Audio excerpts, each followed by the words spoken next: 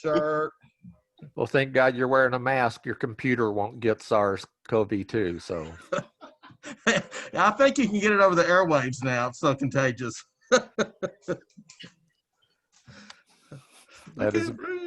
That's very true. So, all right, it's 8 o'clock. I'll go ahead and call the meeting to order, and Pam can sign in while we're doing the roll. So, Madam Secretary, would you mind calling the roll, please? Sure. Daryl Newkirk. Here. Rich Maston. Here. Kathy Calhoun. Here. Rachel Anger is here. Sharon Roy. Here. Pam Moser. Here. Steve McCullough Here. and his mask. John Kalila. Here. Howard Webster is not on the meeting. Kathy Dunham. Here. Kenny Curley. Here. Yukiko Hayata. Here. Pam Delabar is coming. Cindy Bird. Here. George Eigenhauser. Here. Carol Krasnowski. Here. Melanie Morgan. Here. Brian Moser. Here. Eileen Tartaglia. Here. James Simbro. Here. Shelley Perkins. Here. Matthew Wong. Here. Eva Chen. Here. And Gavin Cow. I just put Gavin into the meeting, so he should be. Okay. Is Pam Delabar joined the meeting again? Not yet. I haven't seen her. No. So I will update the attendance list as they join. Is there anyone on the panel whose name I have not called? And there I see a note from Gavin acknowledging he's here. Thank you, Gavin.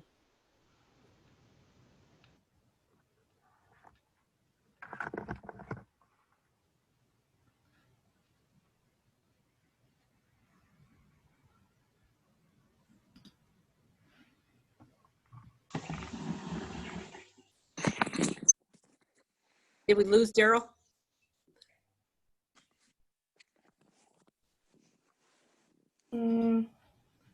Daryl, you're on mute, but his Got video it. is here. Sorry, I was trying to maintain proper etiquette because I don't want to have a lot of background. I see Pam Delabar's here now. Rachel. Yeah, I got back in.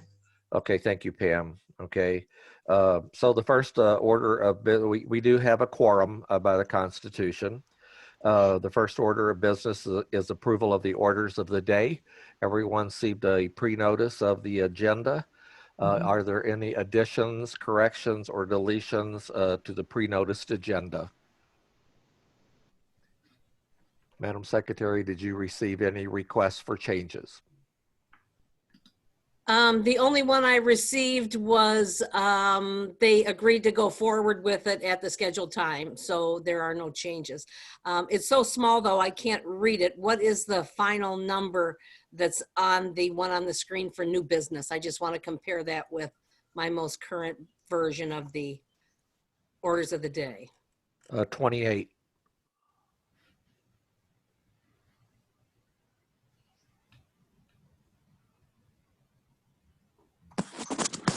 New business is listed under unfinished business and general orders.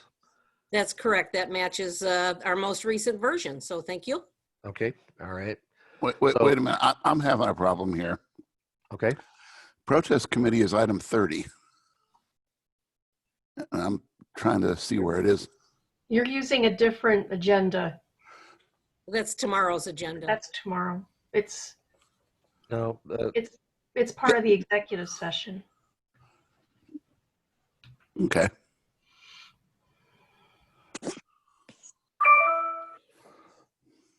You good, George? I'm good. Okay. All right. Is there any objection to making the pre-noticed agenda orders of business? Okay, hearing no objection, we have our orders of business established. The next item is reports of officers and boards and standing committees. Number 2, Rachel, Secretary's report. The first item under that is additions and corrections to the Minutes, I have received no additions and corrections. So unless there is anything else under subparagraph A, we'll move to B to ratify those minutes of the September 1st, 2020 teleconference. I would like to move for ratification of those minutes. Kenny seconds. Okay. Is there any discussion on approval of the September 1 minutes? Okay, I don't see anybody raising their hands. Is there any objection? Hearing no objection, the minutes from September 1 meeting are approved. Thank you. And we have one motion to ratify as it appears on the screen, which carried unanimously. So I would move that we ratify our online motion.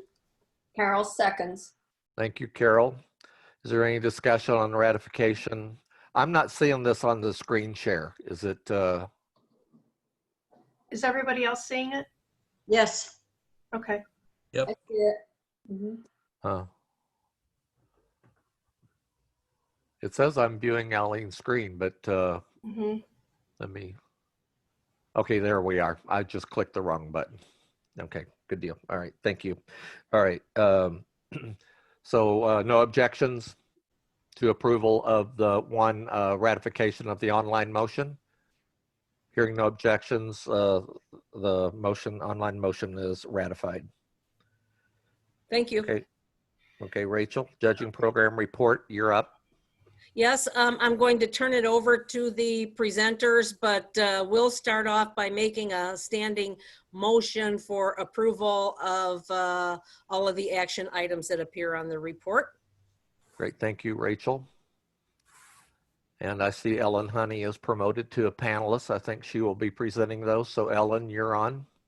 Does someone want to make a standing second, or shall we do those one by one? Carol will Kenny seconds. Okay, then you can alternate Kenny on one, Carol on the other. Okay. All right. Now I'm unmuted. Yep. Good morning to the Board of Directors and to our attendees as well. The judging program, of course, has been very busy, working on bringing everything up to speed. This is our first meeting for the ability to make rule changes. And we have been having meetings about once a month with the chairs, and I have a meeting once a month with my group of administrators for trainees and advancing judges. The current happenings, we worked on the rules, we've submitted to you guys for review, and we also, we have a lot of future projections. They're lofty goals.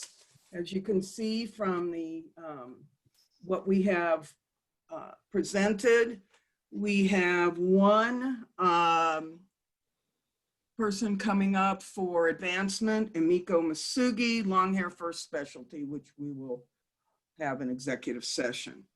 The things that we want to do are, I think some of the things are continuing from the old judging program. They had some real lofty goals and they did a wonderful job. I have to tell you, after going through all the reports, they really were working on things. Of course, you can only do so much at a time, but we're looking at, we're going to stand up the alternative process for applying to the judging program in February. We're working on that right now.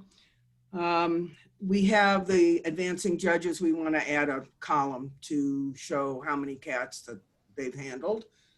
And we want to do a project that we're looking at is to video our advancing, all judges with their permission, and particularly our trainees. We want to use checking.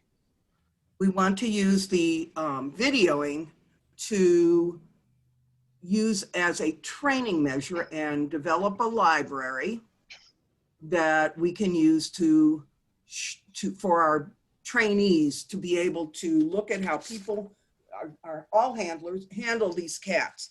They work with, a few people, 6 or 8, and we hope that they would watch other judges, but sometimes there's just not the time. So we want to develop videos of our breeder judges in particular on how to handle some of these cats. It's been fairly successful with the China Associate program, and so we are borrowing that. This is not a new idea, and I believe that the former JPC was looking at some things to do that too. We want to talk about developing an alternative application project for non-breeders. We have a lot of people that show strictly in premiership. They've done it for years. They have knowledge. And so that is something that is a future projection that we would like to do. The other thing is, and I think we've all done this, all of the judging program prior to us, we really, really, really want to concentrate and keep an eye out for people, talented people in the judging program. Many, many years ago, you know, somebody would be tapped on the shoulder and say, you should go into the judging program. Well, we want to do something maybe a little bit more formal, but as judges, we see people all the time. We watch people handle, we watch them bring take cats out for finals and those kinds of things. So we would like to develop a program to look for talent. And I'm talking about talent in all ages, but particularly on our younger people. The millennials are certainly the group to watch. And I realize that they really are lofty goals, but we always want to have something to work toward. Do you want me to start with our rule changes now, Rachel? Yes, that's what's on the screen, so we're ready. Okay, good. All right, so the first one is rule change 2.5. And we want to change the requirement of 7 years of having a cattery name to Hang on, 5 Ellen. years. Sorry, Ellen, sorry to interrupt, but Oh, I'm sorry, these are Mentor, and that would be Loretta, so I didn't really even look at those. I yeah, thought we're we were doing gonna them numerically. Okay, so do you want Loretta to do this? You want me to, because I haven't really looked at it. Who's ever presenting the mentor rules? Go. Oh, that I'm would be here, Loretta. Loretta. Okay, thank you. We'll go back to Okay. mine. Mhm. Okay. Go ahead, Loretta. As you We're- probably know, the judging program rules require everyone coming through the program to have a mentor from the pre-application process through to approved all breed. The 3 proposals that I'm bringing up open up the mentoring process to everyone in the judging panel. A request was put out to the judging panel for volunteers to serve as mentors with no response.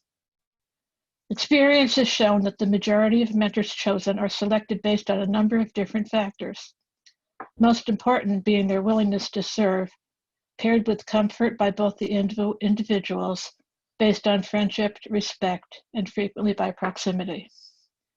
The first resolution removes the 5-year requirement to be approved all breed before you can mentor. Newer applicants coming through the program may well relate to someone who has come through the program and been advanced all breed more recently. And they may feel that the newer all breed judges may be more aware of how the program and advancement protocol may be more in step with their current position. Thank you, Loretta. So we have a motion and a standing second. Is there any discussion?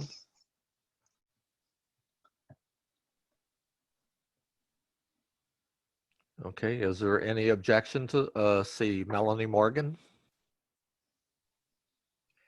I think there's some pros and cons to this, but when all is said and done, I actually think that being closer to the process can provide a unique perspective that could actually be helpful to the applicant or advancing judge. I think that sometimes when you're going through as a trainee, having someone who has just gone through that same process can truly provide some insights that can help you navigate those waters. So I think I can support this.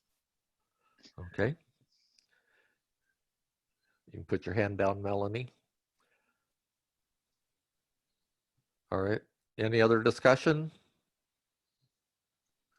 Kenny, Carly? You're Yeah, I recognized. too would support this. Anything that can benefit our new people can't hurt. So I will also support this as well. Great, thank you, Kenny. Any other board members want to join the discussion, the debate? You can put your hand down, Kenny. Okay, is there any objection to this rule change? All right, hearing no objection by unanimous consent, this is adopted. Loretta, you have another one? Yes, number 2 is allowing members of the Judging Program Committee to serve as mentors. More than half of the current Judging Program Committee have been serving as mentors before joining the committee. With this proposal, file administrators would only be allowed, they would be only individuals that would be restricted because they would not be able to serve as mentors for someone whose file they're administrating.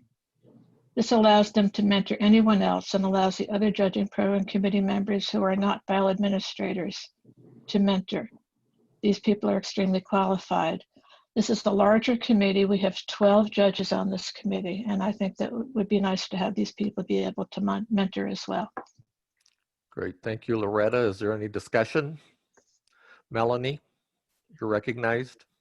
Thank you. The mentor program and the judging program committee, I think were essentially, at least initially, designed to work hand in hand, complementing each other. So in my opinion, this rule is in direct conflict with the goal of that mentor program. Allowing members of the judging program committee to serve as mentors creates basically a conflict of interest and ultimately shortchanges the applicant and the advancing judges. So I do not support this change in any sense of the word. Anyone else?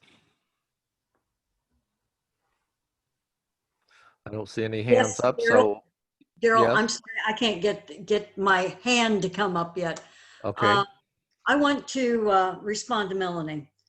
We don't have enough people in our judging program right now to be able to serve what we need for mentors in bringing people up. I was against this until we got through the fact that I cannot mentor somebody whose file I'm administrating. And since I can only administer files within Region 9, I can mentor somebody in the ID or Regions 1 through 8 or whatever. It broadens the experience that we can offer to new people coming in. okay, thank you, Pam. Anyone else want to comment? This is Kathy. Okay, Kathy, go ahead. I can't find I'm working on trying to find where I raised my hand. I'll keep working on that. Okay, But I think I agree with Melanie on this one. I think it can present some conflict of interest situations. And I think with the motion, with the 1.2, if I can scroll back, that was approved, there may be more mentors in the program based on that. I think we should give that a try first. And then if it continues to present a problem, it can always, come back and reevaluate. But to avoid the conflict of interest, I can't support this at this time. okay. Anyone else? May I make one more comment? Yes, Pam. I think that the quality of people on our current judging program committee and the quality of people that we have on our judging program, to say that there is going to be a conflict of interest is a bit of a slap in the face to those that are serving. It does seem to be an insult to the integrity of the judges, in my opinion. Kenny Curley? I agree with what I was going to comment. I agree with what Pam just said. I think we need to put trust in our individuals. We're a very small society, and we have relatively a very small number of judges, particularly in other areas of the world, such as where Pam is as a region, where they can actually act as both a mentor and somebody who can help them along. The ultimate decision is going to be handled by 17 members on the board. So I think that there is no harm in at least giving this a try. Thank you, Kenny. Any other discussion? Okay, I'll call for the vote. All those in favor of the amendment to paragraph 1.3, mentor, raise your hand. And if you can't, then say yes.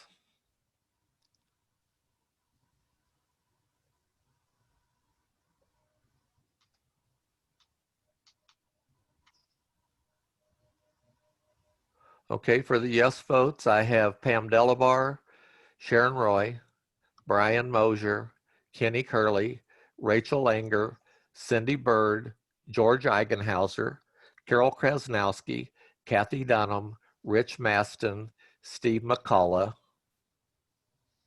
That's 11. Is there anyone else voting yes? Okay, if you'll take your hands down. Those voting no, please raise your hand. Okay, we have Melanie Morgan, Pam Mosier, John Kalila, Kathy's hand is physically up. okay, and Kathy Calhoun. That's 4. So Yukiko, Yes. okay, is a yes. Yes. Okay. Did Steve McCullough vote? I don't remember calling his name. They voted no. Okay, and Steve is a no. So that's 12-5. Is that correct, Madam Secretary? That's correct. Okay. Daryl, Yes. may I interrupt just for one moment? Yes. Apologize. Aline, do you still have me as a host or a co-host, or that could be a reason why I can't raise my hand? Apologize for interrupting. Trying to find your name. It doesn't appear that I am, but I don't see the options to raise my hand. So, and I know if I am. Let's see. I think the hosts are me, Aline, and myself. Are you getting the menu at the bottom of the screen when you hover over it, Kathy? I'm getting an invite and a mute me, and that's it. At the bottom of the screen. Okay. Do you not have a more at the bottom of your where it says participants? You should have a down arrow with more. On mine, it doesn't say more. It's just 3 little dots. Okay. Oh, there may be, okay, because it And then does you say need to more. you need to check raise your hand. I have this, okay, sorry. All right. I think so. Apologize. Daryl, I have my Yes. hand up. Yes, Rich, go ahead. Just a clarification on the count. Did Howard join? Because I don't see him joining. Howard's not going to be on the meeting today. Maybe I made that announcement before you signed on, but he's No. Arranging a funeral today. No, you did announce that, but the count that was announced was 12-5, and if Howard is not on, it can't be 12-5. That's a total of 17. Okay. So it's either 11-5 or 12-4. You may want to confirm the no votes. Okay. So all those voting no, please raise your hand. We'll confirm that because that's the fewest number. So I got Kathy Calhoun voting no, John Kalila voting no, Melanie voting no, Pam Mosier voting no, and Steve McCullough voting no. 1, 2, 3, 4. That's 5. Right. Okay. So everyone else was a yes. No abstentions. Okay, so Rachel, would you announce what the final count is then? So there are 11 yes votes, 5 no votes, no abstentions. Thank you. Okay, Loretta, you have another one, I think. Yes, the last one is a simple one. Right now, the mentor rules say an individual can only mentor 2 individuals at a time. We'd like to increase that to 3. When you're starting from the pre-application process right on through, there's varying degrees of how much work has to be done. But most of the members of the committee that have mentored feel that 3 would be a very comfortable number.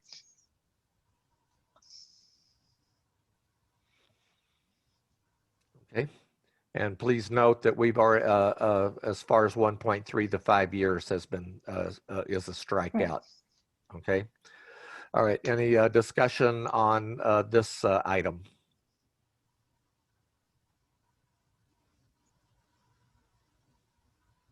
I don't see anybody raising their hand. So is there any objection to this motion? Okay, hearing no objections, by unanimous consent, this is adopted. Thank you so much, Loretta. And thank you for your support. And one other quick comment, since I'm oversight on education and Barb Yeager isn't on. As of Wednesday, we had 29 people from 11 countries signed up for the virtual BAOS. Good deal. That's Thank you. wonderful news. Thank you. Okay. So Ellen, I think we're back to you on your portion of the judging program. The next change that we're looking at is paragraphs 2.5 and 2.7a. I've grouped them together simply because each 2.5 talks about having a catering name. 2.7 talks about 5 years or 7 years of breeding experience. We would like to change from 7 years of breeding experience to 5 years of breeding experience. What we are looking at is we need to attract younger people. We've talked about this over and over again, and never is it more important than now in 2020 in a COVID world. I think we used to say that 5 years, that was the cut. You either stayed with CFA and continued a breeding program, or you left. We think 5 years is long enough to see a dedication to their breed and a breeding program. Our world has changed so significantly, and I don't think it's ever going to go back to the way it was, nor do the rest of our chairs. We need judges. We need regional judges, as we've talked about many times. We've lost 3 just to retirement this year, and several of our judges are not sure they even want to judge right now. We need judges. Thank you, Ellen. George Eigenhauser, you're recognized. Yeah, I just want to say I strongly support this. Certainly the argument can be made that more breeding experience is better as a general rule, but we aren't looking at generals. We're looking at specific individuals, and everybody learns at their own pace. There are some people that are going to accomplish more in 5 years than other people will accomplish in 7 or 10 or 20. Time in grade is probably the least effective measure of somebody's qualifications. And so I encourage us to vote yes on this particular motion. Thank you, George. Sharon Roy, you're recognized. Okay. I'm not sure I support this because I think it takes at least 2 to 3 years to really develop your breeding program. I would like to see us get beyond some of this COVID and see what really happens and how many judges we lose before we jump into 5 years. Thank you. Kenny Curley, you're recognized. Yeah, I echo what George says. The encouragement of these people and their dedication from ground zero. We all know it's an expensive hobby. Once you establish a breeding program, and we have our checks and balances in place as to whether or not we see their accomplishments as things go forward. And we also have, mentoring programs. We have situations where we can at least, look at their qualifications if they do decide to apply for the judging program. I know personally it took us 5 years to produce our first grand champion, but I'm sure there are other stories where they got it much, much earlier. I think we need to open the door to these people. Let's check them out. Some aren't going to be up to snuff, but we make it too restrictive that they don't even want to apply. So I'm going to support this. Thank you, Kenny. Pam Delabar, you're recognized. Thank you. I did some checking with some of our competition as far as organizations, especially over here in Europe. And our main competition, FIFA, has a 5-year minimum. So we're not out of the ballpark on this as far as good, solid organizations that we have colleagues also as judges. This does not mean that if somebody makes 5 years breeding, we're going to immediately put them in the judging program. It doesn't mean that if we do invite them to be a trainee with us. Doesn't mean that they're going to get beyond that if they don't have the ability and have the eye to judge. Thank you, Pam. Good points. Kathy Calhoun, you're recognized. I can't support this. I think, and I won't give you my long analogy about my football analogy about experience, but at any rate, I think I would probably be a little bit more in line if there was some mention about 5 years of breeding within a specific breed. The way this is written, you could start with one breed, you could have 5 different breeds, which doesn't mean you've established much in one breed in 5 years, because it just says breeding experience. It was termed breeding experience before, but even now that it's a shorter period of time, it makes the quality of that breeding experience even more important. And it doesn't say anything about a single breed or 5 years within one breed. It just says breed for 5 years.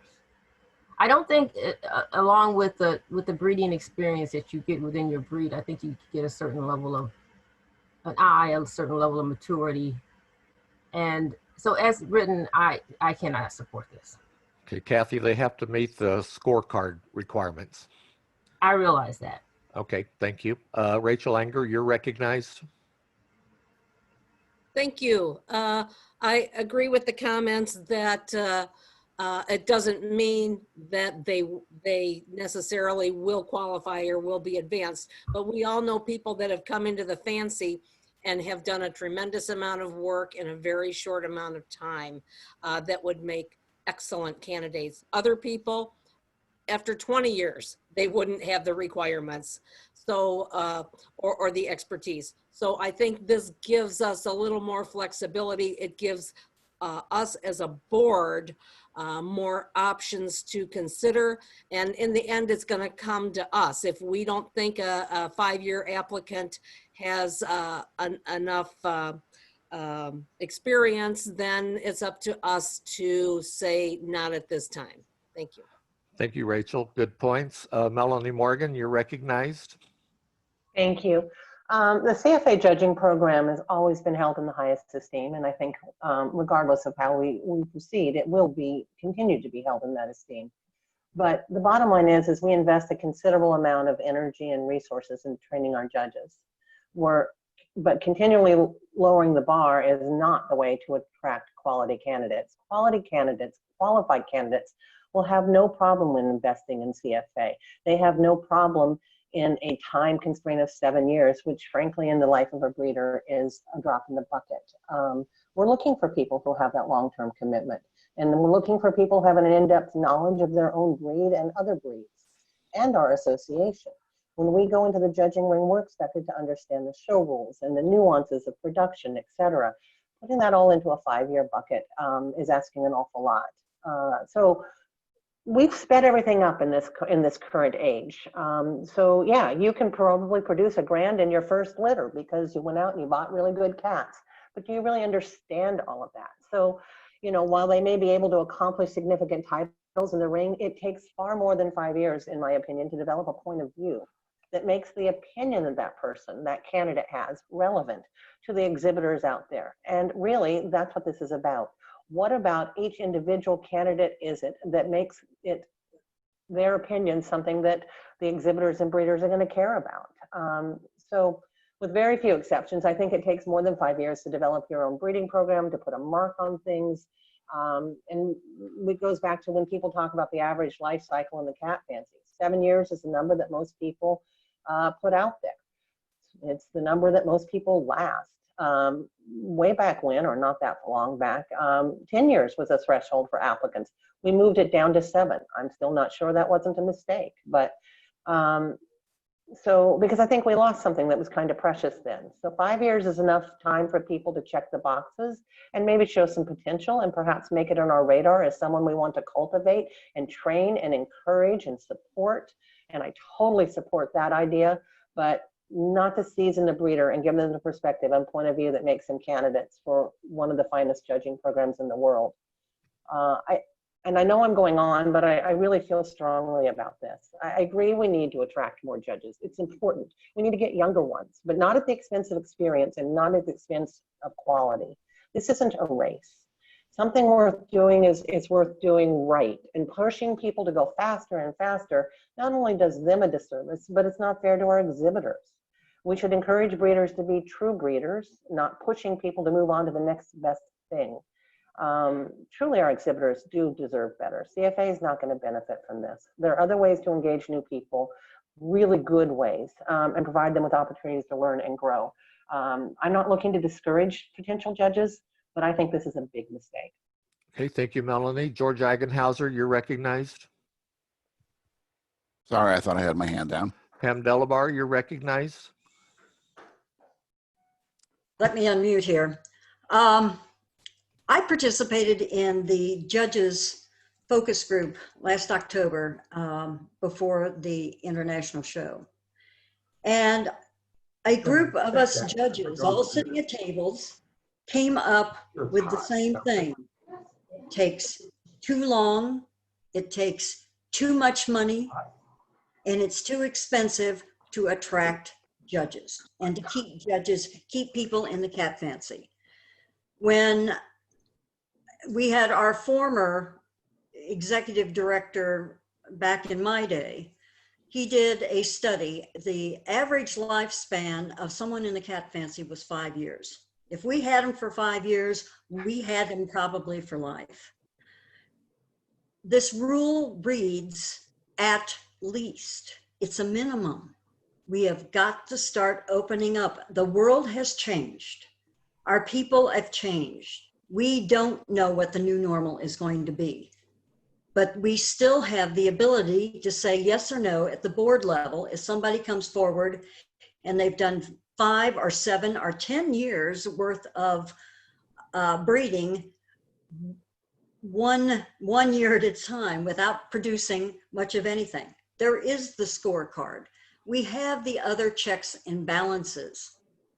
If we find out that we are not attracting people and that it doesn't make any difference between 5 or 7 years, we can always readjust. This comes up once a year, but we still have the ability to make a decision on whether an applicant has it or not. Good point, Pam. Kenny Carley, you're recognized. Yeah, I agree with everybody to a certain extent, but applying to the judging program in service to our organization involves a lot more than longevity through a breeding program. It also involves becoming a master clerk or a clerk. It also involves being out there, exhibiting your cats where other people get to know you. We ask for input from exhibitors who have known and grown with these people. And, we can't lose sight of the fact that we are losing potential candidates because we have made it so difficult. Pam just pointed it out. We have checks and balances. If they're bad apples or they don't have an eye, and really that's something that's batted around and we really can't define it. But we know our superstars. I understand that Melanie has a fast track program, but when you choose somebody out of a group of people, that to me it's too self-serving to our organization. We just need to give everybody the proper opportunity to have a chance to go through the program or at least apply to the program. And not all of them are going to make it. And I'm going to support this. I just wanted to reiterate, there's a lot more than just breeding experience that happens that do this. I mean, we've done this with the associates program already with somebody who never bred a cat that's going to represent, our judging program within the country of China. So we have a precedence. And again, let's go back to the checks and balances. Our board can prevent somebody who may not quite be up to snuff and may have to wait a few years. Thank you, Kenny. Brian Mosier, you're recognized. I think I can support this. You know, our judging group is getting older. I don't know how many of us have 5 years left to judge. And I'm really, I have clerks, when I have some clerks at the end, we talk about the cats, you know, after we're done judging. And I'm surprised how many people have, I think, a good eye. And I think that's the main thing about judging. Either you have the eye or you don't. And I don't think you have to have 7 years to develop that. I think you have it naturally. So I can support this. Thank you. Anyone else? I don't see anyone else's hands up, so I'm going to call for the vote. Yes. Okay, this is Ellen, and I'd like to make a couple of comments as far as everybody's comments. Number one, I want to remind everybody that when we stand up the alternative application program, there is no requirement for how many years of breeding, but they have very strict guidelines, which I like, about how many grands and so forth. We have somebody that wants to go through that, possibly might want to go through that program, who has 4 years of breeding experience and has bred over 25 grands. I don't think part of this is about breeding. I think part of this, like everyone has said, we have checks and balances. They have to have so many grands. They have to have, you know, they have to work on the point card. I think that as we go forward, if we don't start attracting new people that are in the fancy, if they're dedicated for 5 years, if you get a 30-year-old who's dedicated for 5 years and has done a tremendous amount of work, whether it's their breed or whether they're working with 2 breeds. Granted, I had 20 years in the fancy before I even applied, and I had worked with 4 different breeds, but we don't have a lot of those people. And I think that there are quality people out there that we could nurture and bring forward and mentor to be great judges. I don't think whether they breed for 5 years or 7 years is going to make that much difference. Thank you, Ellen. Thank you. Okay, I'm going to call for the vote. All those in favor of the rule change to 2.5 and 2.7a, please raise your hands.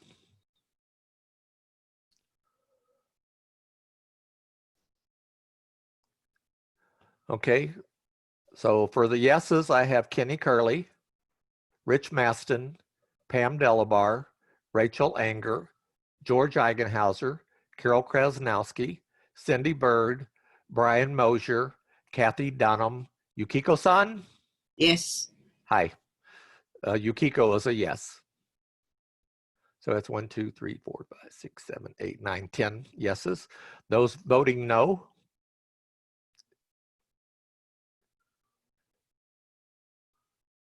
Rich and Kenny, yeah, take your hands down. Okay. So the no votes, I have John Kalila, Melanie Morgan, Sharon Roy, Kathy Calhoun, Steve McCullough, Pam Mosier. Are you a yes or a no? I am abstaining. Okay. All right. 1, 2, 3, 4, 5 no's and 1 abstention. Does that come out to the correct tally, Rachel? It does. Thank you. Okay. Ellen, let's move on to the next one. Motion, by the way, the motion did pass. Melanie, you have a comment? Okay. All right, Thank you Ellen. all. Okay. So the next one, it came out of something we didn't realize and was brought to our attention, and there was quite a discussion about it. It's Rule 4.8, which talks about posting our applicants to for letters of concern or positive letters to the website, CFA website. It doesn't say anything about the CFA newsletter or the CFA news. And there was quite a discussion because it wasn't specific in there that we were maybe violating a rule. So I want to just add the CFA newsletter and CFA news so that we can make it official. We've been doing it in the newsletter since I think Mark Hannon took office. And before that, we published in the Almanac. So I just want to, this is sort of a housekeeping, to add the CFA newsletter and CFA news to that. Yep. Keep up with our current publications. And the fact that we are now in an age of really high technology. Yep. Okay. Any discussion? I see no hands up. Is there any objection to this motion? Hearing no objection, by unanimous consent, we will now publish those in the newsletter and the news announcement. Okay, Ellen, next. Okay. Rule 6.2 is to reduce the color classes for trainees from 8 to 6. The first class for really to make sure that they understand their mechanics, and the last supervised class to determine if they are ready to go to solos. 3 shows should be outside the region and reduce the number of cats handled from 500 to 200. My rationalization is we're doing smaller shows with less entry. We have the issues of COVID. There will eventually be a vaccine, but I don't think we're ever going to get back to 450 shows again. I know that my biggest concern, and has been, is that a lot of times our trainees are concerned about the number of cats that they handled rather than the quality of the cats that they handled, or the quality of their ability to judge, quite frankly. Since the rule went to 500 cats, quite frankly, it's been a constant discussion, arguments, and I'm not saying they shouldn't work hard, and I'm not saying that if they judge 200 cats, that's their minimum. And the 6 trainee classes is their minimum. That doesn't mean we can't make them do more, which is discretionary for us. I think that what we need to do is take care of them, not push them through, not rush them through. But I think in 6 classes, we should know whether they're ready to go on or whether they need more work. I mean, I think that is what we need to do. Thank you, Ellen. That's good that you mentioned that these are just the minimums. If they need more, then they would have to do more. Absolutely. Pam Delabar, you're recognized. Yes, I think that the minimum 500 number actually came from me a few years ago in looking at other judging programs. And even that is being revised from the program where I picked up on the idea. We are having our first shows, CFA shows in Region 9, starting in 2 weeks. They will be 100 cat entry limits. We have 3 of them, 1 in October and 2 in November. We're long hair heavy, and so we have, even with 200, a person that we're looking at for applying to short hair is going to be having a real tough time getting those short hair numbers. We're hoping that someday that we'll be able to get back into Germany, back into Russia, back into France and Spain and Belgium. But right now, we're not seeing it. And we're not going to see the numbers because the local governments and the national governments are limiting the amount of people that can go into shows. Last weekend, I was fortunate to judge a show a couple hours away from us as a guest judge. This club usually has a great deal of entries. They had 170.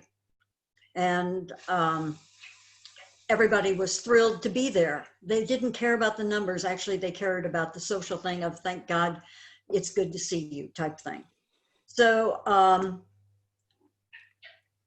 I think we need to look at the numbers. If the world changes and we have a vaccination and we have herd immunity and all that other good stuff that we're all praying for, then we can relook at our rules. But right now, we're not going to have the numbers to get our people through the judging program.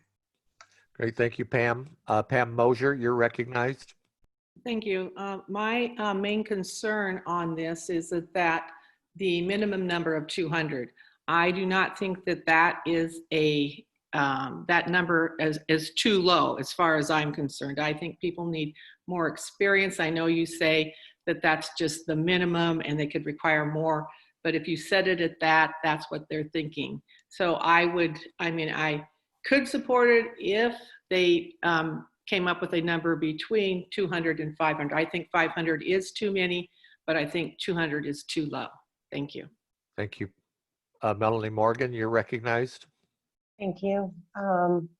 If we were looking at this for this current pandemic situation only until we get up and running, and we were looking at adding in some supplemental work, much like Anne has done such a great job with the associate program, I might be able to support this as a temporary measure.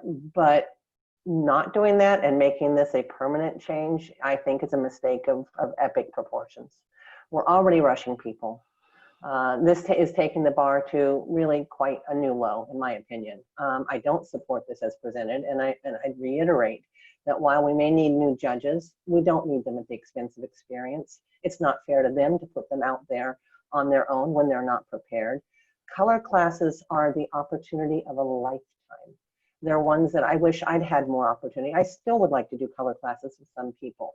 To try to push people through this and rush it and simplify it is really shortchanging our applicants. It really is. It's shortchanging our exhibitors ultimately.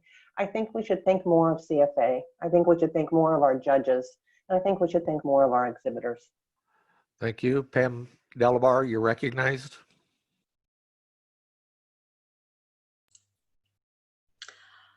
I was just going to remind everybody that these rules are good for a year because they will be looked at again next October. And that's when we do the JPC rules. If you don't like it, it doesn't work. I cannot see that much changing. I don't see the number of shows showing up in all of your regions. I think the next one in your region, Melanie, is Cotton States in November. I don't see the shows happening throughout the US. And we saw what happened with Hong Kong. Hopefully China's going to be a breath of fresh air. We've had one in Thailand. So we need to revise. Let's start out. But if the world changes and we're going to get 300 entries into our shows again, or 450, then we can raise the number on our applicants, but our trainees, excuse me. But until that time, it's going to take somebody forever to try to get that number of cats, because you all and we are not going to have the number of entries to be able to train these people. Kathy Calhoun, you're recognized.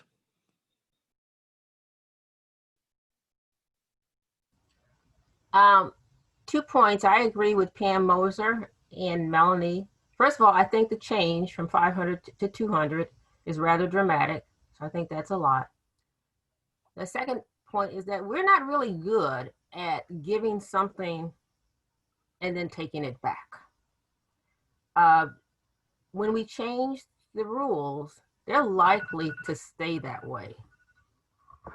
We've had discussions about other things that we thought would be great to reverse, but it's very difficult once you've given something to a group to take it back. So I think we should be fairly certain that we want to keep this even when things get better. And my concern is, I believe 500 to 200 is too much. John Kalila, you're recognized.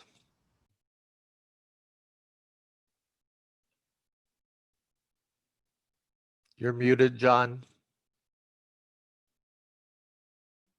I'm sorry. I just want to make everybody aware, there will be a show in my region last weekend in November, and it is a 150 count show. I also cannot go with the 200 count. I think that's too low. Dropping down to 6 color class is not an issue with me. Kenny Curley, you're recognized. Oh, I'm sorry, Rachel Langer, you're recognized. Thank you. I have to say, as a training judge, the sessions that I found the most educational for the trainee were the small shows.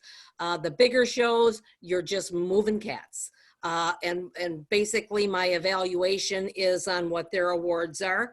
All I want to know in a big show is, what did you like about your best of breed and what didn't you like about the one you didn't go with. So, you know, as far as an education, they're not really getting it. I'm evaluating.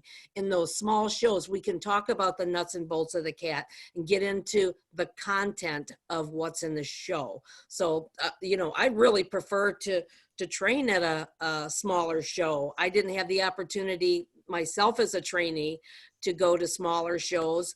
And I'm with Melanie. I wish I could go back to those days, though. I mean, they were phenomenal, but I never went away thinking that I got everything that the training judge could give me, because there just wasn't time.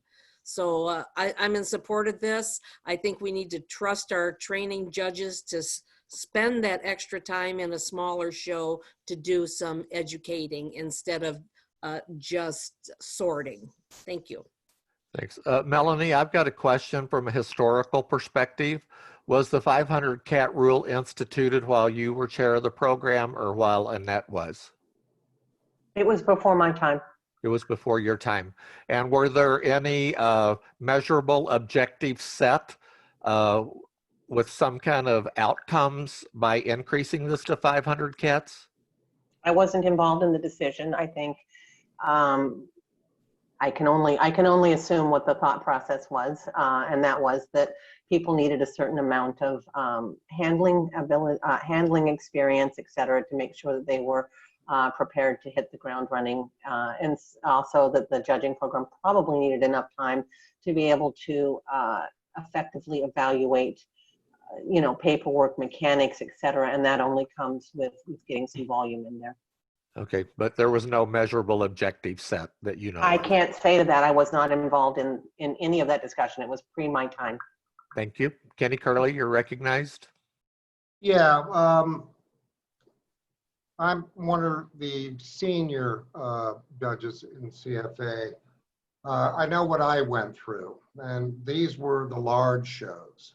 Mm-hmm. And basically what it comes down to, in my personal opinion, having been a training judge for many, many years now, is that there is no guarantee as far as the quality of a training show. There are certain limits that we have. We have time limits that are placed on us for a number of reasons. But as I think the evaluations that we do with a large show are somewhat unfair to the training, the judge that's being trained. You know, basically what I'm looking for in a trainee is the ability to handle, the ability to go through. Personally, I feel that it's best to go to a show that's not that competitive and see what the evaluations are, because I could better accept differing opinions on what they say, because it gives me an opportunity to listen to their evaluations based on the written breed standards. And I think we need to go back to that emphasis as far as education over choosing the right cats. I've had judges that have left out certain cats and what have you. But as far as their overall performance, I always rely and respect other judges' opinions as far as their evaluations for their cats. And, you know, unless it's just totally outlandish. And they normally get rooted out during the training process. I think to make it so restrictive with that number, maybe we could think about amending this and bringing it up to 250. But that would be up to, you know, Ellen to do. or whoever made the initial motion. And that way would be a good compromise. And again, it all goes down to how we vote and how we progress them, through the program. We don't want to shortchange our people, but let's face it, right now, as we're dwindling in entries and because of the COVID crisis, we normally get the best of the best that we have to offer to our present program. So I think it's something that we need to think about. And I disagree with those that say that we can't change things back. I think we're progressive enough in our thinking that if we see something that's not working, we can change it. Okay, thank you, Kenny. Any further discussion? I don't see anyone's hands up, so I'll call the vote. All those in favor of this motion, raise your hand.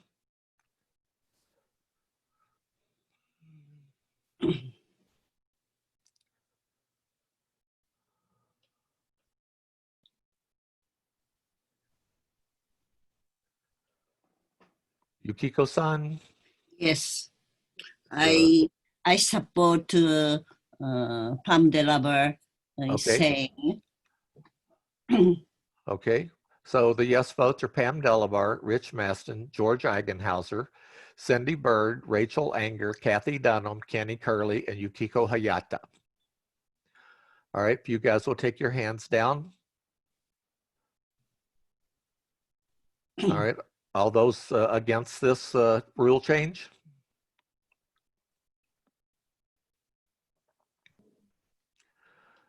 Okay, the no votes are Brian Mosier, Melanie Morgan, Pam Mosier, Steve McCullough, Carol Krasnowski, Kathy Calhoun, John Kalila.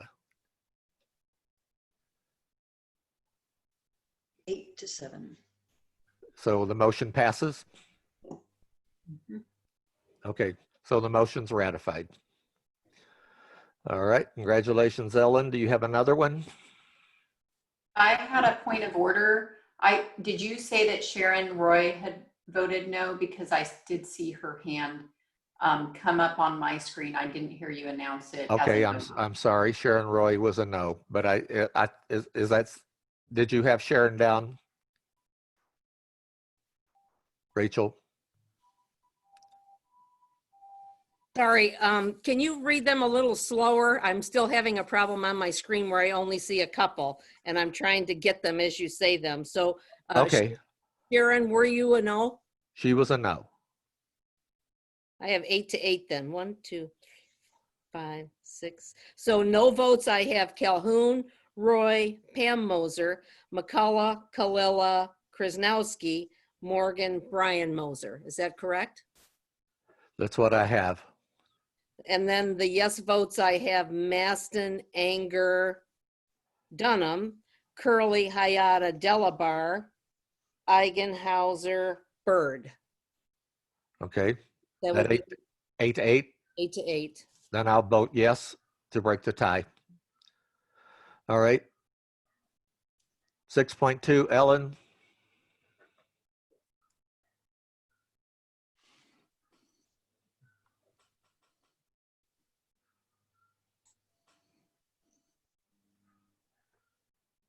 Ellen. Yeah, I was trying to unmute. Sorry.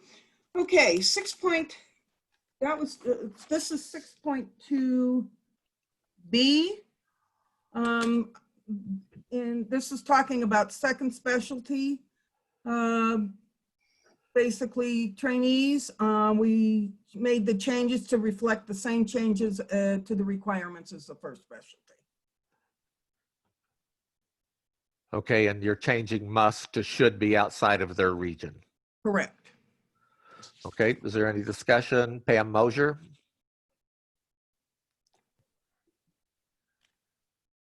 Sorry, I forgot to lower my hand. Okay, Melanie Morgan?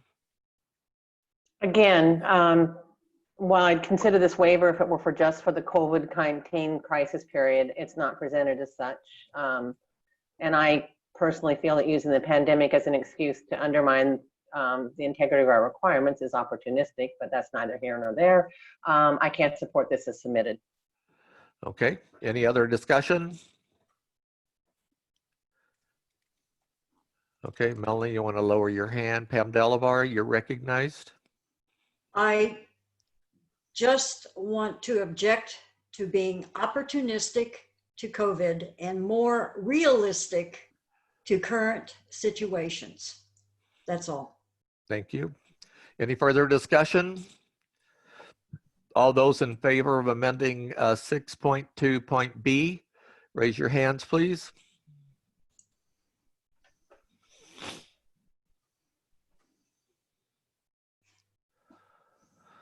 Okay, Rich Maston, yes. George Einighauser, yes. Kenny Curley, yes. Pam Delabar, yes. Sharon Roy, yes. Carol Krasnowski, yes. Cindy Bird, yes. Rachel Anger, yes. Kathy Dunham, yes. Steve McCullough, yes. Yukiko-san? Yes? Yes. Okay, and Yukiko-san is a yes. Okay, if you'll lower your hands, all the no votes, please raise your hand. No votes are Melanie Morgan, Brian and Pam Mosier, Kathy Calhoun, John Kalila. So that's 5 no votes. Any abstentions? No abstentions. Rachel, will you announce the vote, please? Yes, there were 11 yes votes, 5 no votes. Okay, 6.2.b is ratified. Now we move on to the next one. Ellen, you're up. Yep, it's section 8, paragraph 8.1a. Hold it. Okay. You missed F. I'm sorry. I said 8, what? 6.2.f is next on the screen. Sorry. Wait a minute. Oh, 6 complete. Yes. And there, of course, we're changing the number of cats to 200 cats from 500 cats for the advancement procedures. Okay, and this is This is in line with the changes from 500 cats to 200 cats. Okay. For the same reasons. All right. Any discussion? See, Kenny Curley. Yeah, I just want to point out it also reduces the minimum number of shows from 8 to 6. This is in line with what we just voted on. No, I understand it's in line, but I just Okay. wanted to point out that this motion includes that. Yes. Yep. Thank you, Kenny, for pointing that out. Melanie Morgan, you're recognized. Yeah, thank you, Kenny. That was one of the things I wanted to mention. And continuing on, I'm a broken record here, but history's shown us that while the judging program may have the best intentions, that when push comes to shove, once someone is in the program, they get pushed through, whether it's in their best interest or not sometimes. I don't believe this is a benefit to CFA or the individuals involved. So again, I can't support this. Good. Sharon Roy, you're recognized. Yeah, I don't have a problem with it being moved to just 6 from 8. I do have a problem with 200 cats. You don't know the quality they're going to have. I would be happier with more cats in that evaluation. Okay. Well, this is in line with what we've already passed. Pam Delabar, you're recognized. I was going to say it's basically housekeeping from something that's already been passed. Yes. Okay. Okay. Anyone else? Melanie, you want to take your hand down? Okay, I'll call for the vote. All those in favor, raise your hand.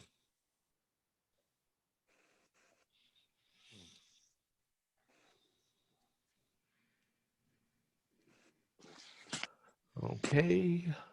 Okay, so the yes votes: Rich Maston, George Einighauser, Kenny Curley, Pam Delabar, Kathy Dunham, Rachel Anger, Cindy Bird, Yukiko-san? Yes. Is a yes. You have those recorded, Rachel? Yes, I do. Okay, if you'll lower your hand. All those opposed, raise your hand. Melanie Morgan, Sharon Roy, John Kalila, Brian Mosier, Pam Mosier, Carol Krasnowski, Steve McCullough, Kathy Calhoun. And I think we have 8-8, just like we had on the last one. Correct. There's a tie vote on this issue. Okay, I'll vote yes, so that we stay in alignment with what we've already passed. Okay, Ellen. I have two more. Okay, section 8.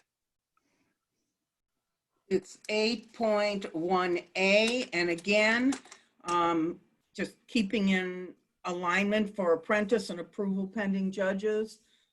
6 complete championship shows, which is currently what they are doing, and a minimum number of 200 cats. Okay, is there any discussion? Steve McCullough, you're recognized. Brian Mosier, you're recognized. So the only reason I can't vote for this, even though I want to, is the number of count. And I know it's just taking care of what we've done already before. But I'm not against the 6 rings. It's just the number of cats that has to be done. Okay, well, we've already passed 3 of them, so. I realize that. Thank you, Brian, for your input. Any other discussion? Okay, I'll call for the vote. All those in favor, raise your hands.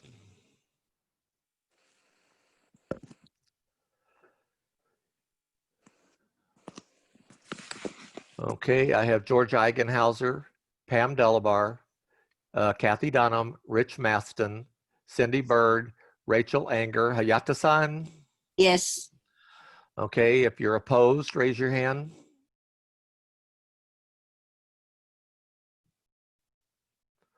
Melanie Morgan, Sharon Roy, Brian Mosier, Kathy Calhoun, Steve McCullough, Carol Krasnowski, Pam Mosier, and John Kalila. Any abstentions? Yeah, I'd like, What's that?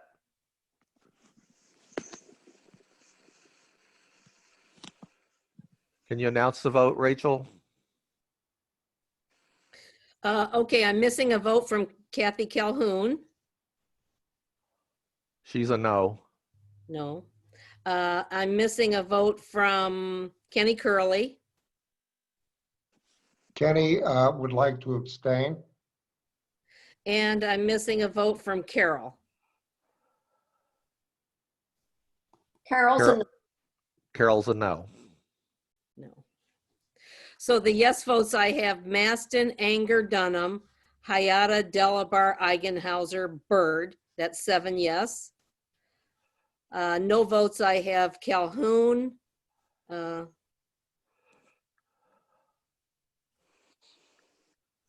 Sorry. Krasnowski, Morgan, Moser, McCullough, Kalila.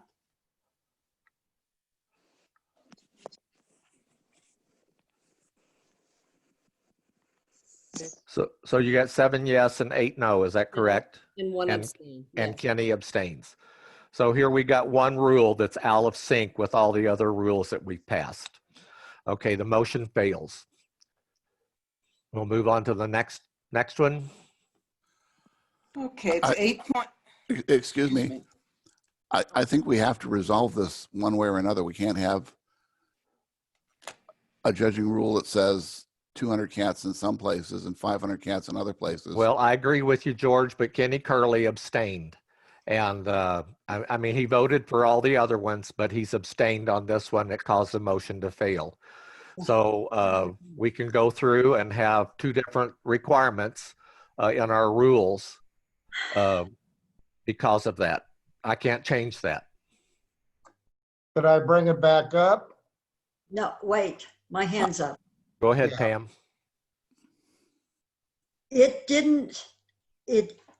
This is not housekeeping to the previous rules. The previous rules that we passed were on trainees, were on applicants. This is on getting from apprentice to approval pending.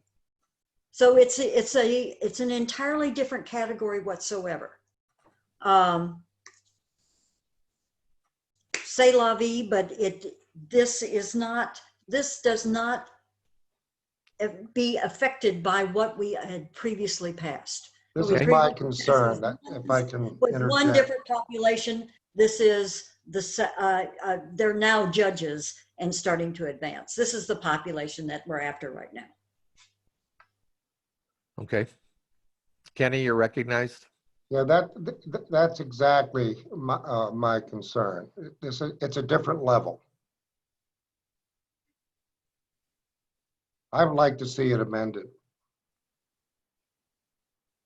Well, it's already been voted on. If you want, somebody wants to make a motion that voted in favor of this to have it reconsidered, we can bring it back up. Pam? I will do just that. Okay, I need a second. Carol will second. Okay, so it's open for debate. The motion is back on the floor. Kathy Calhoun, you're recognized. Don't we need to vote on the motion to reconsider first? Oh, that's correct. Thank you, Rachel. All those in favor of the motion to reconsider, thanks for pointing that out, Rachel. Raise your hand if you're in favor of the reconsideration.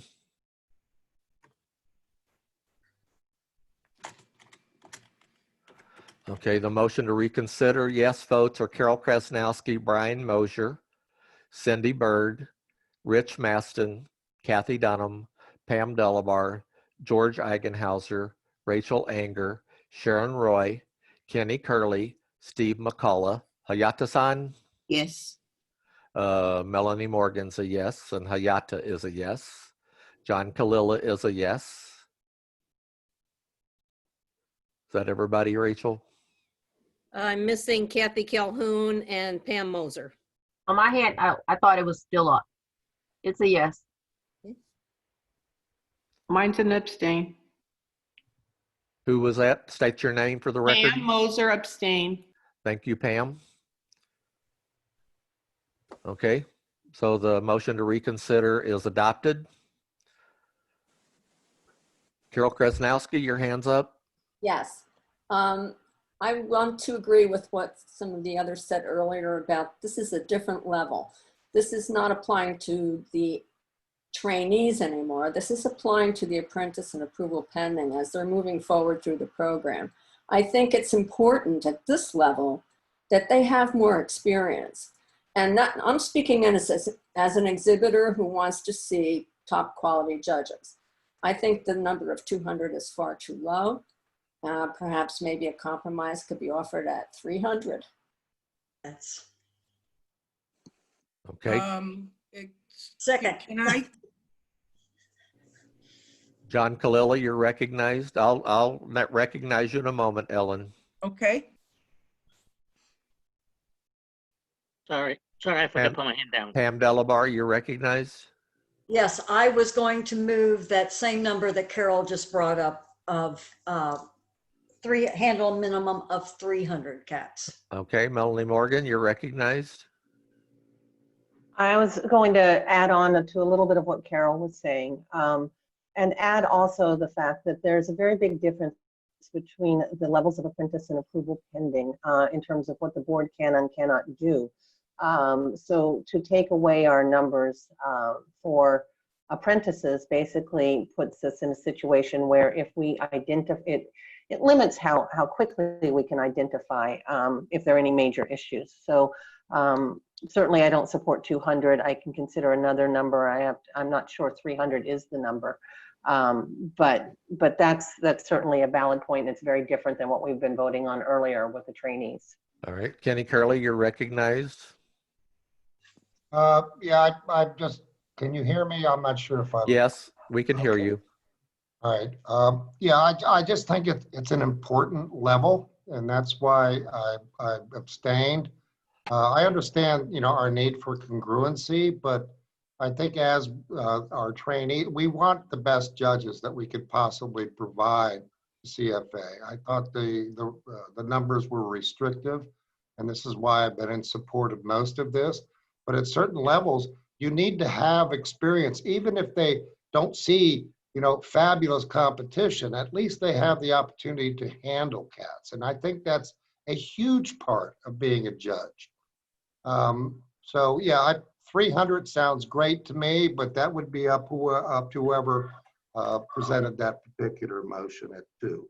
Okay, Ellen, you're recognized.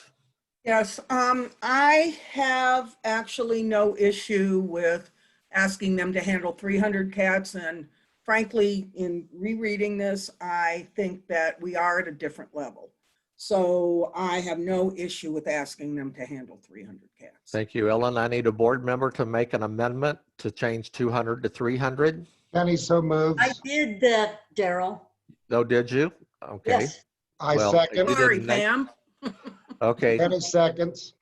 All right. Pam moved. Kenny seconds. Is there any discussion on the amendment to change it? It's 6 shows and 300 cats Minimum. minimum. Rich Maston, you're recognized. Yeah, Daryl, in my notes, and Rachel could confirm this, I think Carol Krasnowski made the amended motion and then Pam Delabar seconded it on the 300 count. Well, actually, Carol mentioned it, but she didn't make it a motion. Oh, okay, thank you. There's a difference. Okay. Thank you for pointing that out, though, Rich. I did recognize that Carol mentioned 300 cats and Pam did too, but it wasn't in the form of a motion. It was in the form of a comment. So now we have a formal motion changing 200 cats to 300 cats. Pam Delabar has made the motion and Carol Krasnowski, or no, Kenny seconded it. Is that correct, Madam Secretary? Yes, that's correct now. Okay, any further discussion? So I'm going to call for the vote. Everybody in favor, please raise your hand. Okay, the yes votes are Rich Maston, Pam Delabar, Brian Mosier, George Eigenhauser, Cindy Bird, Rachel Anger, Carol Krasnowski, Sharon Roy, Kenny Curley, Steve McCullough, Kathy Dunham, Pam Mosier, John Kalila. Yukiko-san? Yes. Hi, okay. Yukiko-san is a yes. Although if you'll lower your hands and all the no votes, please raise your hand. Okay, we have Melanie Morgan and Kathy Calhoun are voting no. Anyone else? Are there any abstentions? Madam Secretary, will you announce the vote, please? Oh, Yes, I have 2 no votes. and everyone else is a yes? Correct. Okay, so the amendment is adopted. All right.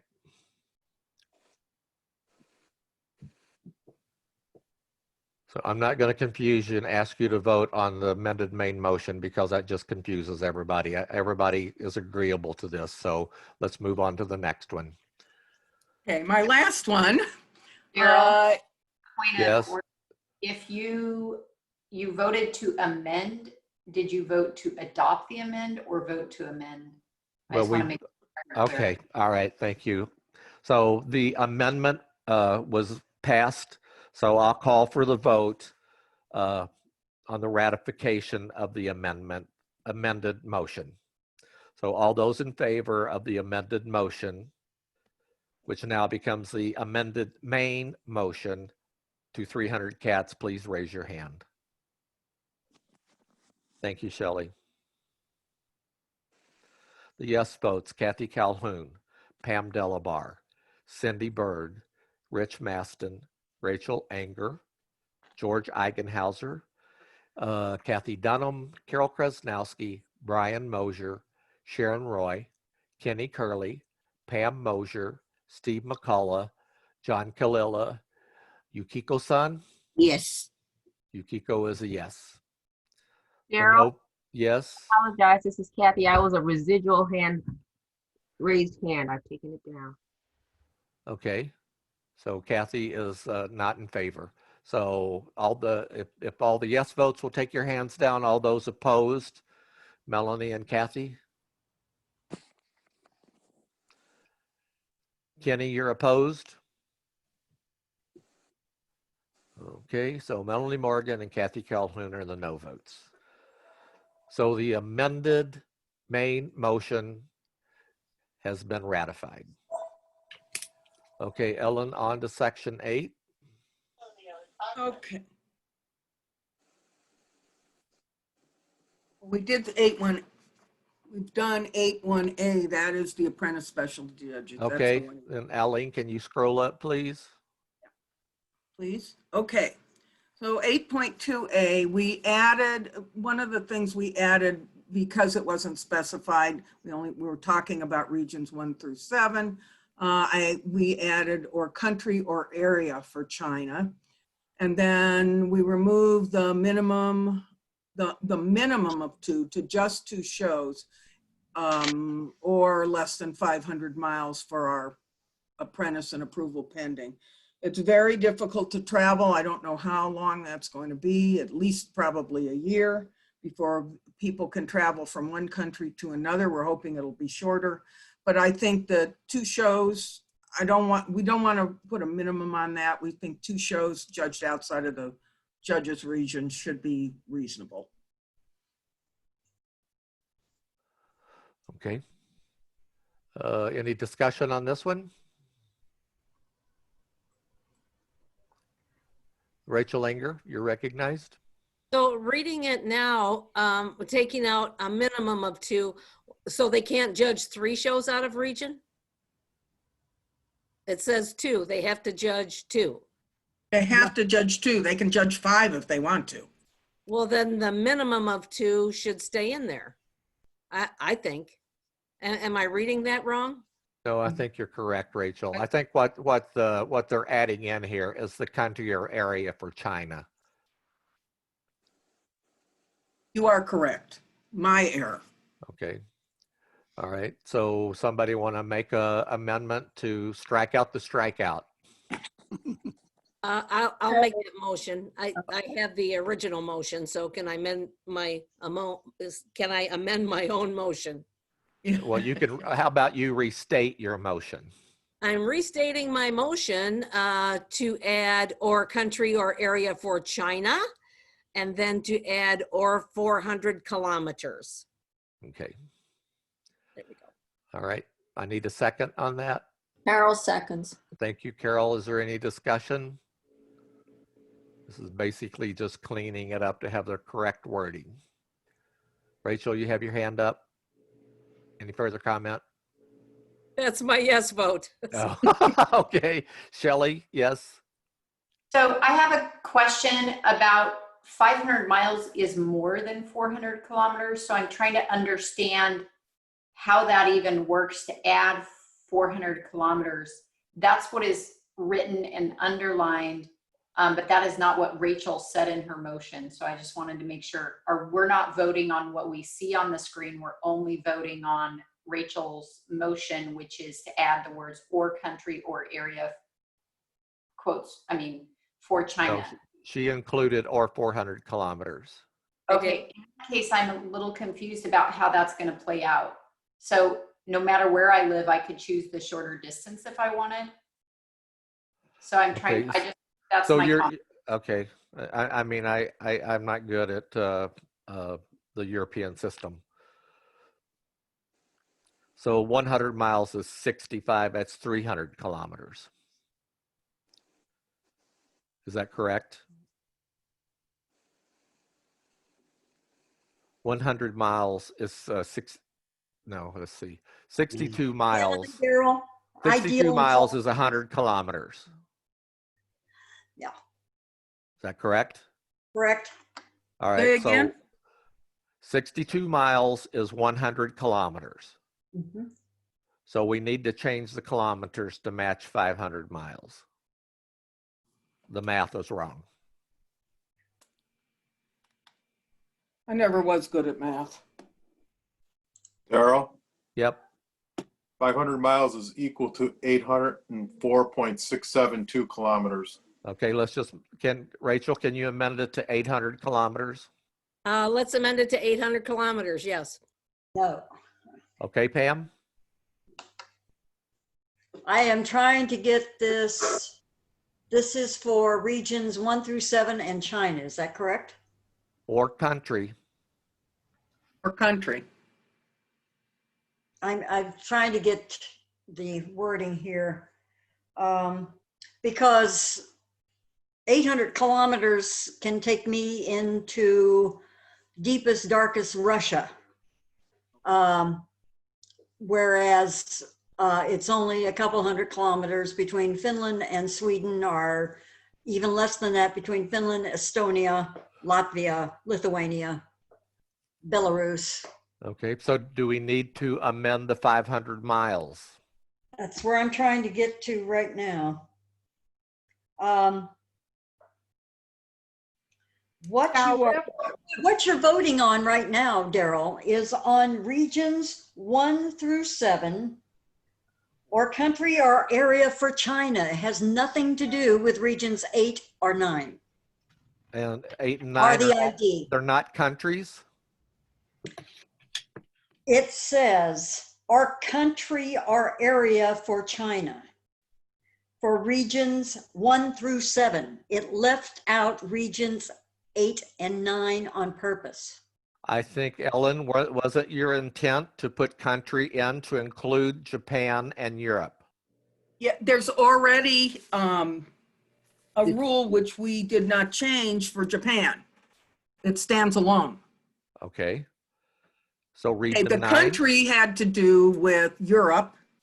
No. Okay.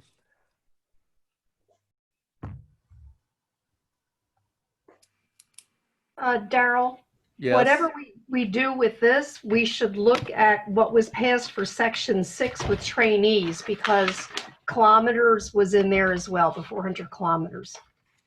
Oh, was it 500 Yes. miles and 400 kilometers? Yes. Okay, thank you for pointing that out, Eileen. Okay, Pam, you and Ellen need to come up with a mileage so that we can convert it into kilometers. Okay, Pam? Well, you're the expert on kilometers, yeah. 10 miles or 6.2 miles is 10 kilometers. The rule itself reads that it leaves out regions 8 and 9. So I think we need to rewrite that particular rule. Okay, can Why don't you? Can I withdraw it? Well, we can table it. You and Pam can get together and bring back the correct wording later in the day or tomorrow. Okay. So I need a motion to table. So move. Delabar. Okay, a second. Rachel. Steve. Okay, Rachel seconded. All those in favor of tabling this so that Pam and Ellen can work on the mileage, and we'll bring it back tomorrow or later today for discussion. Okay, the yes votes: Kenny Curley, George Eigenhauser, Brian Mosier, Melanie Morgan, Cindy Bird, Steve McCullough, Carol Krasnowski, Pam Mosier, Sharon Roy, Kathy Calhoun, Kathy Dunham, Pam Delabar, Rich Maston, Rachel Anger, John Kalila, Yuki Kasan. Yes. Is a yes. The no votes?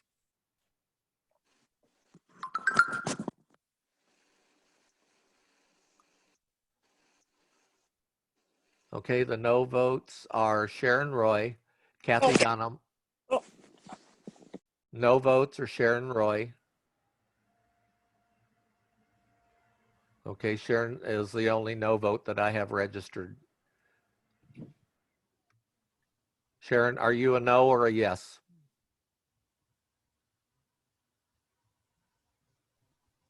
She pulled her thing down. Well, I know, but when I call the no vote, she left it up. So I need for her to confirm her vote is yes or no. You're muted, Sharon.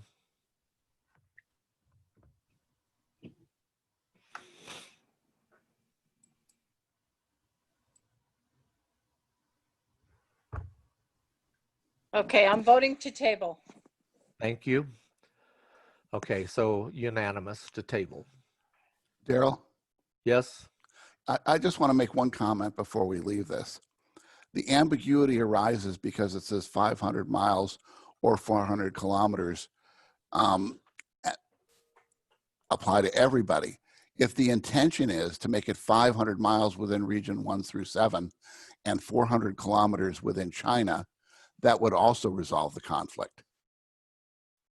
So it doesn't necessarily have to be 804 point whatever. We can have Okay. two different numbers for two different areas as long as the numbers are specific to the area rather than having both numbers apply to both areas. Would you like to join Pam and Ellen in correcting this? I'm just tossing it out as an alternate way to resolve the conflict. Okay, thank But you, Pam. Go ahead. I'm sorry, I didn't mean to cut you off. I'm done enough. Okay, Melanie Morgan. I can't 100% confirm this, but I believe that may have been the original intent way back when we started putting in kilometers, was to basically address Pam's concerns, which are in Europe, differences in exhibitor bases, et cetera, are vastly different than, say, in the US or even in China. So going with what George says, I think it's a very good solution as you're looking at this to do something for 1 through 500 miles, say for 1 through 7, something separate in terms of kilometers based off countries, et cetera, in Europe and of course, Japan and China as areas. Thank you. Shelley Perkins, you're recognized. Thank you. I just want to point out that I have a hard time with the underlined part that says or country or area and then the parentheses for China.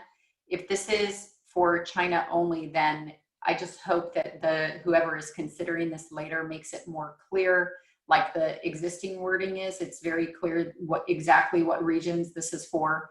And so that's part of my concern is, I think even in the debate here today, some people were, does this apply to Europe or not? And it should be clear.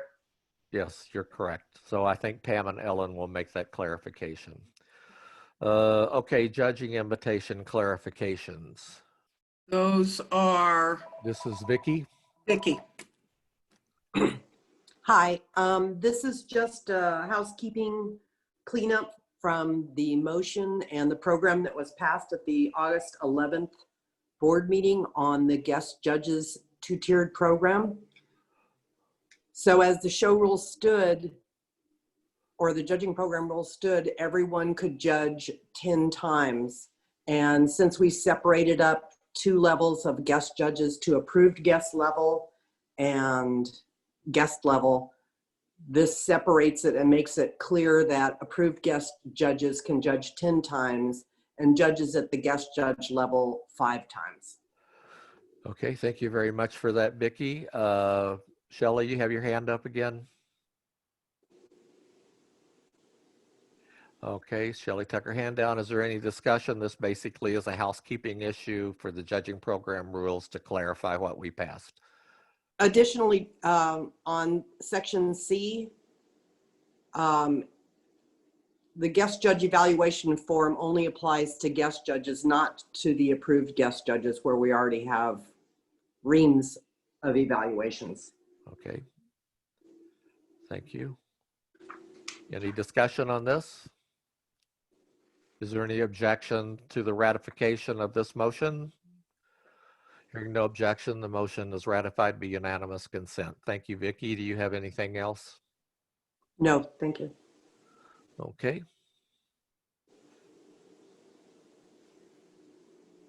So Ellen, is there anything else you need to bring up?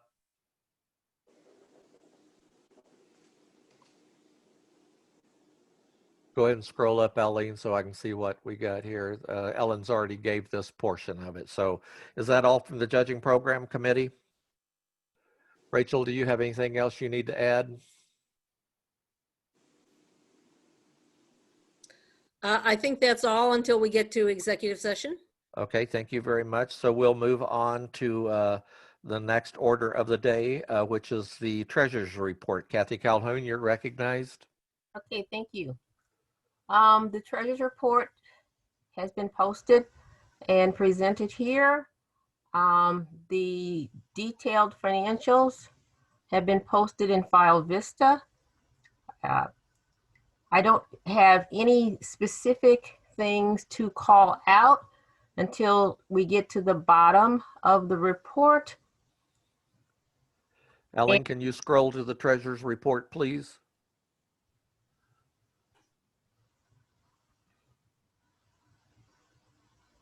It looked like there was an action item Yes.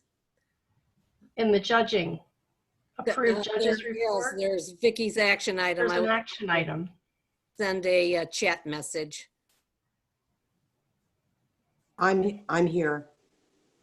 Okay. All right. You want to present your action item, Vicky? I do. We have a show rule 9.9, which speaks to how many times a judge must judge in 2 years, which is 3, in order to be relicensed. Otherwise, they're put in the inactive status. And because we have all been on hold for the last 8 months, it's difficult to measure this with any accuracy and also consistency historically. I checked with Melanie, and the time frame for which they always measured this was November through the 1 year away, October, so that they would be able to provide the data to the board for the December board meeting. I'd like to have the board approve for this year only to extend that time frame back to March of 2018. And that would actually accommodate the 8 months addition to the calculation period. Otherwise, we're going to have a lot more judges that are not going to meet this than I think we really should. It's not fair to measure them on the last 8 months where nobody's been able to judge. Okay.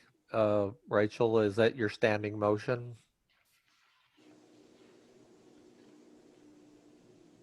Yes. Okay. Carol Krasnowski, I guess you will second. Yes. Okay. Thank you, Carol. Is there any discussion on this? Unfortunately, COVID has taken a big hit on us this year. All right, I don't see any hands up to discuss this. Is there any objection to Vicky's action item that's been presented by Rachel and Carol? All right, hearing no objections, seeing no hands up for discussion, the motion is ratified by unanimous consent. Okay, and that is the end of the judging program. Thank all the members of the judging program committee. You guys have worked really hard. I've attended several of your meetings. I'm really happy with the input that you guys have put in to make the judging program improve. Thank you. All right, Kathy, sorry for the interruption. You can go ahead with your treasurer's report now. No problem. So I'd like to draw everyone's attention to the end of the report. So Eileen will scroll down. Okay, there we go, that last chart. I think it's important, as was called out in August, if you look at our net ordinary income, we're at about $70,000, which is better than prior years. So we have been able to sustain profitability just from an income versus expense standpoint. I would also like to draw attention to the unrealized gains / loss, which is pretty much our investments. Investments have done very well at almost $136,000. But I think it's important to just keep in mind that that is very volatile, particularly in the times that we are currently experiencing with market fluctuations in stocks and all those bonds and all those sorts of things. So I think we need to keep our eye on the fact that the business itself is around, profitability is around about 70,000. With the income from investments, it brings it up to $214,000, which is remarkably well for this time period compared to last year. Are there any other questions? Any questions about the treasurer's report? Okay. No questions. Pam Delabar?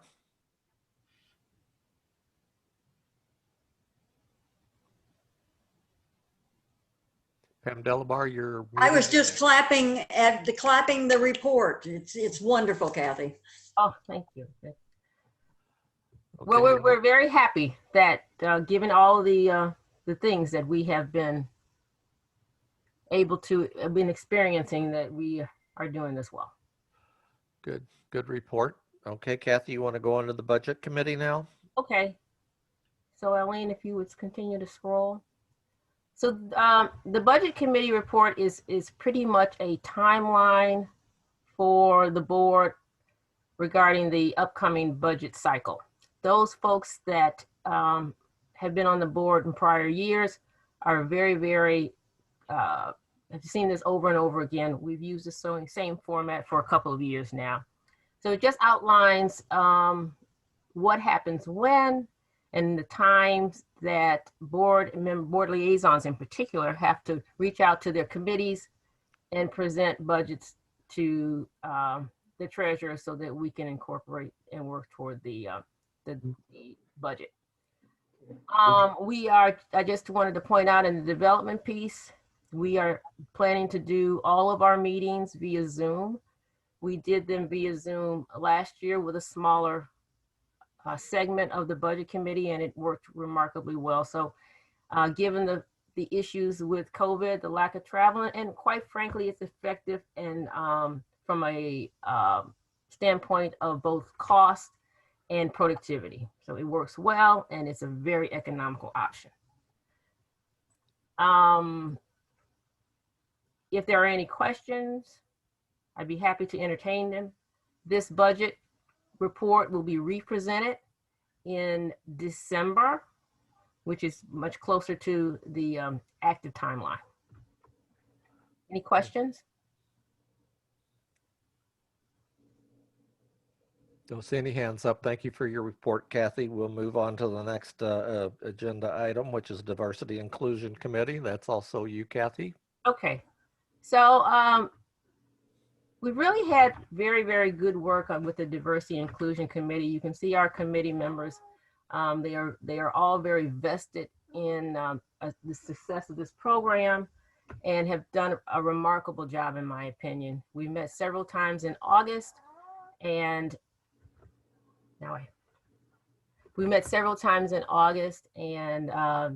first of all, to brainstorm, to talk about intent and purpose, and then to focus on focus on the approach.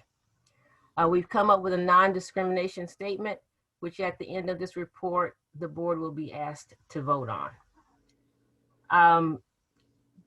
Our approach would be, first of all, we need to understand where we are to be able to evaluate where we're going.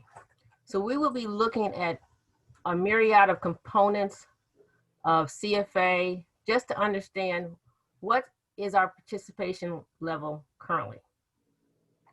We will be doing some surveys and those sorts of things. Folks will have, particularly like when we talk about engagement, club membership, and exhibitors, we'd like the clubs to participate, but we certainly understand that some, people need to feel comfortable with the questions around minority participation and inclusion. So we'll be very sensitive to that. But this is just a list of all of the areas that we want to evaluate where we are currently, and then where do we want to go. We'll focus on communication. We'll focus on outreach. I'm not going to read during this report. I'm sure you all have read it. And education in the way of, for both our constituents and our board. The board action item, and I will read that. I want folks to pay particular attention to the wording. So it is as follows. It is the policy of the Cat Fanciers Association, Inc. to promote equal participation and ensure equal employment opportunities without discrimination or harassment on the basis of race, color, religion, gender, sexual orientation, gender identity or expression, age, national origin, or disabilities. We would like the board to vote on the use of this in various media, print, and other publications associated with CFA. George seconds. Thank you, George, for the second. Is there any discussion? Yeah, Daryl, Yes. is Delabar here. One thing, when we say about non-discrimination as of age, we do have age limitations for clerks and for judges. I don't know how that affects anything. Kathy? That's a very good point, Pam.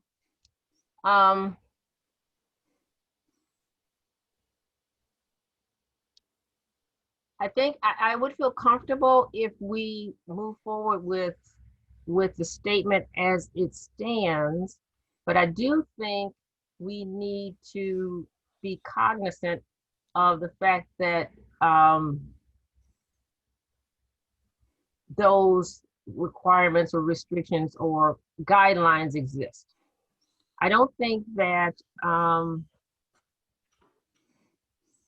it's an interesting concept. It's an interesting point. I'd like to let this stand. I think this age discrimination is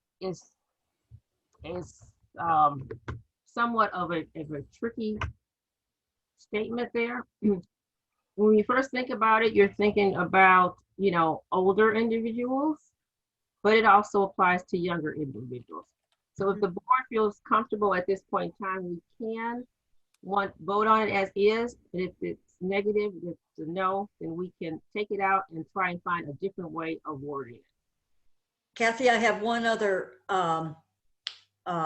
comment, and that's on disabilities. Yes, ma'am. And judging. This came up several years ago when, and that's how we came up with our medical release form for judges after undergoing surgery or you know, debilitating illnesses, to make sure that they could come back, because we do have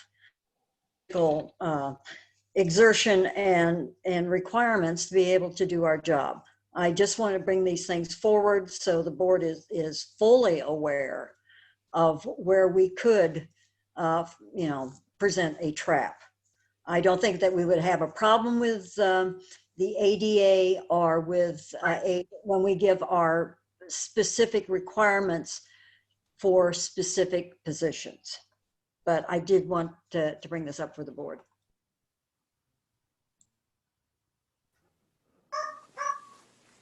Okay, Rich Maston, you're recognized.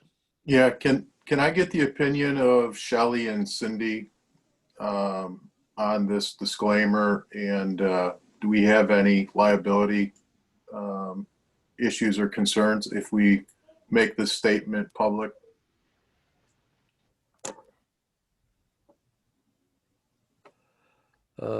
Rachel Langer, and then I'll let Shelley and Cindy respond. Okay, thanks.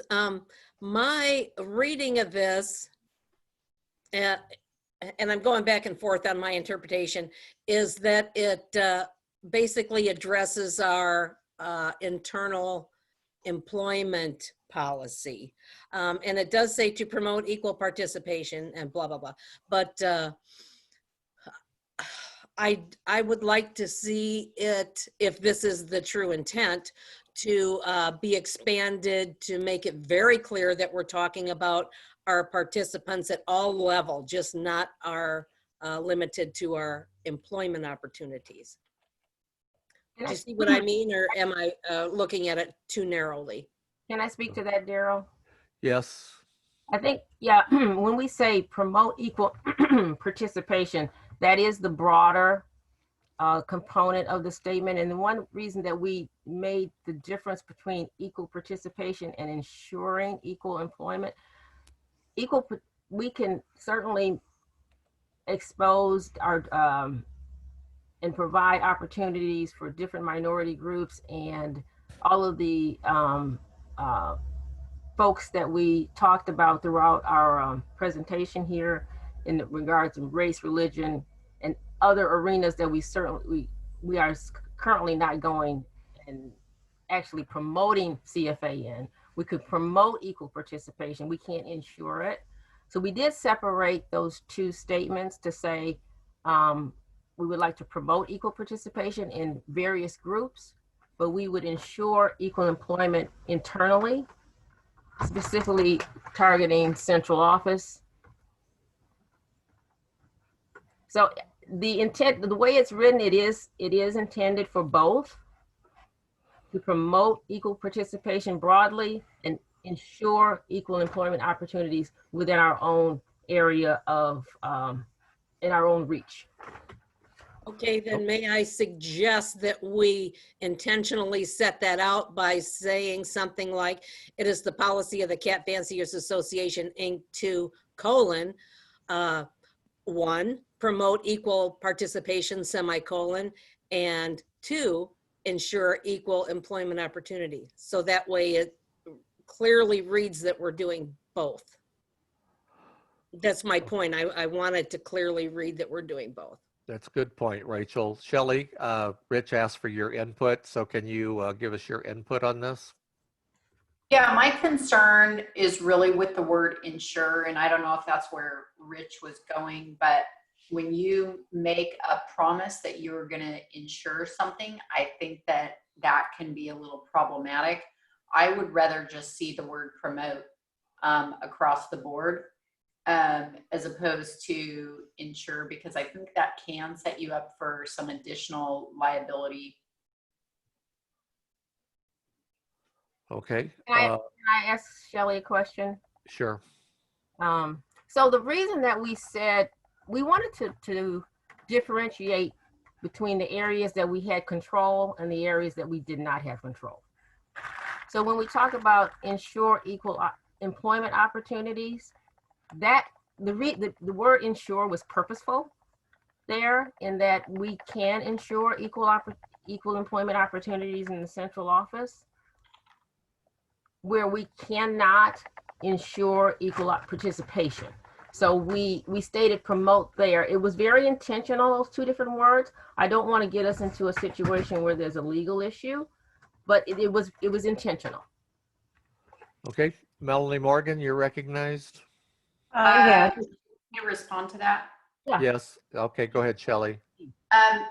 Again, I'm going to stick with the word ensure. I mean, words have a lot of meaning.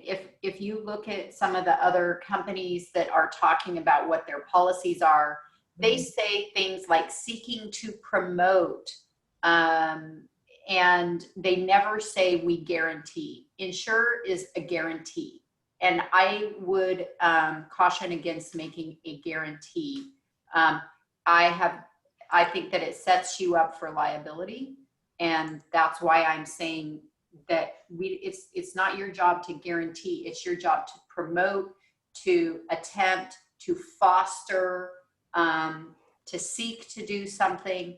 But I would hate to see a warranty being put out there. Thank you, Shelley.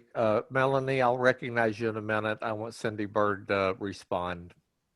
I agree with Shelley. I think what we need to do probably is separate out the employment piece so that the policy would say to promote, foster, all of the things that Shelley said, and then a separate statement that says the Cat Fancier Association, Inc. is an equal employment opportunity employer, because that we have to do. The other is what we want to do. Thank you, Cindy. Melanie Morgan, you're recognized. Thank you. Yeah, I think that certainly separating them is a good option, but going back to the age requirements, et cetera, it's my understanding that there's a long-standing legal precedent to have minimum age requirements in the government and any organizations, associations that would include us. You have to be 18 to vote. You have to be 35 to be president. You can age out of the Girl Scouts. And again, I think George put it in the chat, but the US government defines age discrimination as against over 40 years of age, I believe. Okay, Rich Maston, you're recognized. Yeah, I would encourage Kathy and the board to let Cindy and Shelley fine tune this before we approve it. I'm not opposed to it. I just want to make sure that we have it written correctly and it's approved by Shelley and Cindy. Okay. So this needs to, I'm getting the vibe that this needs to be fine-tuned. So Kathy, are you willing to work with legal advisory and come back maybe tomorrow with unfinished business? We can make this a special order.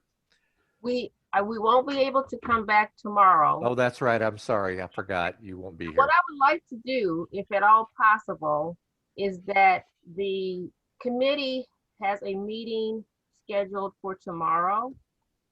If at all, I mean, not tomorrow, Monday. If at all possible, it would, perhaps we could get Shelley and was it Cindy Yep. to let me offer the time of that meeting, and maybe we might adjust it so that the entire committee, which is extremely vested in this, can have this discussion with the legal entities of CFA. If I might interrupt Kathy, I think the meeting is a week from Monday. It's the 12th. Yes, correct. Okay. All right. So then do you want to table this and then you guys can discuss this and bring it back at our next meeting? Yeah, let me suggest that we bring it back in November. Okay. And we will get the proper people together to evaluate the statement. Okay. Shelley? Yes, sorry. Oh, okay. Okay, so the motion is to table. I need a second. Any seconds? Okay, all those in favor of tabling this, it'll be brought back at the November meeting. Oh, okay. Everybody, I didn't call for the vote yet, but everybody's voting, so. Okay, Rachel, I'll call off those in favor of tabling. Brian Mosier, Steve McCullough, Kenny Curley, Rachel Anger, Cindy Bird, Carol Krasnowski, Rich Maston, Sharon Roy, Kathy Dunham, Melanie Morgan, John Kalila, Pam Mosier, George Eigenhauser, Pam Delabar, Hayata-san. Agree. Agree. Okay. And Kathy Calhoun, are you? I do agree. Okay. So you are a yes.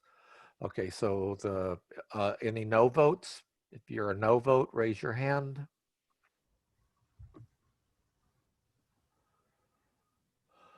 John okay.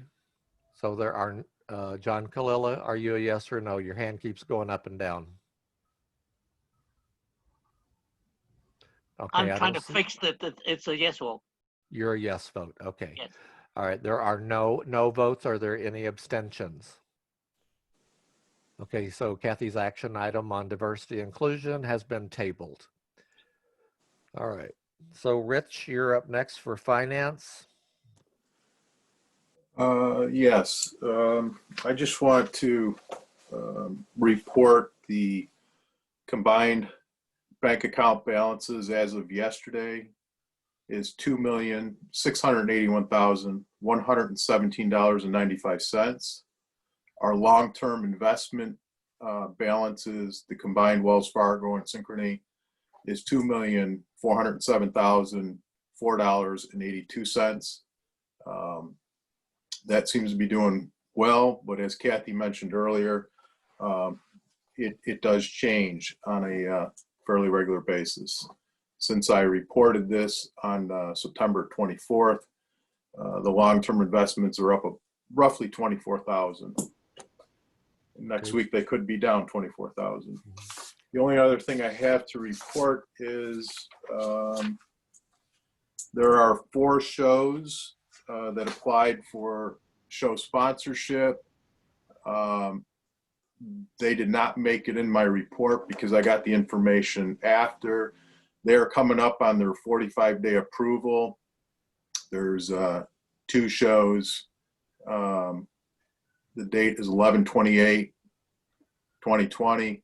Frontier Feline, Cincinnati Cat Club. Assuming there are no government issues and these clubs are approved to hold the shows, we will go ahead and make the approval on the show sponsorship no sooner than October 14th, which is roughly 11 days from today. That's all I have to report. Does anybody have any questions? Yeah.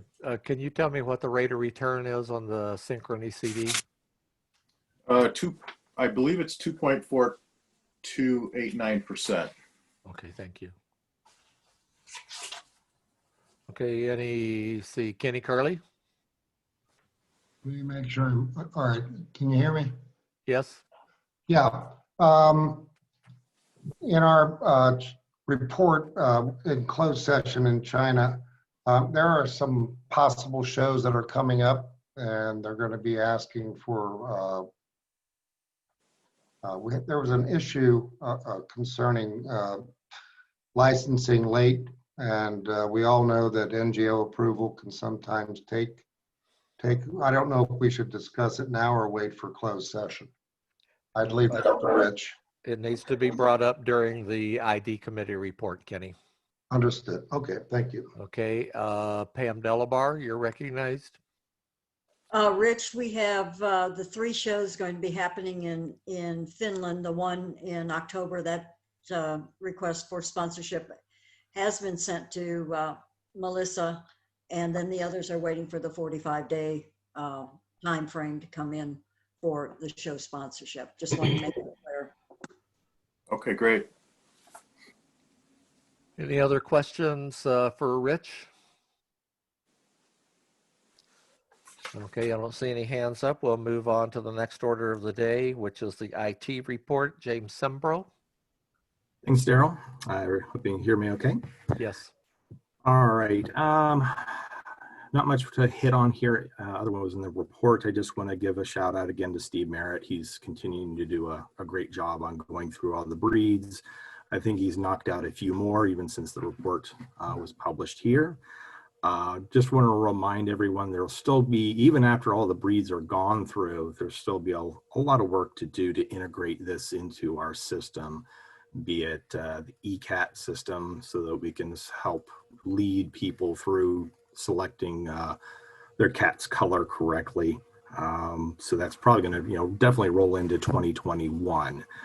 This is something maybe the new modernization committee may be involved with, is looking at ECAT and bringing some more features to that. So looking forward to that. Okay. Last meeting, Gavin did bring up the issue with the web performance in China. We think we've got that resolved. That's actually a fairly easy fix. He has sent us the requirements for the new WeChat app, and I'm going to be working with Sonnet and Dynamic Edge on getting some quotes as what that's going to require. I'd like to have some costs by the next meeting, be at our off meeting of the next one before that. I think that's pretty much it. If there's any questions about anything on the report. Okay. Thank you, James. Gavin, did you have anything you wanted to add?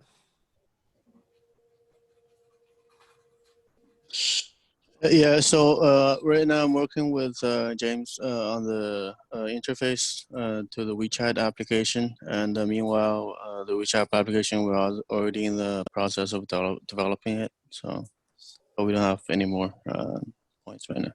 Okay, thank you. Rich Maston, you're recognized. Yeah, I just wanted to ask James if we could maybe 3 times a year have a year-to-date report on what are the projects that are in the works and where are they from a timing standpoint. Tim Schreck would provide that to us, I believe, twice a year, and it may be helpful for the board to know exactly where we are from maybe every 4 months or where have you on our different projects. Oh, certainly, Rich. Yeah. Okay, so probably James, the ideal schedule would be which would be our normal face-to-face meeting dates, which would be October, February, and June. Are you okay with doing that? Yep. works for me. Okay, great. Thank you, Rachel Anger. You're recognized. Thank you. I have a comment about the time frame James mentioned about the quote. So Gavin brought his issue up in September 1st, and that was a month ago. And now James says he hopes to have a quote by the next board meeting. So am I correct that it's taking 2 months just to get a quote? No. Gavin just gave me the requirements, I think it was 2 weeks ago. Okay. Still, by next month, that'd be 6 weeks. And I know he's pretty fast. He could probably have the project done in 6 weeks. But, you know, I know we're all curious on what that quote will be. So is that, I mean, you're the expert here. Is that normal that it would take 6 weeks just to get a quote? Well, I only got the requirements 2 weeks ago, so I didn't even have any information to give a quote on. So 2 weeks, and I would say you'll probably have a quote here in the next 2 weeks. So I'd say 4 weeks, 4 weeks. Okay, yeah. I'm not criticizing you by any stretch of the imagination. I'm just wondering what because this isn't the kind of thing that I do, what the normal timeline would be for a quote. I would say 2 to 4, up to 6 weeks for a quote. It depends on how much work they're doing, because they have to look at not just the requirements, but look at the system to see how those requirements would fit in. So I would say 2 to 4, up to 6 weeks for a quote is pretty typical. Yeah. Okay, and then we can expect it not to be accurate in time or cost. So, all right, thank you. Rich Maston, you're recognized. You're muted, Rich. Yeah, I'm sorry, I forgot to ask my second question. James, when are you anticipating we will sunset the old HP? Really, the last item that we have on there is the clerking, and that is being rolled into the white pages clerking in this new master database of people, which that's kind of our next big project that we're going to be working on. To roll, let's see, we're into October. I would say early next year, early into 2021, January, February, we may have everything off of the HP, and it will then go to what we call an archive status, which will reduce our costs with Beach Glen Development, who hosts the system. We'll probably keep it online for at least a year after that, maybe longer if we, don't mind the cost. So is that a priority for you and whoever else is working with you on getting everything off, the remaining information? Definitely, yes. Thank you. Yep, no problem. Okay, Kathy Calhoun, you're recognized. Yes, I just have one question and one comment. Rich mentioned earlier if we could get a report, a status report, if you will, on projects. In that status report, could you also include where we are from a cost perspective and against budget? Yep, we can do that. Okay, that would be fabulous. Yeah, I can look. Pardon? I'm sorry. Thank you, Kathy.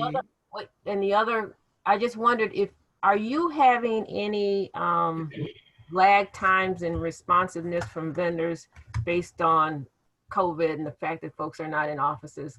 I've worked with another group and I'm hearing that from some of the quotes and those sorts of things that COVID is impacting that because people are just not available.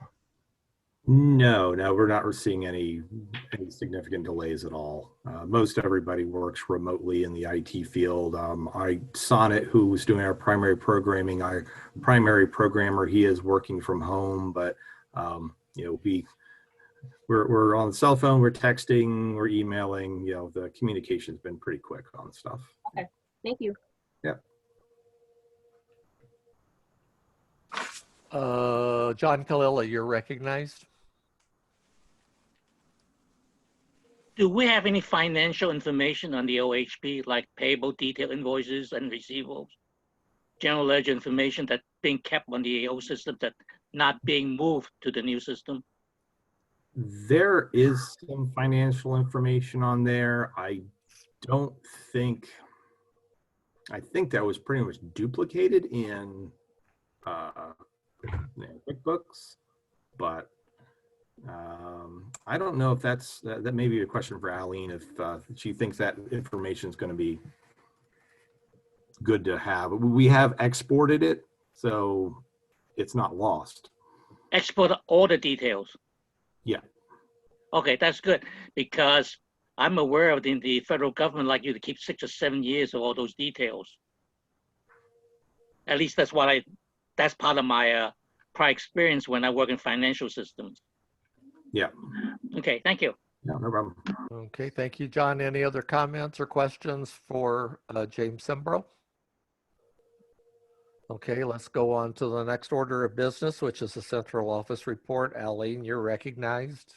Okay.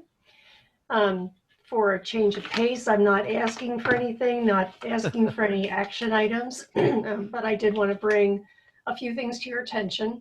They've been outlined in the report, but just to touch real quickly on them. Bree Council membership requirements for 2021. We anticipate there will be some issues with people trying to satisfy the showing requirement. I don't think there's anything we can do about it because it is in the Constitution. I just simply wanted to bring that to your attention.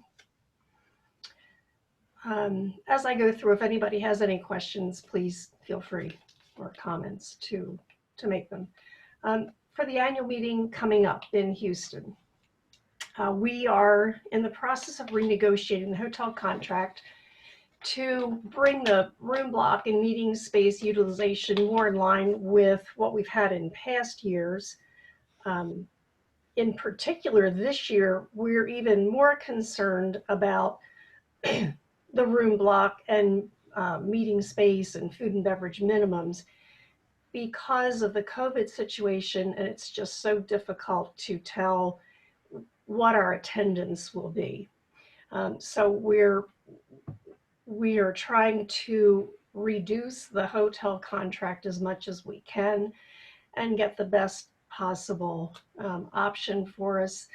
Pat has told me that hotels are very willing to work with groups or companies like ourselves. However, regardless of what they may say, I hesitate to sign any addendum to a contract that doesn't clearly outline a lot of forgiveness when it comes to room pickup, minimum food and beverage, and that type of thing. So I listed the questions, why I have these questions. Will we have a Saturday night dinner because there's no national awards this year? So will we even have a Saturday night dinner? That will greatly impact our amount of food and beverage that the hotel is expecting. Will we have low attendance in general, and will we even be able to meet a quorum is another concern. If we provide the delegate meeting as a Zoom option, will that further affect the number of attendees at an in-person meeting? We talked about doing that, having the annual meeting via Zoom. So those are the things that we've been thinking about, concerned about. Certainly would welcome any discussion from the board about thoughts, what direction they think we should go into. I think this is something that we can't wait until March and start talking about this sort of thing, that depending what we're going to do, we should start planning well in advance of that. I wanted to bring to your attention that there was something provided by Nixon Peabody talking about a possibility to legally hold meetings via electronic means. There's a New York State emergency order because of COVID. So that may be something that we could discuss, because that would affect perhaps how we can make amendments to the Constitution and make them legal. You know, we may not need to have an in-person delegate meeting in order to change our Constitution. So I just wanted to bring that to your attention. And then further, the annual meetings for 2025 and 2026, you know, the Constitution requires that we select annual meeting sites 5 years in advance. However, because of COVID, we haven't been able to do site inspections. You know, we're already behind on 2025. We've got 2026 coming up. None of us are comfortable traveling until at least March, and that includes Pat Zolman as well. She's not doing any traveling, and probably 90% of her job before was traveling. So she's very uncomfortable. In addition to that, a lot of the hotels, they're just not fully operational. So you can't get a feel for what they're like, what the restaurants are like, because a lot of them are that they're operating at, you know, 50% of what they might be. So those are the things that I just wanted to bring to your attention. If you have any questions or comments. Aline, I've got 3 hands up. Okay. Let's go. Kathy Calhoun, you're recognized. Okay, so the first subject that you addressed, Aline, I just wanted to bring to the attention of the board in case folks said that, you know, there's some inconsistent financials about Breed Council membership requirements. And if you look at the financials, you see that the Breed Council dues are 13,000, almost 13,500 greater than prior year. So you would say, what's up? How does that occur? Well, I just wanted to bring to folks' attention that this year is the year that folks can pay their Breed Council dues for 2 years. So we're comparing that to a 1-year time period where you could only do it for 1 year, and now you can do it for 2. And you always see a bit of a bump on a Breed Council when the elections are pending. So I just wanted to make that point with Breed Councils. Yeah, and as far as the annual meeting, I think there was a fabulous point that Aline brought up, and about the fact that there are new laws being put in place in New York that may allow us to do a board meeting and address constitutional amendments and those sorts of things electronically. And also just to re-emphasize, the Zoom board meetings are very popular, very cost effective, and largely, to a great extent, for that $69,000 profit that we are experiencing, is largely due to being able to do these sorts of things via Zoom. Okay, thank you, Kathy. Pam Mosier, you're recognized. Thank you. In the discussion with the hotel, Aline, I think that would be also beneficial if the discussion was what was, just in case, what would our liability be if we had to cancel? Yes. I'm sorry, go ahead, Aline. Yes, that's definitely something that we're looking at as well. Okay, thank you. Thank you. Carol Krasnowski, you're recognized. Yes, I just want to comment about the Saturday night dinner. If we are able to have an in-person annual meeting next year, I would advocate for a Saturday night dinner. Even though there were no national awards this year, we had them last year, and those folks were unable to have the opportunity for their little moment on the stage, which is so important to a number of them. I know a number of people who won their first national awards this year, or whether it would be a top award or breed award or whatever, and they were really hoping for the opportunity to have a little bit of recognition. So if we are able to do it in person, I would like to see an awards banquet of some sort. And if we are in person, I think you might see greater attendance, just because everyone would be happy to have the opportunity to see all their friends and have a night of socialization. Very good point, Carol. Pam Delabar, you're recognized. I totally agree with what Carol said on the Saturday night dinner. People are starved to be for socialization right now with the cat fancy. Some may not be able to join us in person, but those who can, I know would enjoy it. Daryl, Aline, and Rich are aware that last spring, actually, it was for the Supposed to be 1 o'clock. We're gonna sit down here and eat with you. That's fine. what is it, John? John Kalila, you need to mute your mic. Sorry. I submitted a amendment to the Constitution for a force majeure, which included a lot of these points on quorums and the use of Zoom and other portions of our ability to teleconference. I would like to have our attorney, Shelley and Cindy, look at this along with what the Nixon Peabody came up with to see if we could possibly use what I took the time to write up. Okay, thank you, Pam. Steve McCullough, you're recognized. Thank you. Elaine, do you and Pat have a timeline of when you'll know if we're going to go to Houston or not? Well, it's really not our decision, it's the board's decision.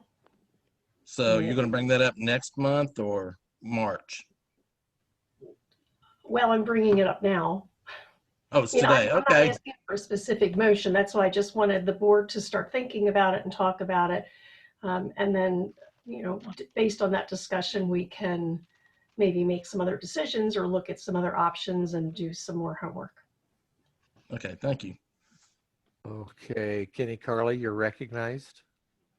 Yeah, I just wanted to reiterate or at least support what Carol was saying. If this does occur, there are so many unanswered questions, and obviously we want to maintain the health for our fancy and people in general. And it's very difficult to even plan for the future.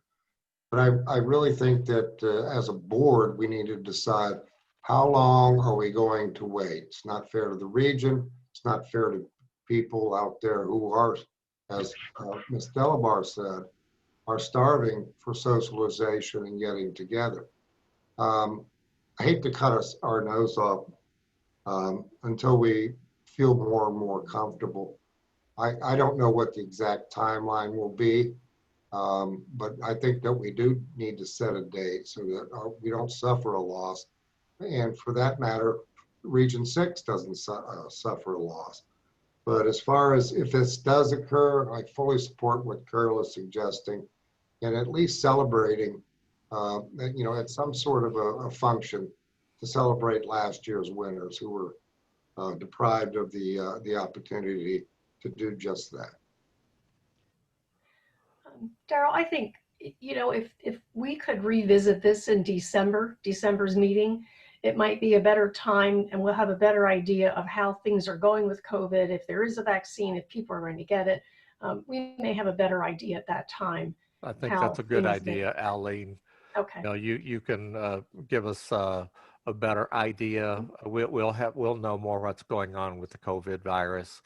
Okay. And you're right. They're claiming that they're going to have a vaccine by the end of the year. Who knows if that'll happen? But even President Trump got this polyclonal antibodies experimentally injected into himself to help cure him. So there's science keeps moving forward. So we'll have more idea in a couple of months. All right, I'll have something then. Okay, good deal. Pam, you have your hand up still? Pam Delabar, okay. Any other comments? Thank you, Aline, for that report. Okay, we are at our lunch break. So it is 1:30. We're about 30 minutes behind, which is not too bad. We have a 1 hour scheduled lunch break. Do you want to just cut that in half and make it a half hour? And we'll be back at 2 o'clock. Can we have 45 minutes? Okay, 45 minutes is fine. So 2:15. Okay. Okay, so see everybody at 2:15. And Alan, you can pause the recording. Thank you. Enjoy your lunch, everyone.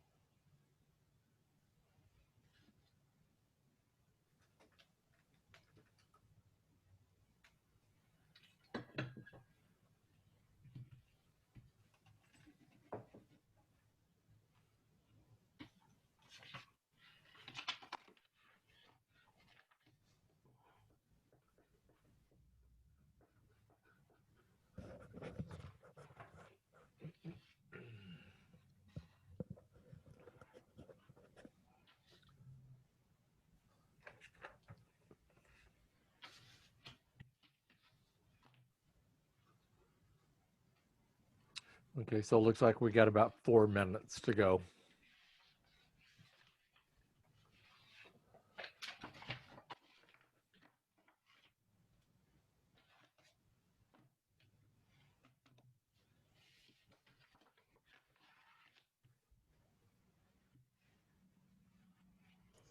Just finishing my sushi. Well, I had sausage and kraut. Oh, that's good. Well, earlier I had Swedish meatballs, mashed potatoes, green peas, and lingonberry jam. Oh. It was a microwave dinner. Oh, okay. Pretty Well, good. I actually grilled my sausage yesterday. Ellen turned me on to this Power XL air fry grill. It's like a toaster oven, and it's got a grill plate. It's just like you pulled it off an outside barbecue grill. And my grill is not working, so I was getting ready to buy a new one, and so she told me how good her steaks turned out on this thing.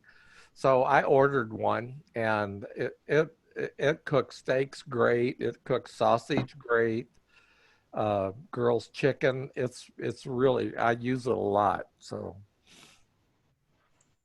Called Power XL, did you say? yeah, it's Power XL air fry grill. It's about 150 bucks, and they have it on Amazon. So Of course, everything's yeah, on Amazon. I think I ordered mine on HSN because I got it for a few dollars cheaper. Mm-hmm. But it's got, you can rotisserie chicken in it also. So yeah, it's really a nice and it's got an air fry option. You know, and a basket to air fry like chicken wings and stuff like that in. It's really, really nice. It's I had an old toaster oven that I bought at Walmart when I moved out to Vegas, and I've used it a lot. But man, this thing is Definite really, upgrade. It's definitely an Yeah. upgrade. Well, So, it sounds like it takes the place of a couple of other appliances too, like well, an yeah, air fryer, and so that's yeah. good. Okay. Okay, let me see if we've got anybody I gotta bring in. Oh, Kathy. Okay, Kenny.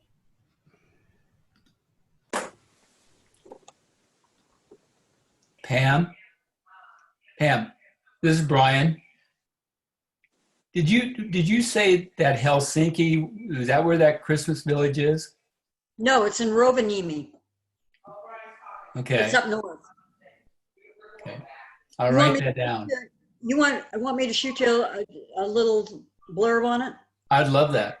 Okay. Thank you. It's like a little commuter plane to get up there, isn't it, Pam? Yeah, it's a two proper, but I mean, it's quick. It's like maybe an hour and a half out of Helsinki, Yeah. due north. And that's, of course, Finnair is the official airline of Santa Claus, Oh, okay. but it's just inundated with people, year round. That sounds like a lot of fun. I Thank think we're planning on going. Yeah. Okay. All right. So it's 2:15 East Coast time. So I'll call the meeting back to order. The next business of order, is everybody here, Eileen? I'm just scanning the audience. I brought 3 people in. I don't see anybody else who should be coming in. It looks like we've got everybody. Okay. Let's,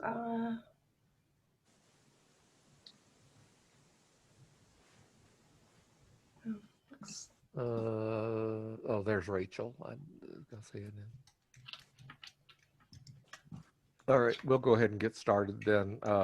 Next order of business is the CFA International Show. Eileen, that's you. I think Rich was going to take this as chair of the committee. I'll go ahead and start, and then if we have any questions that I can't handle, Eileen will. So one of the recent challenges that came up with the 2021 International Show, and it's in the report, is the IX Center is permanently closing at the end of this year. Now, I don't know what the definition of permanently means. Maybe it'll be sold off or they'll reopen under a different organization or what have you. But needless to say, it's a challenge for 2021, much like our 2021 annual. Will it happen? Will it not happen? So we're kind of looking for the board's input on what the board would like to do for 2021 in terms of putting on an international show. Pat Zollman, who we've used in the past and have no reason to believe we wouldn't use her going forward.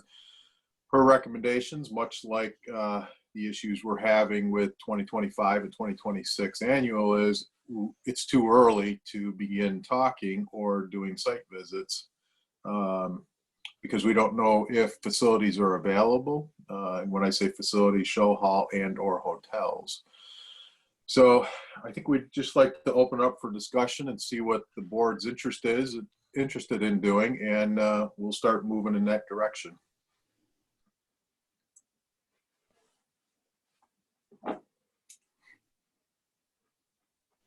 Eileen, did you want anything to add? The only thing I'd add is that I did get in touch with, as I said in the report, Oaks, which was Valley Forge, Pennsylvania, Dulles Convention Center, and even Novi regarding a show in 2021. Novi does have a show hall available. It's only 65,000 square feet, so about half of what we've been using. Dulles, things are a little odd there with COVID. They are hoping to have 50% occupancy by the end of the year, but they don't know. And Oaks in Pennsylvania, they may have our dates available, but we don't know yet. I really wanted to get the input from the board this weekend before we started talking seriously with any of the possible venues. Okay. Pam Mosier, you're recognized. Yes, thanks. I think this is a perfect opportunity for us to come to the West Coast. I think that the West Coast should be included in here in this. I mean, I know when we were looking, the Anaheim Convention Center was reasonable. Or in Anaheim, I don't know if it's a convention center, but in Anaheim, there's a show hall that's large enough. The rates were good, and I think that needs to be included here, or we need to discuss having it on the West Coast. Okay, Pam Delabar, you're recognized. Could this also be like what we're talking about with the annual meeting is just checking options and see where we are, if we can even have an international show, and come back and discuss this in December? I think it's still a bit too, I mean, we're looking at next October, and I realize, planning is essential, but we don't have the ability to plan when the requirements and the different conditions are unknown.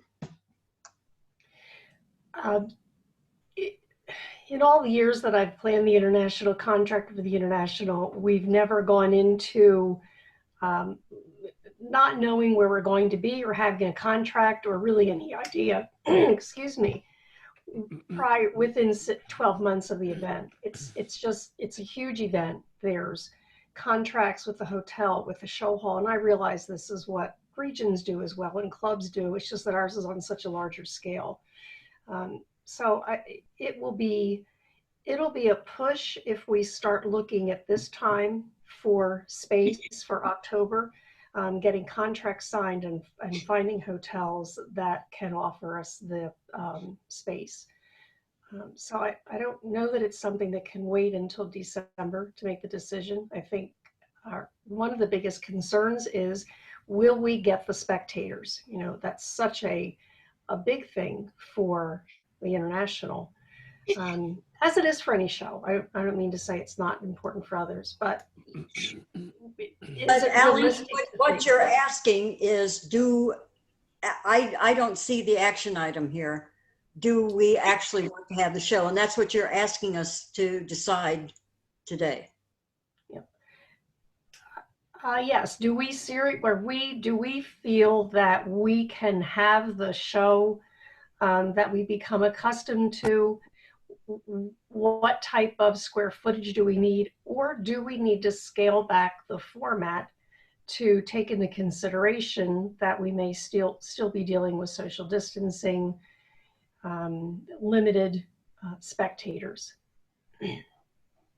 And maybe we can't make that decision today.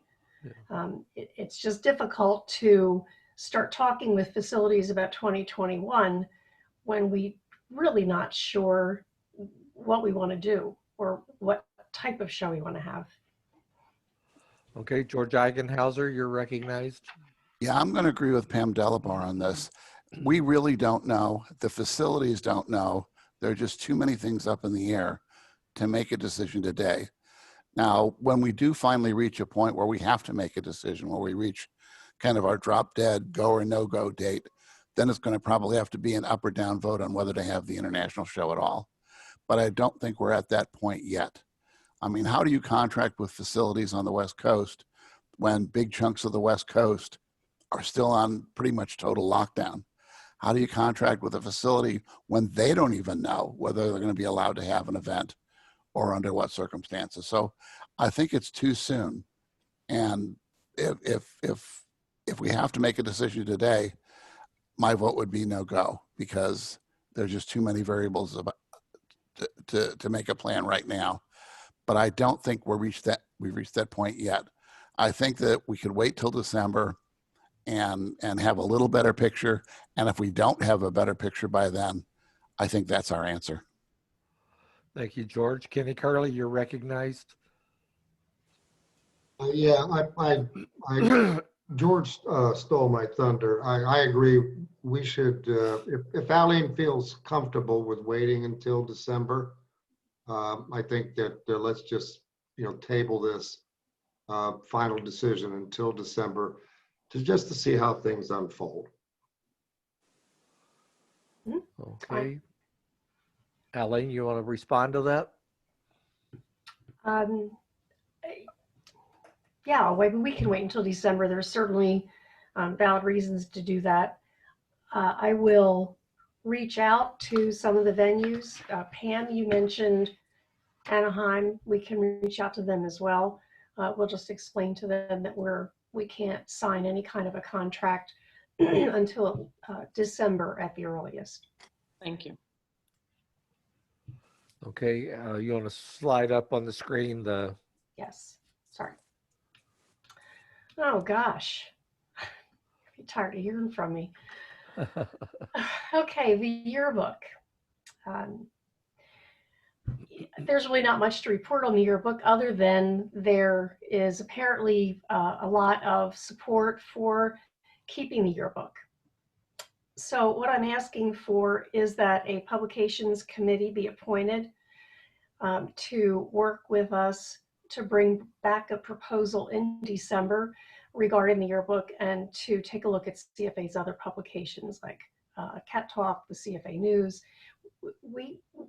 We compete with ourselves often, especially when it comes to advertising. So maybe we need to condense some things. Maybe we need to keep things the way they are, offer package deals.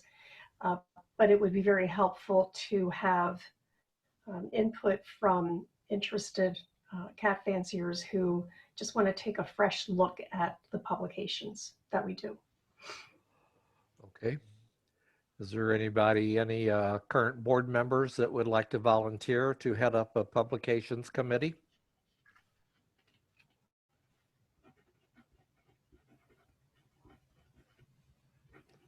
Don't everybody break your arm trying to get it up.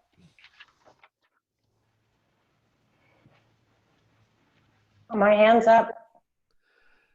Daryl, Okay. I have a comment. Let Melanie talk. She's had her hand up before you, Pam. Okay. Eileen, I'm more than happy to work with you on something if that is something that the board agrees on. I voted against the motion to cancel future yearbooks, understanding it's a loss leader. But I would be more than happy to look at a plan to try to put something in place to save it. Okay, thank you, Melanie. I can give you, I know of one, Aline has someone, I think that wanted to submit a proposal. I have a AKC judge that also has a publishing thing, and he has spoken to me about potentially helping us out with a yearbook. So I'll give you his name, Melanie, and you can get in contact with him, okay? That's good. All right, thank you so much for stepping up to that. Pam Delabar, you're recognized. Thank you. I have several people in Europe that are very interested with lots of ideas. So Mel, I will have them get in touch with you with their ideas. It's really not a good deal to have them on your committee, but I would like them to be able to present their ideas to you, because that'd be I'm fabulous. too hard to have working from Europe. You've had a lot of activity on your unofficial Region 9 list on that, Pam. So you noticed. I sure did. I get on there and I read it. So Kenny Curley, you're recognized. Yeah, I had similar activity on my regional list. Of course, everybody retires in the southern region, to the southern region, but I'm definitely in support. I was a no vote because it was a loss leader, as Melanie said. I was glad to see her step up and take over that committee. I know she'll do a fabulous job. But yeah, I would support something, even if we do lose money. It's a service to our customers, and so I am in support of doing something as far as maybe a lesser version than what we're used to having, but at least it's an attempt to satisfy our customers. Great, thank you. Thank you for your input, Kenny. Aline, can you get a hold of Kathy Durdick and have her add this committee onto the list of committees on the website? Sure. Thank you. Okay, we're up. Any other comments on the yearbook? Okay, so we got that action item accomplished. Now we're on to marketing and Desiree Bobby. Hi, everyone. Nice to see you. Welcome. Thanks. So the major projects that we have on our table right now are the COVID-related projects, which essentially Meowie Hour and the virtual cat competition platform. So, after we kind of roll through these and I transition them off, then we can kind of get back to business as usual, which CCW will be the next large project, and we can finish the brand guide. That's pretty much ready to go. We're just working on some, finalizing some primary and secondary colors. Meowie Hour is great. Actually, I've pretty much transitioned all of that over to Kathy Black and Teresa Kiger. I'm sure all of you have taken a look. I know Daryl was on it last week, which was really fun. Yeah, it was a lot of fun. Yeah, so it's going really well. Zymox, their company, their parent company, is sponsoring a couple episodes now. Thanks to Arden Moore, she put that together. So her contract ends at the end of October. So we'll see, after a conversation with her, if she wants to continue. If not, we don't expect it to go anywhere.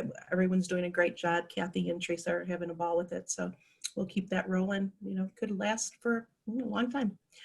But the virtual cat competition is really what I'd like to present to you guys. The pilot that we did. So we did the pilot with Nemo, and below or in front of you is kind of a summary of what took place during that pilot, and then a question of where we should go from here. So as you know, the background, we have been looking for something. I do just want to throw out there that Kathy Black and I, a while back, it was probably 2018 when we first were talking about different ideas with the household pets and CCW. We were thinking about what we could do to have an online show for new, people who aren't familiar with the fancy and who would want to show off their photos. So this is kind of how the whole platform started.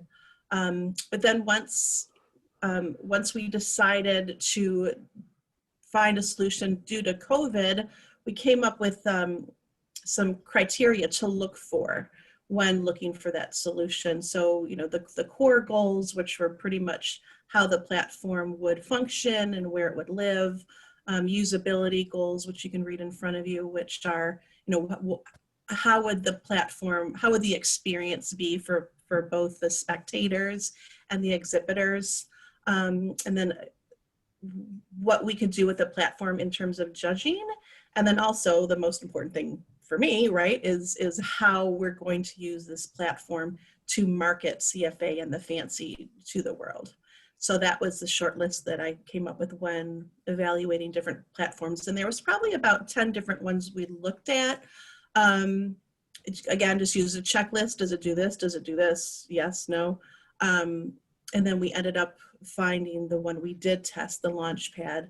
And then with the board's approval, we did the 3-month trial. And that was what the Nemo show was. I'm sorry, not show, the Nemo competition was. So as you look at these charts, I have a slide for each set of goals and how we accomplished them. 4 checks is really if it was awesome. 3 is if it was a little less than awesome.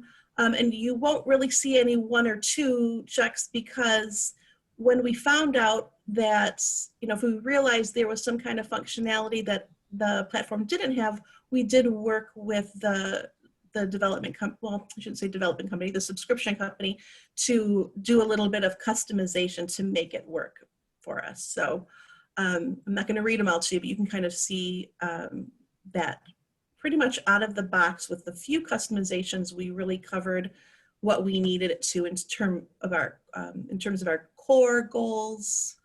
And then the next slide is for the judging goals. And I know some of you did get to experience that, Daryl, Pam, you did get to experience what it was like to rate and rank the cats using the platform. And then, you know, after the pilot was over, we did do a survey to find out, you know, what the experience was like for the spectators.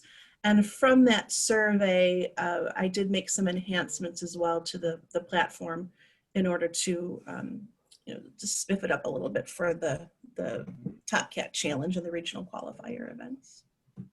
So if you want to take a look at these, of course, they're in the report if you want to see more detail. But a couple of the things for the marketing standpoint, we introduced the spectator's choice voting, which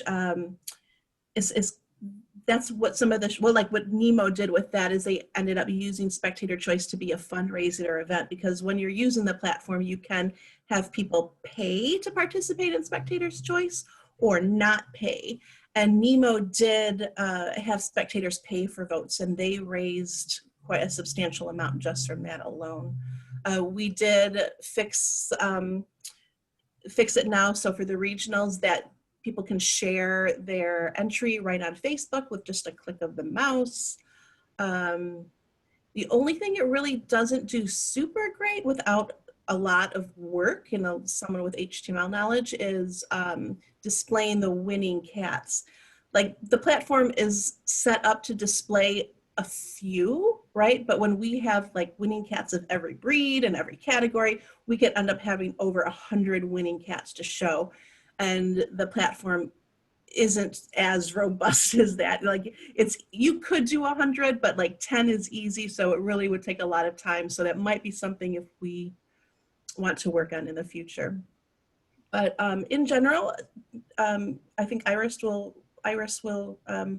also say that it was a very, very successful show. That slide there talks about what CFA had to pay.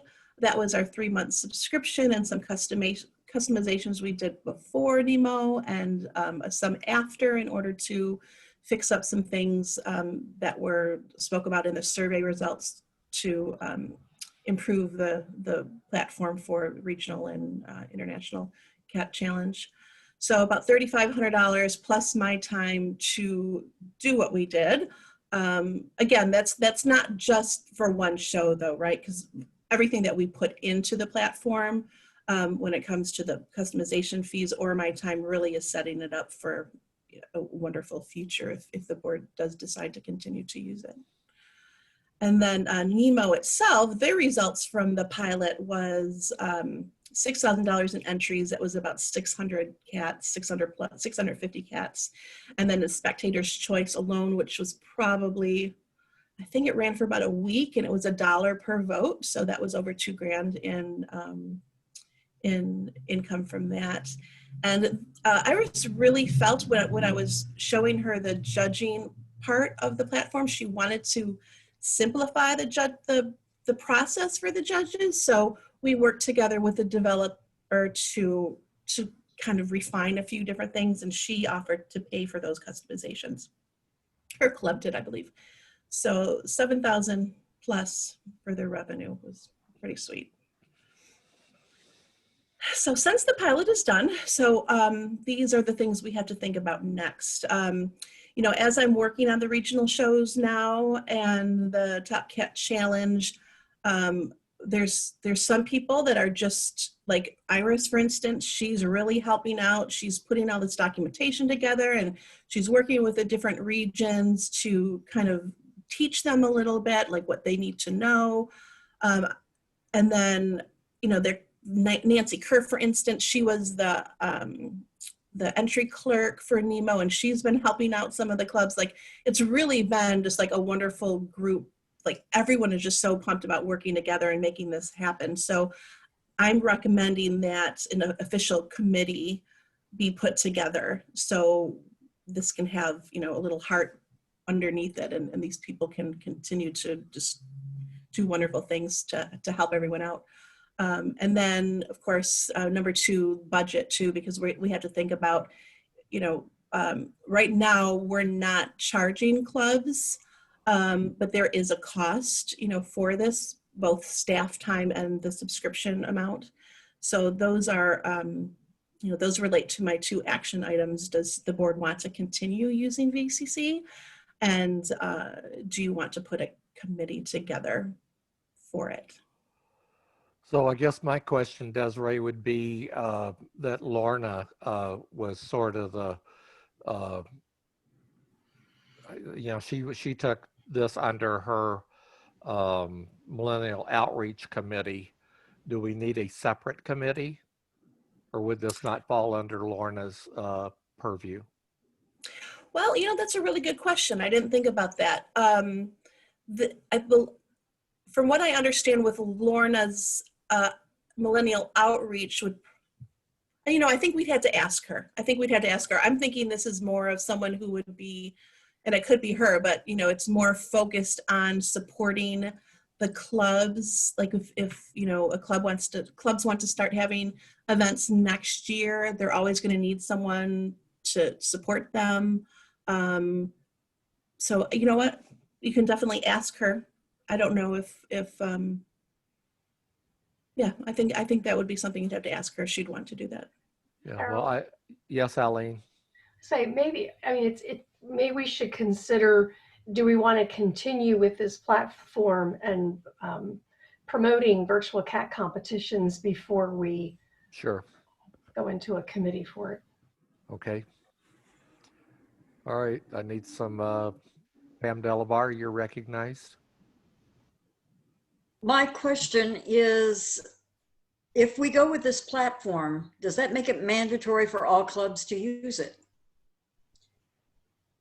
And at what cost to the club?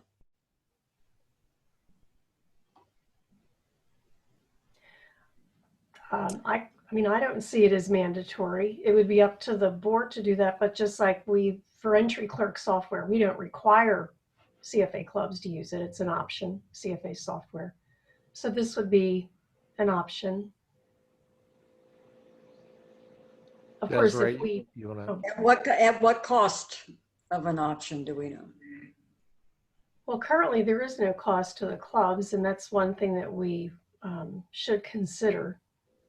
What would be the cost to clubs? Could it? I think this was created to help support clubs during this difficult time, and CFA was paying for it, so to speak. But of course, eventually COVID will be gone, things will be getting back to normal. We hope that this is a platform that continues, and it may be more for CCW type events. Clubs currently pay $200 for a processing fee and show insurance. Of course, we wouldn't have that much. Perhaps it would be a $50 fee.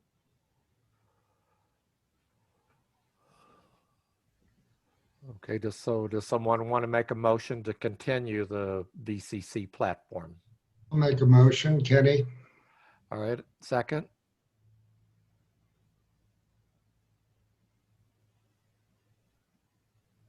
Carol. Nobody, huh? Carol. Carol Krasnowski, are you second? Yes. Okay, thank you. Sharon Roy, you're recognized.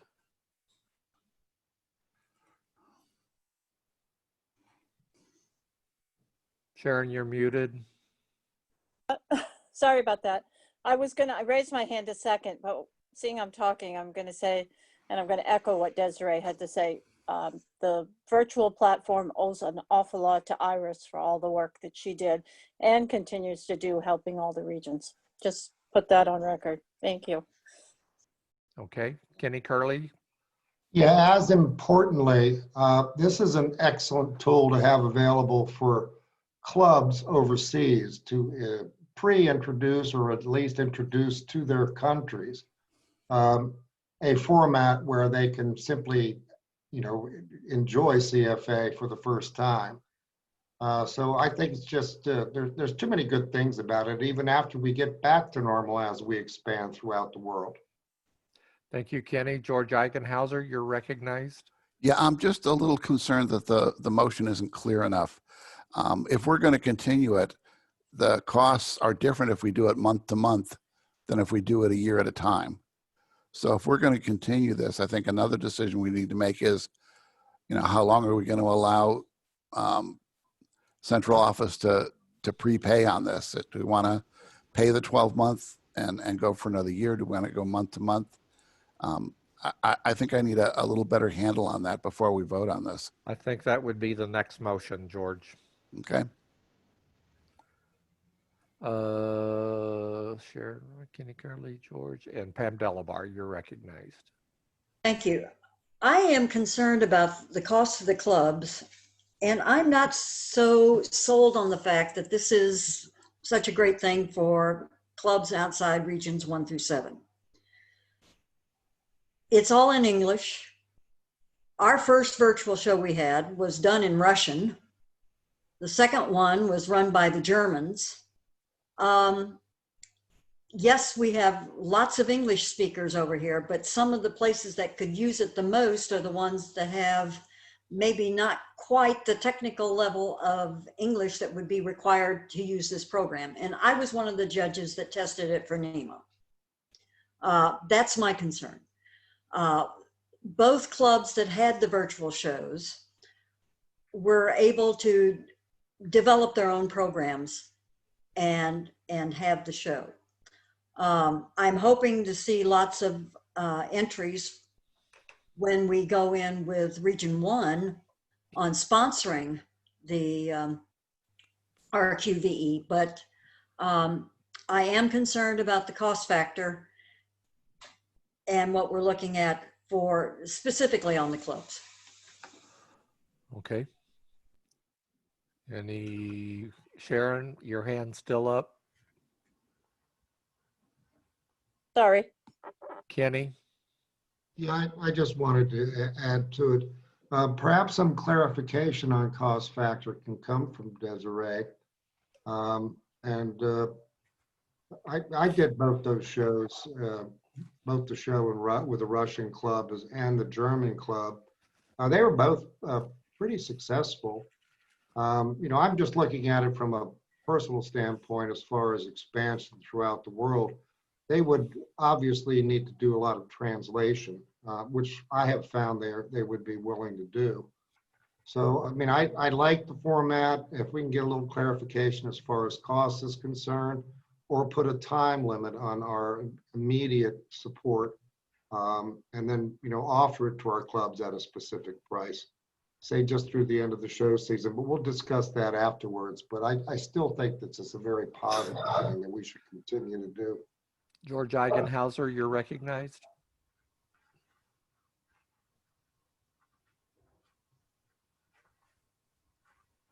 Kathy Calhoun, you're recognized. Yeah, I had a question for Desiree and one for Pam. It's about the same topic here. So, Desiree, do you know if VCC has any international platforms that may be available in other languages? Actually, the platform, we dubbed it VCC, the Virtual Cat Competition Platform, but Launchpad is the company, and they're actually in Australia, and we are one of his first American customers. So I can speak to him to see. I didn't see anything out of the box with translation. Of course, they can always customize that as well. If it was justified, the cost, but I can definitely check and let you know if there's anything that's already in place with different languages. Okay, and then my other question was for Pam Delabar. Do you know of any platforms that are broadly used in Europe, or is it pretty much the clubs have been doing things on their own? Well, the person that did the one for Edelweiss is a computer person, and then German Catwalk developed their own as well. I thought the German Catwalk, I did not get to see the one that Edelweiss did, but the German Catwalk one I thought presented very well. Thank you. Okay, Sharon Roy, you're recognized. Yes, for those of you that are looking on chat, Iris just posted that each competition is customized, and there's no reason it can't be done in any language. Okay, Melanie Morgan, you're recognized. Yeah, we just finished the GEMS virtual cat competition, and we were very grateful to the German Catwalk folks who shared the service that they use. And it was pretty reasonable in terms of overall cost. I'm not sure it had the functionality of the program that Desiree is looking at, but I think we spent for the 1 or 2 months like $24. Okay. Anyone else?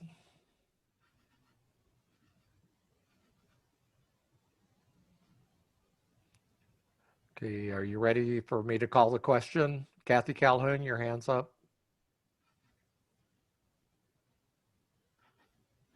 Okay, Kathy, your hand's down. I've got Daryl. Yes, go ahead, Aline. I just wanted to mention, I don't want anybody to have the impression that Desiree or I are trying to sell this, that we think that it's the greatest thing for the cat fancy and that we should embrace it and go with it. We think it fills a niche. It has, it's not perfect. It was never intended to replace cat shows, which I think is what some people are expecting it to do. What Desiree was saying about, it doesn't give placements for 100 wins, that sort of thing. So just to keep that in mind, we're not pushing this, frankly, if it doesn't go through, it's going to make our life a lot easier. Sure. I understand that, and I understand that it fills a niche right now. And it's something that we may not need, 6 months, 12 months down the road. So, but right now it does, it's a platform that you guys have researched, done a work on. Iris has done apparently a lot of work on this to get this fine tuned. So let's vote on this if we're going to continue the VCC platform. So everybody in favor of continuing the platform, please raise your hand.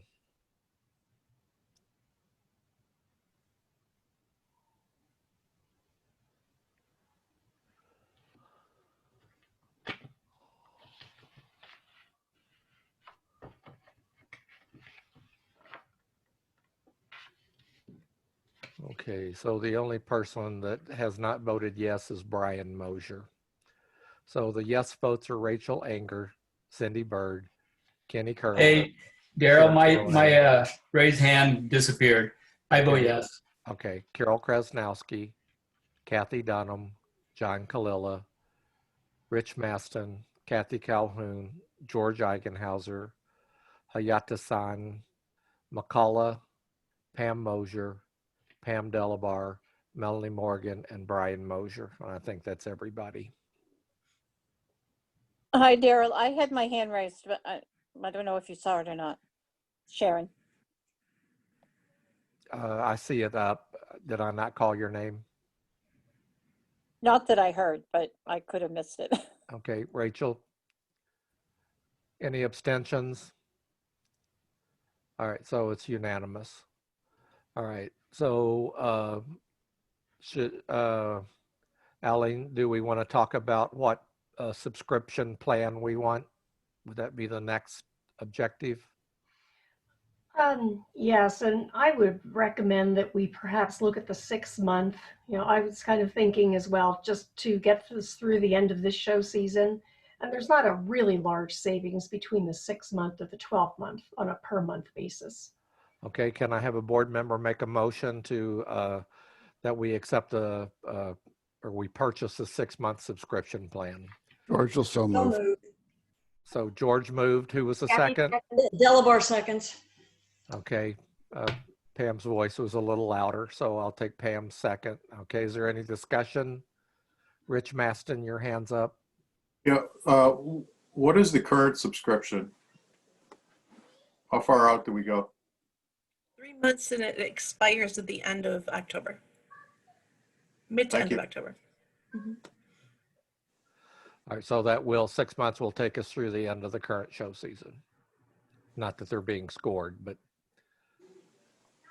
okay, any discussion on CFA purchasing the 6 month plan? Is there any objection from any board member about purchasing the 6 month plan? Okay, hearing no objection by unanimous consent. CFA will go ahead, Aline, you'll go ahead and purchase that 6-month plan. So is there any discussion on a charge to the clubs that want to use this? Or do we want CFA to continue to pay for this? Pam Delabar, your hand's up. You're recognized. Thank you. I would move that CFA continue to sponsor this as a, I want to say, a service to the clubs for the rest of the 6-month period. Okay, George can I have, seconds. thank you, George, for the second. George, your hand's up. I was going to make the same motion Pam did. I'm done. Okay, all right. Okay, is there any further discussion? Any objections to CFA covering the costs for the virtual cat competition platform usage? Okay, see no objection by unanimous consent. The clubs will have this as a service provided by CFA. Okay, so now do we want to appoint a BCC committee? Did that cover, Desiree and Aline, did that cover all the costs and usage of the platform? Do we need any other motions to cover there? I think we're okay. We're okay. Aline, are you okay?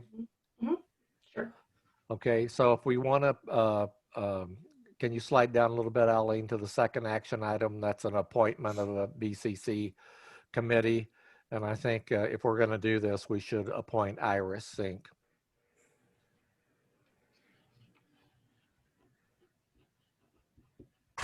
Brian, I agree with that. Okay, I can't make the motion, Brian. Are you making the motion? I make a motion, we appoint Iris. Kathy Calhoun seconds. Okay. Any discussion? I think as Desiree has attested, I think Iris has done a wonderful, wonderful job on this platform, and she's the ideal candidate. So is there any objection to the board appointing Iris Sink as a BCC committee chair? Okay, seeing no objection by unanimous consent, Iris is now appointed as a BCC committee chair. Good luck, Iris. Thank you for all your help. Thank you. Let me see here. Shelley, yes, I do make the appointments, but the board has to ratify them. Okay, Cindy Bird, you're up next for Legal Advisory Committee. Thank you, Daryl. As you all will remember, last board meeting, we had several disclaimers to consider, and it was suggested that we go back to the workshop and that Melanie and Pam Delabar and I work to make the disclaimer to be signed by all who enter the show hall a little more specific, and to include judges being able to remove their mask as they needed to, and for people to be able to eat and drink without a mask. So we went back to the drawing board, and you see before you the waiver that we're suggesting for your approval. Okay, thank you. I need a second for this action item. George will second. Thank you, George Eigenhauser, for the second. Is there any discussion? Kenny Curley, you're recognized. Yeah, just a question. When would this be effective? Would it be immediate? Because we've already, Cotton States has already disseminated something similar. It's not verbatim to reflect exactly what's written here. Would they have to resend it according to the board, or when would we actually implement this? I'm assuming you want it done right away.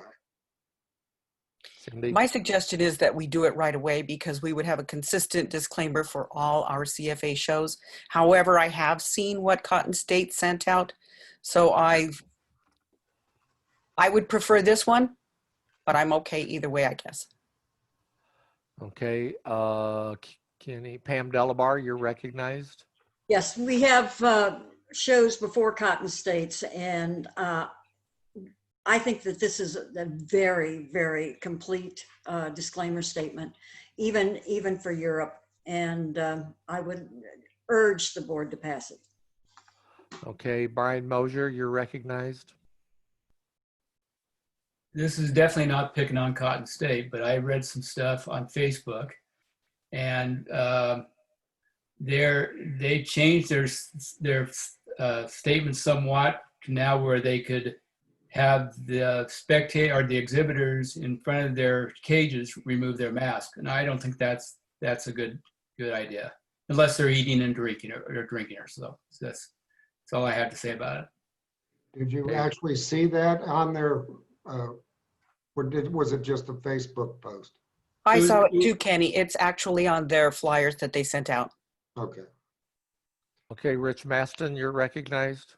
Yeah, I think what's presented to the board today is what Cindy and her team worked on. And I believe this should go into effect once it's approved, and all clubs going forward should follow this. I haven't seen what Cotton State is proposing, and I'm not suggesting we have two different versions out there. So I would encourage the board, once this is passed, this is what everybody has to follow going forward. Well, there's a line here. It says you agree to abide by COVID-19 CFA show facility and CFA show sponsoring club rules and mandates for the location of the show. So I think that's included in this. Well, my only concern, Daryl, is if Cotton State chooses not to use this and they use their own form, the CFA board and the club could be liable because the club is using a form that the board did not approve. Okay, well, I think that we can ask Cotton States to have the people sign this club if this passes. You have further comment, Rich? No. Kenny Curley, you're recognized. No, I'm certain that they'll comply. I just wanted to ask to see if they have an exhibitors list. They close 5 weeks ahead of time. So there's plenty of time to have this rule sent each of the individual exhibitors involved. So it's not a problem. I'm just asking for clarification from CFA as to whether or not this was going to be implemented immediately. And I agree, everything should be congruent with what the board comes up with. So I'm going to support this. Thank you, Shelley. You have some comment? My only comment that I have is you have a sentence that says you agree to abide by COVID-19, CFA show facility, and sponsoring club rules. And then it says you agree to wear a face covering as required by those rules and mandates at all times. And so then what if the mandate to wear a mask is lifted?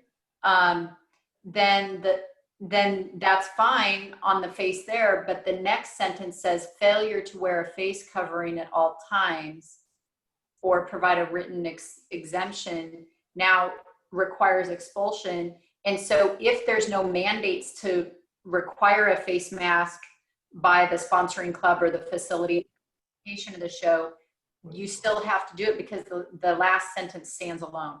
The only thing I would say to perhaps fix that would be to simply add failure to wear the face covering at all times as above. And then it's clear that we're talking about as required by the show facility, show club, and the location of the show. That's all. Cindy, would you like to add that I clause? would like to add that, exactly what Shelley said, Okay. as required above. Okay, I need a second to that amendment. Kenny, second. Okay, thank you, Kenny. All right, so we have now an amendment to this. Melanie Morgan, you're recognized. Yes, I totally support the statement as Cindy's put it together and implementing it universally across our platforms. However, I think we have a situation with Cotton States where regardless of what we decide, exhibitors entered under one understanding, and changing after they've already entered, regardless of whether there's time or whatever, could pose a problem. And I'm concerned about that because we're now changing the rules right in the middle of the stream. John Kalila, you're recognized. I just a suggestion, that's all. I think once we approve this, we need to send a copy of this to all the clubs. So everybody will get a copy of it, because not everybody followed the board meeting. Well, we got a whole lot of unofficial lists that it can be published on. Okay. Cindy Bird, you're recognized. Yes, I looked at all of the materials that Cotton State's put out, and on their materials, they say that if anybody does not want to abide by what they're asking, they're happy to refund their entry fee and replace with somebody on the waiting list. So I don't think that should be a problem. Okay. Is there any, see, Shelley, your hand's still up? Okay, Cindy, your hand is up. John, okay. I keep seeing hands go up and down. Cindy, your hand's still up. I know, I can't get it to go down. Okay, all right, that's fine. I'll work on it. Okay, any further discussion? So we're voting on the amendment to add the clause that Shelley stated. Is there any objection to the amendment to add the clause that Shelley stated? Okay, hearing no objection, the amendment is ratified by unanimous consent. So now we will vote on the amended main motion, and this is the motion that's presented here with the addition of the clause that Cindy put in. This will be sent out effective immediately. Okay, is there any discussion? Carol Kresnowski, you're recognized. Does it say that it's effective immediately anywhere in the motion? I just want to make sure it does. It does not. Can we add that? Sure. It should be in there. Second. Okay. All right, so we're going to add effective immediately to this motion. Is there any objection? Hearing no objection to making this motion effective immediately by unanimous consent. I see no objections, so this will be effective immediately. So now we have a second amendment, and so we're going to vote on this motion with the addition of the clause and it being effective immediately, and that will be our amended main motion that we're voting on for approval. Is there any further discussion on the two amendments that have been added? Okay, seeing no discussion by unanimous consent, or is there any objection to the amended main motion?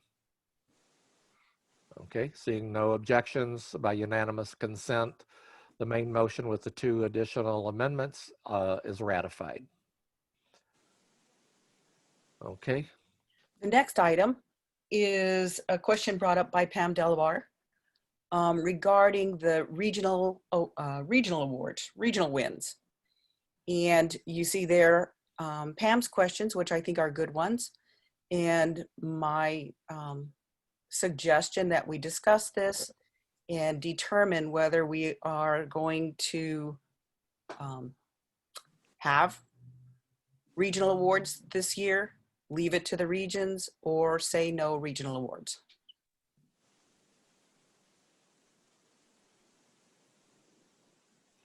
Pam Delabar, you're recognized. Actually, Cindy, we had submitted this to be talked to. I think it's first thing on the agenda for tomorrow morning. Yes, there are two. Yes, mine was broader than the second one. So my suggestion would be that we deal with it here and cover all of the regions rather than individual regions by themselves. Well, mine was to, the broad one is to do all regions. But I'm happy to withdraw. I will acquiesce to your recommendation. Okay, so we're gonna merge item 22 with this current motion that we're considering. Is that do I have that correct? I believe so. Okay, so since we're changing the order of business, I'll need a motion which will require 2/3 vote to move business item 22 to be discussed now. Pam Delabar? I will move that we change to be able to discuss item 22 now. Okay. George seconds. Thank you, George. So the motion is to suspend the rules. Requires 2/3 vote to move order of business number 22 to be discussed currently with the Legal Advisory Committee, item number 2. Is there any discussion? Is there any objection to suspending the rules and moving business item 22 to discuss today? Okay, I see no one raising their hands to object. So by unanimous consent, the rules are suspended. Business item number 22 is moved to the current status of discussion. Cindy? I don't have 22 in front of me. That would be Pam. Would you like to take it, Pam? Let me get it in front of me. Okay, we'll have a race. Aline can, oh, there we go. Okay. Oh, okay. There's Pam's, Pam Delabar. Pam Mosier, did you submit an item for tomorrow's business item? Yes, I did, but I'm waiting to see if this passes. I will withdraw mine. Oh, okay. All right. Okay. All right. So Pam Delabar, would you like to present yours? Okay. This arose after having discussions with several of the other regional directors. And I did ask for the legal definition of how we deal with Article 36 out of the show rules. And since the board had to vote on the national wins and the breed wins being rescinded for this particular show season, the regional wins are also under that same article. I don't know how many of you got to read this, but the attorney did come back and give her ruling, as did Cindy and the Legal Advisory Committee. And basically, given the drastically reduced show season, an inequitable ability of exhibitors to even attend shows, our ever-changing rules and regulations in our regions, and even portions of our regions, in order to conduct shows, I have moved 2 motions. The first one being regional awards for all regions will be suspended for show season 2020-2021. Okay, let's have a second on the first motion. Rachel seconds. Thank you, Rachel. Rachel is seconded. Is there discussion on regional awards for all regions being suspended for the current show season? Daryl, I just wanted to make a couple other things. Sure. The RW shows up on our pedigrees, shows up on awards, shows up on publications. We don't have parity with this title. It's supposed to be CFA wide or a DW in some cases, but in regions 1 through 9, there's no parity. People have no chance. So an RW can be 200 points in one region and maybe 50 in another, because we don't have minimum points for regional wins. So Pam, should we put regional / divisional awards? I can't speak to divisional awards. I mean, they are comparable to a divisional award is just for an area that's not a region. So they're comparable awards. I would entertain that amendment. Well, I can't make the amendment. I'm just asking if No, I would entertain amending this to read regional and divisional awards for all regions and areas will be suspended for show season 2020-2021. Rachel, are you okay with that change? Yes, I'll second that. Okay. All right. Okay. I just want us to be consistent across the system. Yeah. Okay. Kenny Curley, you're recognized.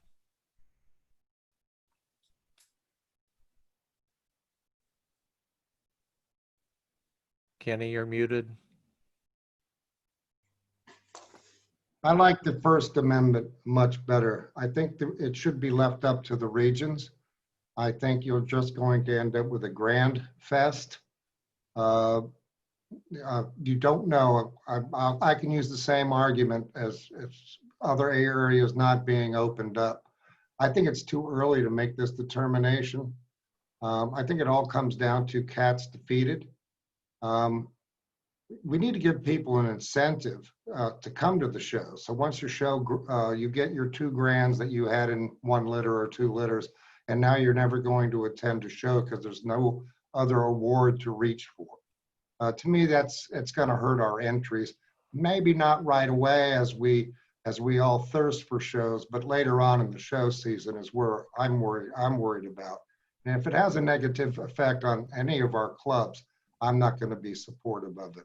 But to opt out, that to me sounds like a better opportunity. Okay, thank you, Kenny. Sharon Roy, you're recognized.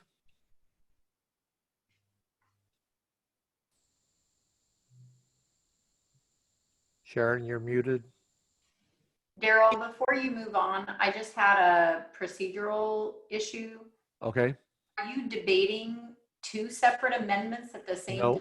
No, we are we're debating her number 1, regional/divisional awards for all regions will be suspended for the current show season, basically. Okay, I just didn't understand Kenny's comment that he liked the other amendment better. There was a mention earlier about certain regions opting out on their own volition, but that's not what the motion is that we're debating. Thank you. Okay, thank you, Shelley, for making that clarification. Sharon Roy, you're recognized. Okay, I have some very mixed feelings about this, and I'm the one that originally brought it to all the regional directors. At least in our region, all the shows that are going to be in our region are going to be in the southern part of the region. We are not going to have anything from the northern part, and who knows when the Canadians will ever get out of Canada. I just wonder if we can let it go till December and see if things change, and then make a decision then. That's all. Okay, thank you, Sharon. John Kalila, you're recognized. I did a survey for my region, and more than 2/3 said just forgo this show season with regional awards. Okay, thank you, John, for that information. Kathy Dunham, you're recognized.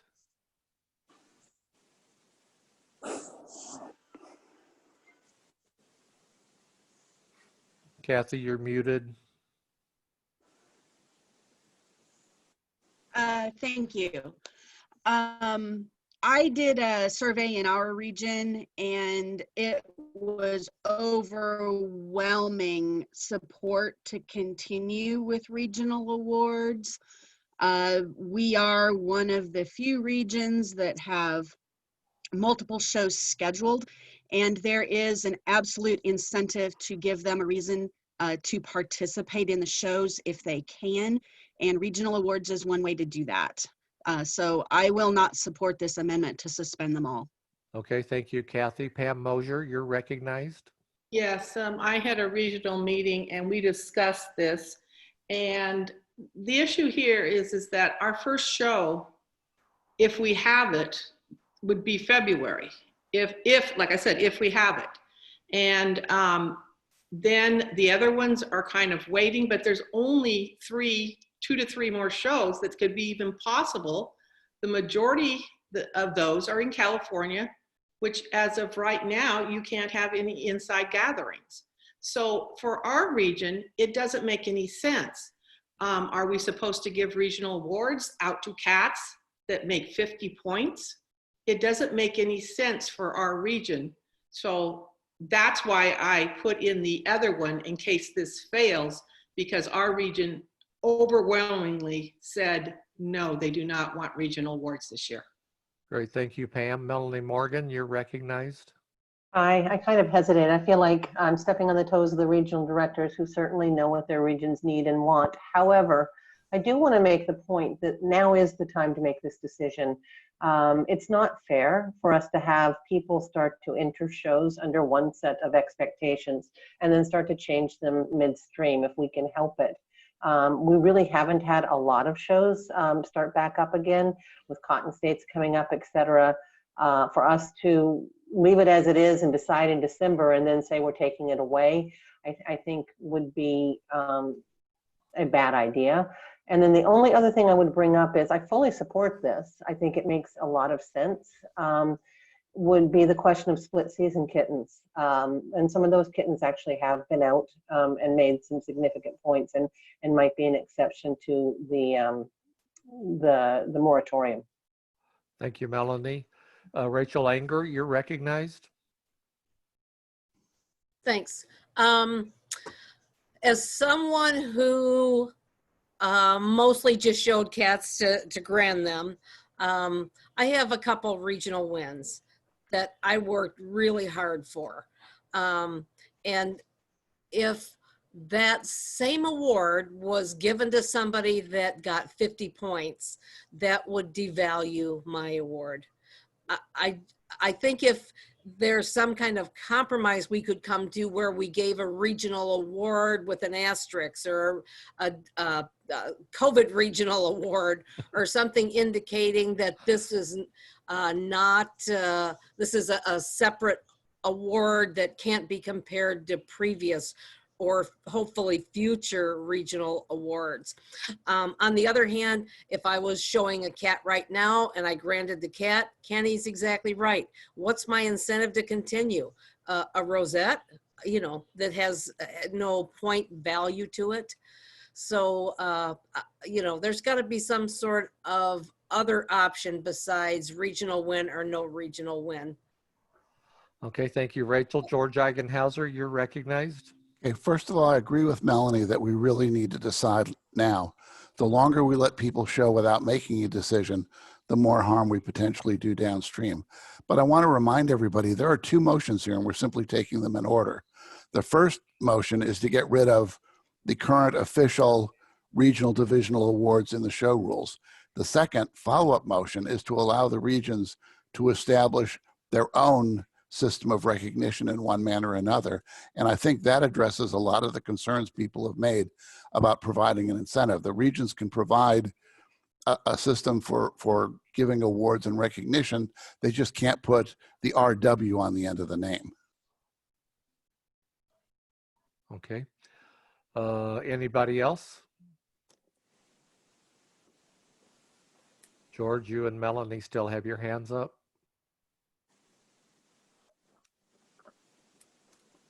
Okay, are we ready for the question? So I'm going to call for the vote. All those in favor of the amended motion, or it's actually not amended, we changed it. So this is an original main motion, and that is item number 1, regional/divisional awards, comma, for all regions, comma, will be suspended for show season 2020 through 2021. If you're in favor, everybody's already started voting, which is good. Daryl, this is Shelley. Are you voting to amend? Nope. She changed the motion. So this isn't not a pre-noticed motion? Well, all it's doing is including the divisional awards, which are equivalent to non-regional awards. Okay, well, from my perspective, you should be voting to amend the motion. Okay, and all right. I'll Can we take your just get advice. something done? Pardon?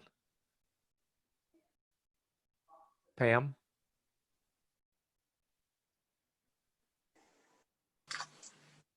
I'm sorry, I thought I was muted.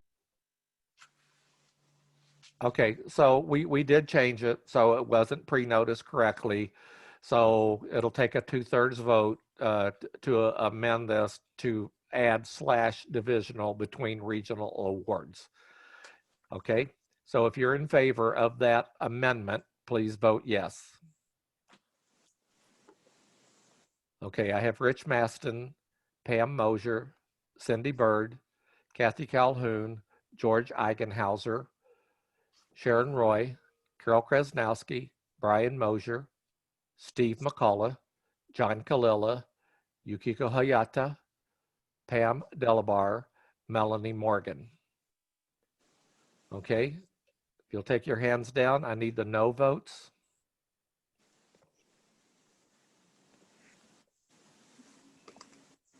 If you're against, please raise your hands.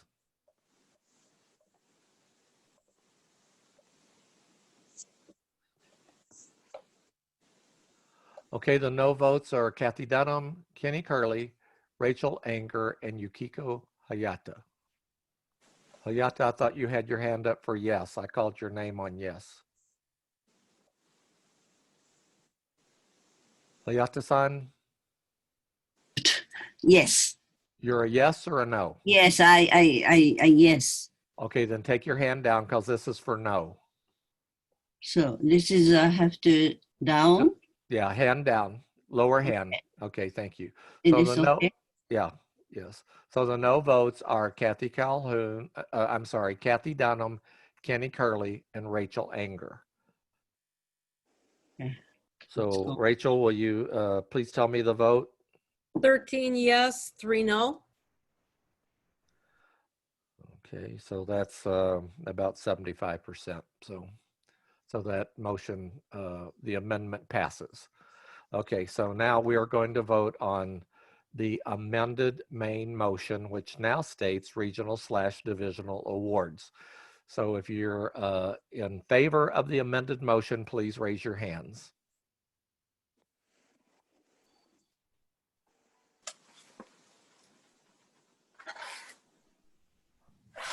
Okay, the yes votes on the amended main motion are Pam Mosier, Rich Maston, Pam Delabar, Cindy Bird, Carol Krasnowski, Sharon Roy, Brian Mosier, Melanie Morgan, Steve McCullough, Yukiko Hayata, Kathy Calhoun, George Eigenhauser, and John Kalila.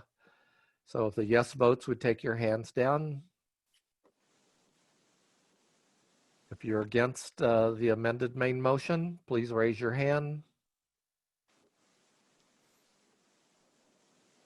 And that is Kathy Dunham, Kenny Curley, and Rachel Anger. That motion only needs a simple majority, which it received. Okay, Pam, are you ready to present your second motion? Yes.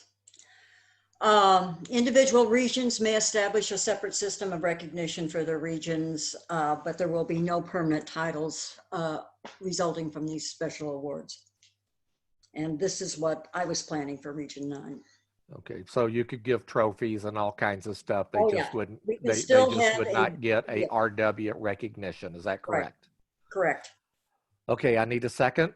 Carol seconds. Thank you, Carol Krasnowski, for the second. Rachel Anger, your hand is up. You're recognized. This, thanks, Daryl. This is something I can support. I was looking for something more CFA wide and official, but you know, this will be something, a compromise. So I can support this. Thank you, Rachel. Kathy Calhoun, you're recognized. Yes, my question is, how will the scoring be tracked? Is this something that will be tracked by the regional, like the regional director assigns somebody to track this within their region, or is this going to fall on central office? Pam, you want to answer that? I would say it's going to fall on central office, just to redo the same reports we always get anyway. So Just- no additional scoring by central office will be required. You'll get the normal text format awards that where the cats have been scored. Right. And those awards, whatever you come up with, will be based on those points earned. Is that correct? Based on those points, or however we want to do it, even in my case, by country. Okay, Kathy, is that Kathy Calhoun, does that answer your question? It does. Thank you. Thank you, ma'am. George Eigenhauser, you're recognized. Yeah, I would like to move to amend this to include divisions as well. That's correct. Thank you, George, for picking up on that. All right, I need a second. I didn't pick up. It was on the chat. Oh, Yeah. was it? Oh. Yeah. Oh, thank you, Bob Zenda. So the amendment is to state individual regions / divisions. That'll take care of it. Correct. Okay. All right. So this was not pre-noticed, so it'll require 2/3 vote to amend this since it was not pre-noticed. So is there any discussion on the amendment? We're voting on the amendment. No, we're not voting on the main motion, just the amendment to include / divisions after regions. Daryl, who seconded that motion? See, George made it, and Carol, did you second it? I'd be happy to. I didn't, Okay. but I will. Okay, I messed who seconded it. Thank you, Shelley, for pointing that out. So the amendment is made by George and seconded by Carol Krasnowski. Is there any discussion on the amendment? Okay, I see no hands being raised. Is there any objection to the amendment? Okay, by unanimous consent, the amendment is adopted. Now we have an amended main motion which states individual regions / divisions may establish a separate system of recognition for their regions for the 2020 / 2021. However, there will be no permanent titles resulting from these special awards. Is there any discussion on that amended main motion? Okay, so I see no hands up. Is there any objection to the amended main motion? I'd like to abstain on this. Okay, Kenny, that's fine. That's fine. So I'll call for the vote. All those in favor, raise your hand.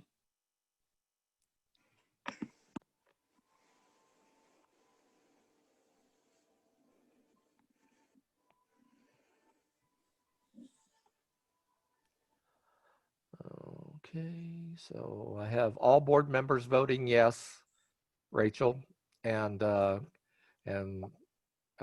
ask for the no votes. And we know Kenny's going to abstain.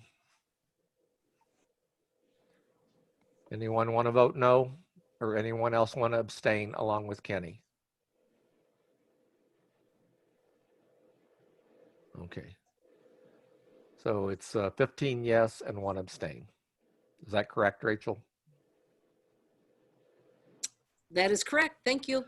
Thank you so much. Okay, Pam, you have anything else? No, but I think Pam Mosier and I can sleep in a little later tomorrow morning. Pam Mosier, are you okay with everything? Yes, but I have to, because I was on number 22. I have got to, well, I don't have to, but I will be withdrawing my motion. Okay, so business item 22 has been dispensed with. Your portion will be withdrawn. Correct. Okay, Rachel, you'll make note of that in the minutes. So noted. Thank you so much. I appreciate that. Okay, Cindy Bird, we're anything else on the Legislative Advisory Legal Advisory Committee? That concludes us. Thank you so much, Cindy, for your good work. This is I love this Legal Advisory Committee that I appointed. You do a great job, and so does everybody serving on the committee. So our Legislative Committee / group, George Eigenhauser, you're recognized. You have the report. I have no action items. I'm available to answer questions. I have nothing to add. Okay. Anyone have any questions for George? I do. Okay. George, we're seeing this is Pam Delabart. We're seeing a rise in breed restrictive legislation coming up in Europe, specifically in Belgium and the Netherlands. And I would like to talk to you later offline on what we can do. There's a group in Belgium that's already organized to fight this. And then unfortunately in Belgium, not in the Netherlands, but in Belgium, this seems to be an association driven. So I need to bring in both Rachel and Daryl on this because this could be something that has to come forward to the WCC. Okay, I would be pleased to help in any way I can. Thank you. great, thank you. Any other questions for George on the legislative committee? Okay, let's move on to Win Feline Foundation. George, that's also your committee? Yeah, once again, it's an informational report. There are no action items. Unless somebody has a question, I'm done.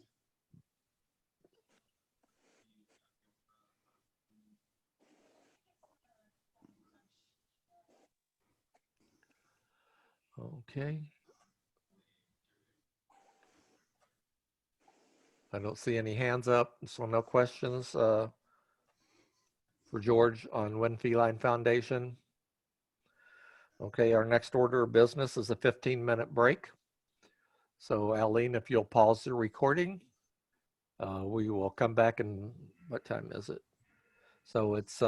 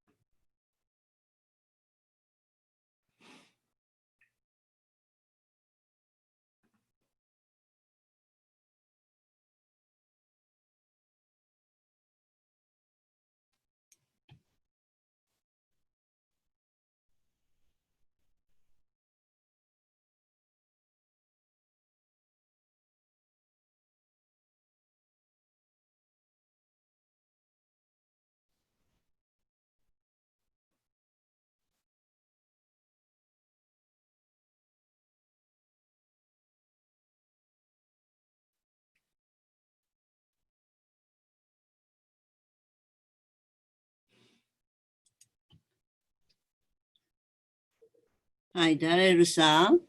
Dareru-san, can you hear me? yes. Are we going to talk about Misugi, Emiko Misugi judging program later or Yes, tomorrow? yeah, tomorrow in closed session. Oh, I see. Yeah. Thank you. So we have an agenda for Sunday morning, Yes. which are reports of special selector ad hoc committees, any Yes. unfinished business and general orders. And then that will conclude the open session Yes. of the meeting. And Yes. then you'll need to sign in. Aline can send out a reminder for the closed session link. And that will be a Zoom meeting, not a webinar. Because that is closed session only for the board and the judging program committee, that portion of it. Okay, so that'll be tomorrow. Thanks. Yeah, thanks. Okay, hi. So we have 2 more minutes and then we'll start the meeting back up. Daryl, when we start the meeting back up, this is Sharon. Can you recognize me? There's something we forgot in the awards. Sure. Thank you. What time is your time? Pam-san. Pam-san. It's 10 minutes to 11 at night. Okay. So I have an hour and 10 minutes until midnight. Okay. Okay. My time, 5 o'clock in the morning. I know.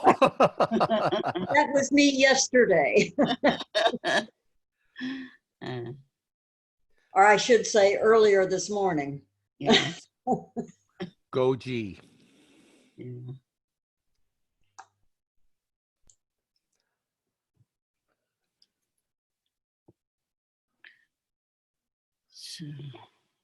Okay, so we'll wait just 1 more minute here.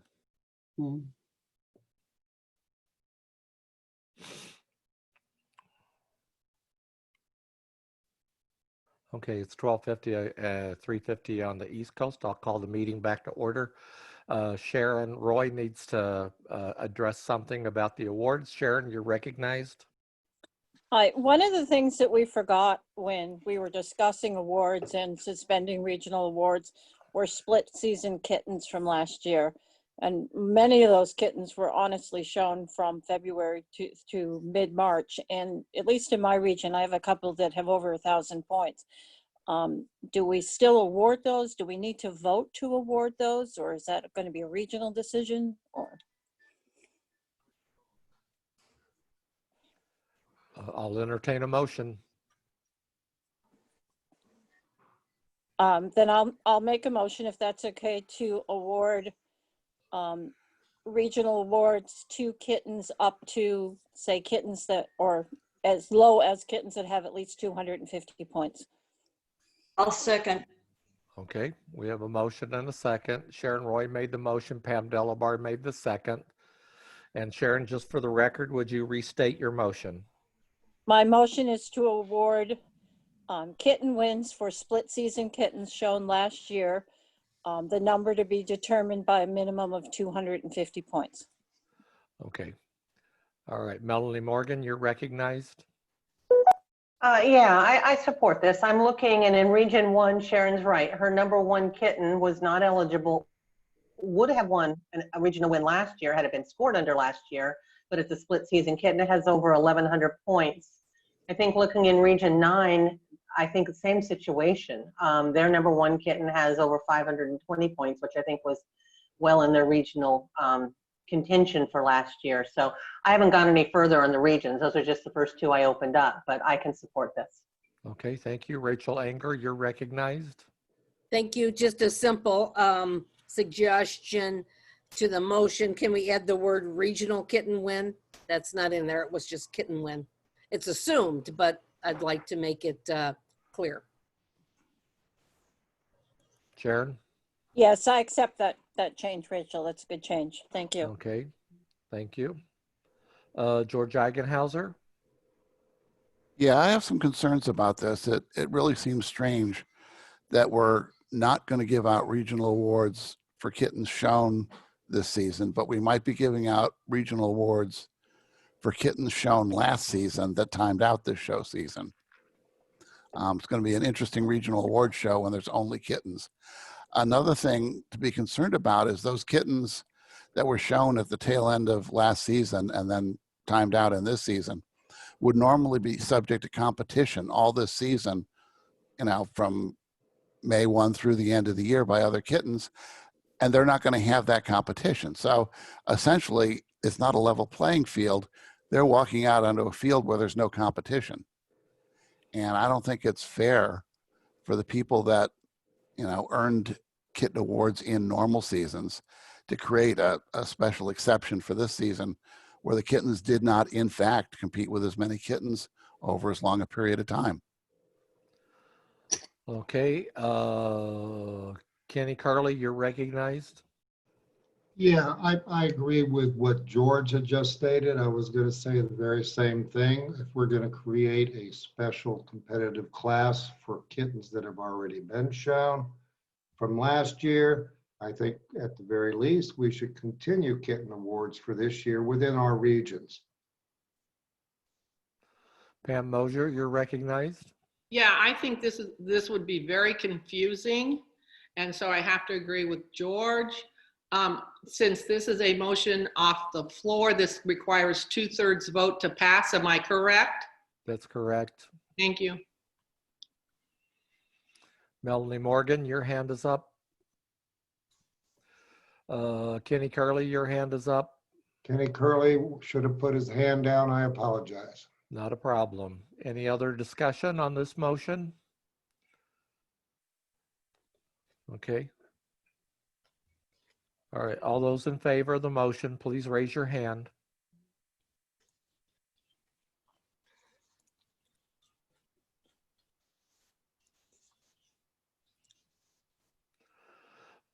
Okay, so the yes votes are Sharon Roy, Pam Delabar, Melanie Morgan, Hayata-san, Kathy Calhoun, Cindy Bird, Rachel Anger, Carol Krasnowski. Okay, those that are voting no, all the yes votes, take your hands down. All those voting no, please raise your hand.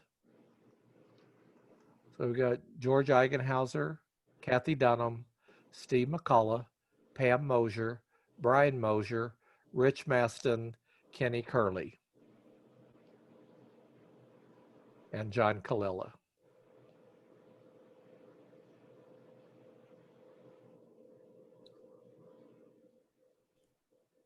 I have 8-8. Oh, God.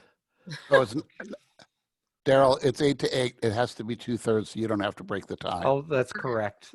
Thank you, George.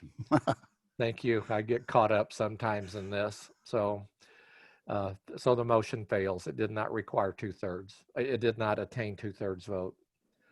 Okay, our next order of business Daryl, is, yes? could I take it a step further as far as addressing the split season kittens and put them in competition for this show season only, that we do have available regional award wins for kittens only? We'll put that in the form of a motion, Kenny. I make a motion that we allow regional awards to be given to kittens for this present show season, which will include those split season kittens. Okay. Melanie so- seconds. Okay, thank you, Melanie. So this also is a non-pre-noticed motion, and it will also require a 2/3 vote to pass. So George Eigenhauser, you're recognized. Sorry, still trying to get my hand down. Okay, John Kalila, your hand is up. Okay, is there Sorry. any discussion? So Kenny Daryl? made them. Who made the second? Melanie. Melanie, that's correct. Thank you. Pam Delabar, you're recognized.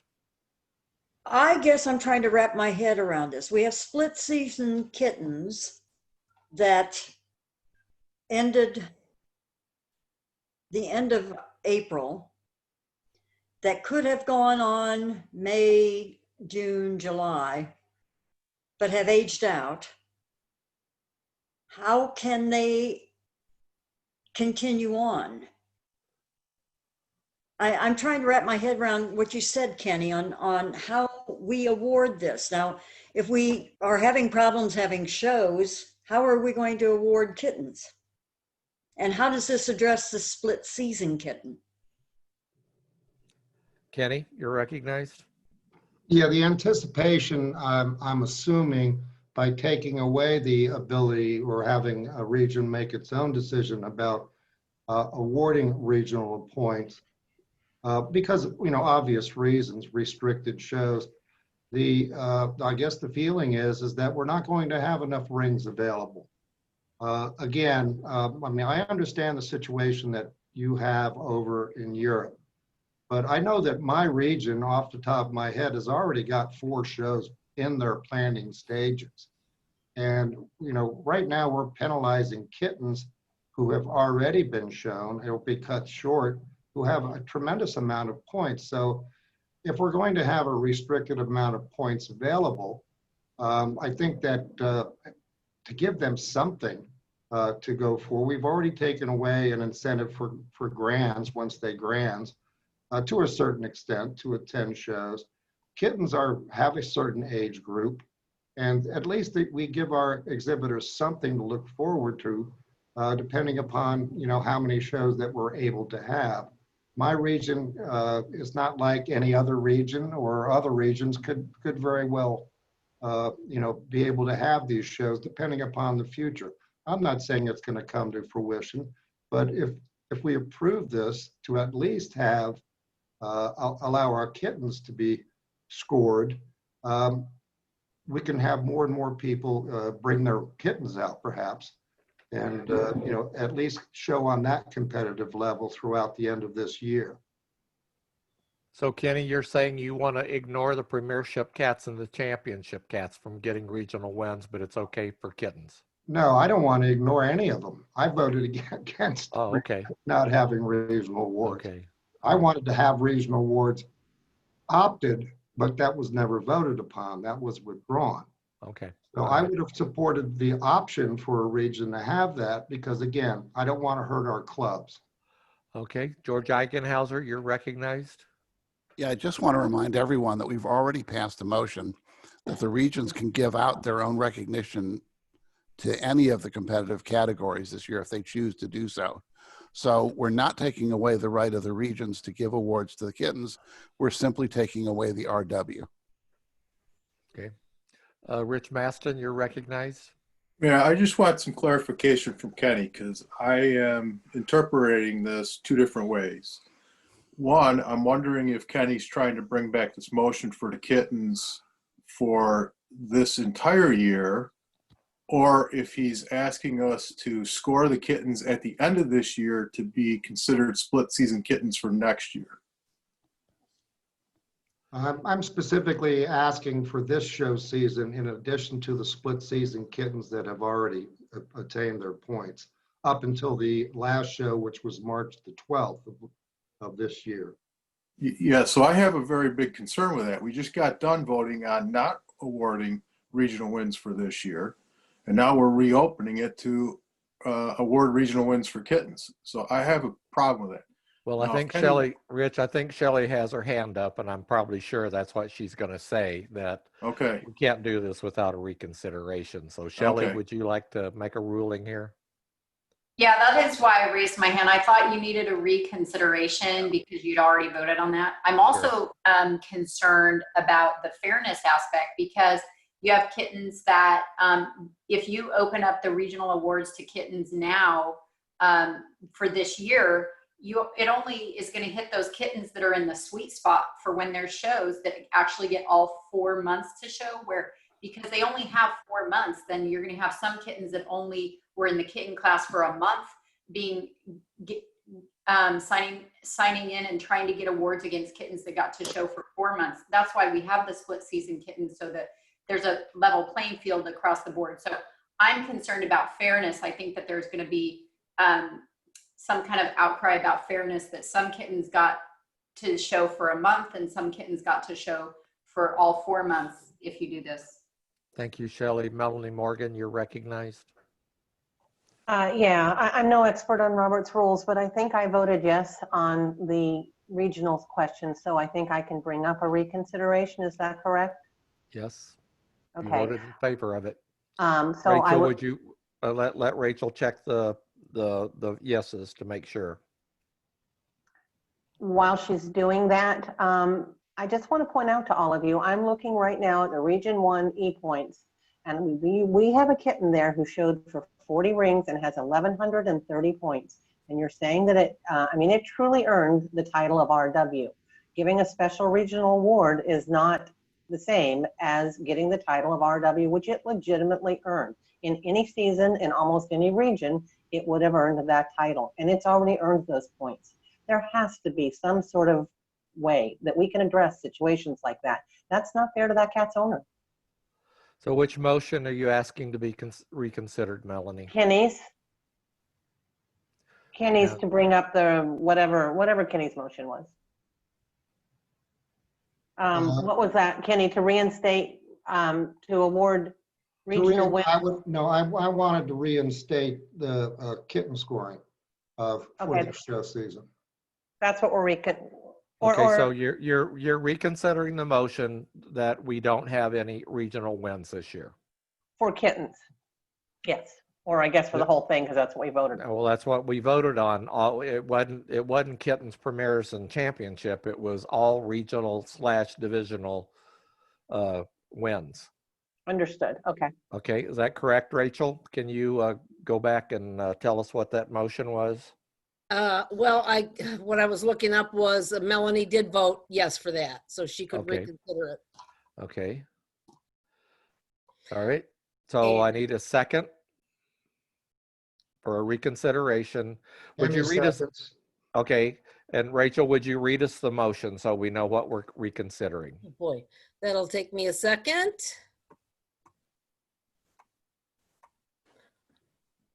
Yep. Move the following regional / divisional awards for all regions will be suspended for show season 2020-2021. Okay. Okay, so the motion is open for reconsideration. And Pam, I think that was your motion. You're recognized. Pam Delabar. I'm still trying to understand what Melanie and Kenny are talking about. Kittens, the kitten that she says has 1,100 points up in Region 1 had to earn those before the second week of March. Therefore, its regional win actually would have been last year, even though it's split season. Because it earned no points and can earn no more points towards a kitten win this show season. It's aged out. We still need to vote on the motion for reconsideration. Thank you, Rachel. All those in favor of a reconsideration, Melanie and Kenny? Kenny seconded. Shelley, do you have a procedural question? No, okay. All those in favor of the reconsideration, please raise your hand.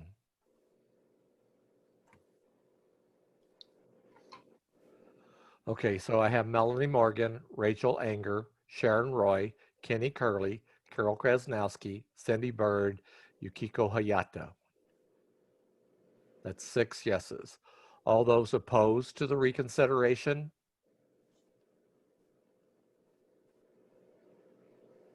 Okay, Sharon Roy is a no. Hayata, you voted yes. Are you a yes or a no? Yes. Okay, you're a yes. So take your hand down, please. Yeah, just a minute. Okay. Yeah. All right, so the no votes for reconsideration are George Eichenhauser, Pam Mosier, Pam Delabar, Steve McCullough, Rich Maston, Kathy Dunham, John Kalila, Brian Mosier. Sorry. And Daryl, doesn't that have to pass by 2/3? Reconsideration is a majority vote. Oh, it is? Okay. And I have, is Kathy still on the call? I don't have a vote for Kathy. Which and one? I have John Kalila as a yes and a no. I'm waiting for abstains. Oh. Okay, all right. Those who want to abstain, raise your hand for those who abstain. Got Steve, Brian, and Kathy Calhoun. Oh. No. Steve voted no. Okay. Brian is abstaining. Okay. I have Kathy Calhoun. No, I'm not. I'm not abstaining. I put my hand down. I'm sorry. Okay, so what is your vote, Brian? It's no. No. Okay. And Kathy Calhoun, you're an abstain? I'm an abstain. Okay. And how did Kenny vote? Yes.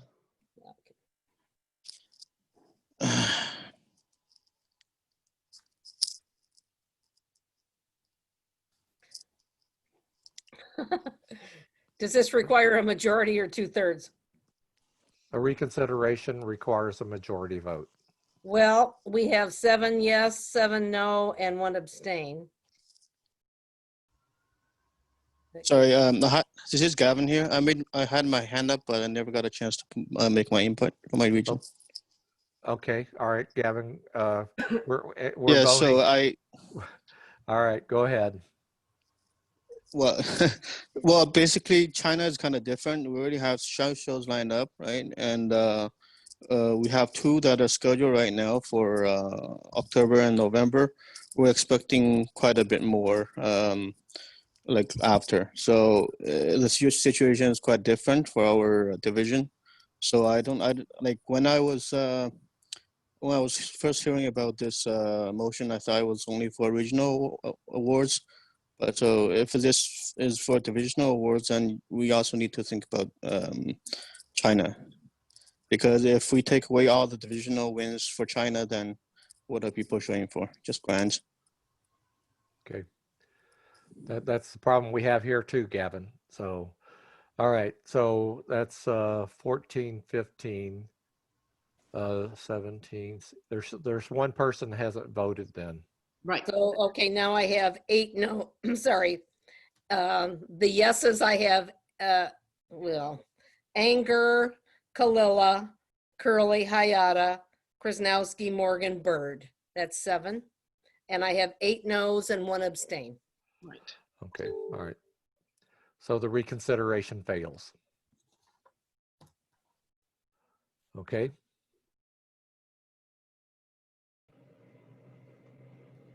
Are we done with the scoring issue? Rachel, I missed that. I thought it was the other way around. Do you mind reading off the yeses and nos and the abstain? Sure. Thank you. And if I have something wrong, please let me know. The yeses are Anger, Kalila, Curly, Hayata, Krasnowski, Morgan, Bird. My no votes are Maston, Roy, Pam Moser, McCullough, Dunham, Delabar, Eigenhauser, Brian Moser. And 1 abstention, which was Calhoun. Everybody cool with that? No, Oh, Sharon, I was a yes, not a no. okay. So that makes it 8 yes, 7 no, 1 abstain. Thank you. Okay, thank you, Shelley, for bringing that to our attention. So the consideration passes. So who, Sharon, Roy, your hands up.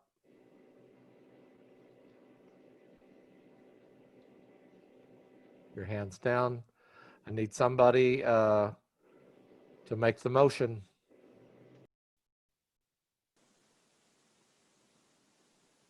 Kenny, the motion was again? Rachel, will you read the motion? It basically was regional/divisional awards will not be entertained for the 2020-2021 show season. So the new motion will be for the 2021 show season, we will consider regional and divisional awards for kittens only. Okay, so you understand this is not a pre-notice motion, so it'll take 2/3 vote to pass. Correct. Okay, so everybody understands that. All right, so I need a second to Melanie's motion. Melanie, Right. before we get a second, can you restate that motion? For the 2021 show season, we will award regional and divisional awards for kittens only. Daryl, as a procedural matter, if we are reconsidering the motion that's actually on the floor, which was regional awards for all regions will be, regional and divisional awards will be suspended for show Yep. season 2021, then it has to state that. If Okay, it's so we have to have an amendment to whatever that motion was. Thank you, Aline, for bringing that up. So our amended motion on number 1 here was regional/division awards for all regions/divisions will be suspended for the show season of 2020-2021. Okay, so that's what the motion is. All right, we're reconsidering that motion. So Melanie, you need to amend this motion to state what you want to accomplish. I vote to amend this motion to suspend championship and premiership, which would then by definition leave kittens, correct? That's correct. May I make a simple And household pet suggestion? and agility. Okay. Rachel, go ahead. Just add the words "with the exception of kittens." That's a good idea. I like that. Thank you. Okay. And then leave the rest the same. Regional/divisional awards for all regions will be suspended for show season 2020-2021. Okay. Kathy Dunham. Yeah, since we're reconsidering this, what about grants of distinctions and DMs? Are we suspending those as well? Or are we awarding them because the cats that are currently getting shown could in fact gain those awards this season.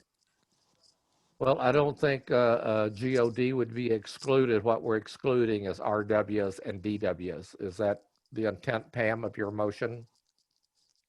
Pam That Delabar? is correct. That is correct. Okay. Okay, thank you. All right, let's see. Kenny Curley, you're recognized. Yeah, I was just going to ask Pam Mosier if she would consider allowing the region, bringing her her version back up about the regions opting in or opting out of this. Well, let's take And care I of this, think- Kenny. Let's take care of this. That if this doesn't pass, then that won't matter. Well, can I continue? I have another issue.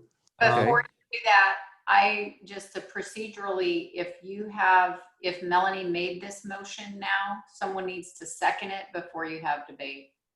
Thank you. I thought it was second. I apologize. So are you seconding Melanie's motion, Kenny? Yeah, Or I'll amendment? go ahead and second, and I with the right to speak. Okay, well, let's just make sure we're all on the same page here. So Melanie made the motion with Rachel's correction to the wording to simplify it, okay? And Kenny is seconded. So Rachel, will you please read to us so we all know what we're voting on here or debating? Sure. It'll now read, with the exception of kittens, regional/divisional awards for all regions will be suspended for show season 2020 to 2021. So don't you need divisions behind regions? I said that, didn't I? No. You Oh, said for region, all, I see. Oh, okay. it's For all regional/divisional awards for all regions/divisions. Exactly. Okay, thank you. All right. Okay, so Shelley, are we good? Yeah, you have a first and a second. Debate is open. Yep. Okay, so this is an amendment, okay, to a non-pre-notice. Well, that was pre-notice, but the amendment is not. So let's see, Rachel Kenny, Pam Delabar. I still want clarification on what year the kitten that got 1,100 plus points is going to be awarded. It had enough points to be a regional winner for last year. Is that what you're trying to bring in to this year? Melanie. Well, if it was a split season kitten, even if it had enough points to have, and I don't know this kitten, so I can't tell you, if it had enough points to have earned an award last year, it would not have been awarded those points if it split the two seasons. So it apparently, and Sharon, you can probably speak to this better than I because I'm looking at one, earned 1,130 points and got into 40 rings, but it still would have just aged out probably right around, say, the first weekend of May, which means that it could not have been awarded for last season and was not awarded for last season, at least I'm assuming it wasn't. Therefore, its only option to have picked up the award that it had pretty much already close to earned would be in this current season, which we're not having. Okay, Pam Mosier, you're recognized. Here I am. Okay, I need clarification on a couple points. How much does this have to pass by? 2/3. Huh? Shelley? Is this 2/3 or majority? It was Pam's report was pre-noticed. Right, but Melanie's motion was not. That's correct. I'm looking up an amendment to the main motion right now in Robert's rules. That's literally what I was doing. I'm clarifying that. Okay, and in the meantime, my other question is, if this passes, I want to have the right to go back and not withdraw my motion. Okay. All And right. that's only fair. I know, you're right.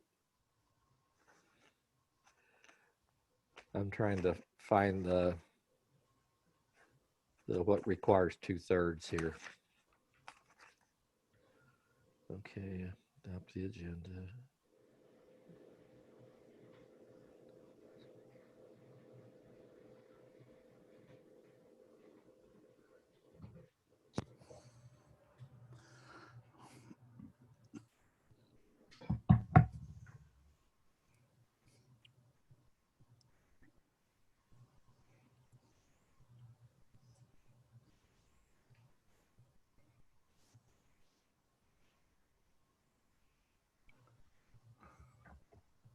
Requires a majority of vote from what I'm reading. Yeah, because I think it was a pre-notice motion, and pre-notice motions can be amended with a majority vote.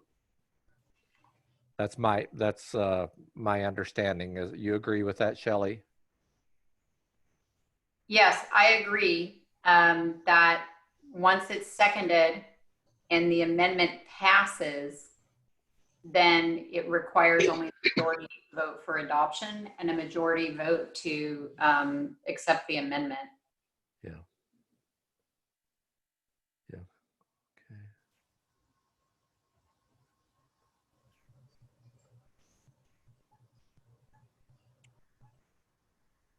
Okay. Okay. All right. Gavin, you're recognized. Yeah, I just would like to speak again for my region, which is China. So basically, COVID-19 is pretty much gone here. We can put on shows as normal. The only thing that we're trying to do is trying to get the NGO filings going, and everybody's working really hard about it. And so we already, Ningji, one of the person who's working on it, already make progress. He's there are 2 shows lined up, and we're expecting much more to come. So, and right now we're only in October. So normally in China, we don't put on shows till September. So we probably missed 1 or 1.5 months, and that's it. We still have the rest of the season. So I don't think it is fair for the people here if we can put on shows, and we can put on maybe even more than 1 show every week, starting in November, in that time frame, to take away all the divisional wins from our division or our region. That would be very discouraging for all the people here, including people who are putting on shows, as well as all the exhibitors who are looking forward to the CFA shows and to try to show their kittens and whatnot. So. Okay, so Melanie, you and Kenny made this motion. Do you want to strike out the division awards and division, taking into consideration what Gavin has said? They're apparently having no restrictions there. It will hurt our business model in China if we don't allow them to have divisional wins. Can I speak, Daryl? Yes. First of all, I just want to make sure, I voted against changing it at all. Is that a procedural problem for me at least giving a second? No. Okay. And the other thing is that I understand that as I said before, other areas may not be able to do that, but we're taking away the right of any area that may or may not open up, including China. And it will have an adverse effect because, again, you're taking incentive away from the exhibitor. You're reducing the amount of incentives for people to even go to a show once they've attained a certain level. And I just think it's wrong to take this away from the clubs who have the ability to do. Yeah, we all agree it's not going to be a normal year. It hasn't been a normal year. It's been a horrible year. But the less we change things, I think the better off we're going to do. We're not doing national breed wins or national wins this year. I think that was plenty. But to take away everything else, including the agility awards, the premiership, can you imagine how small premiership class is going to be? It's unbelievable. I mean, this first show we have back in our region, they have top 15 in every category.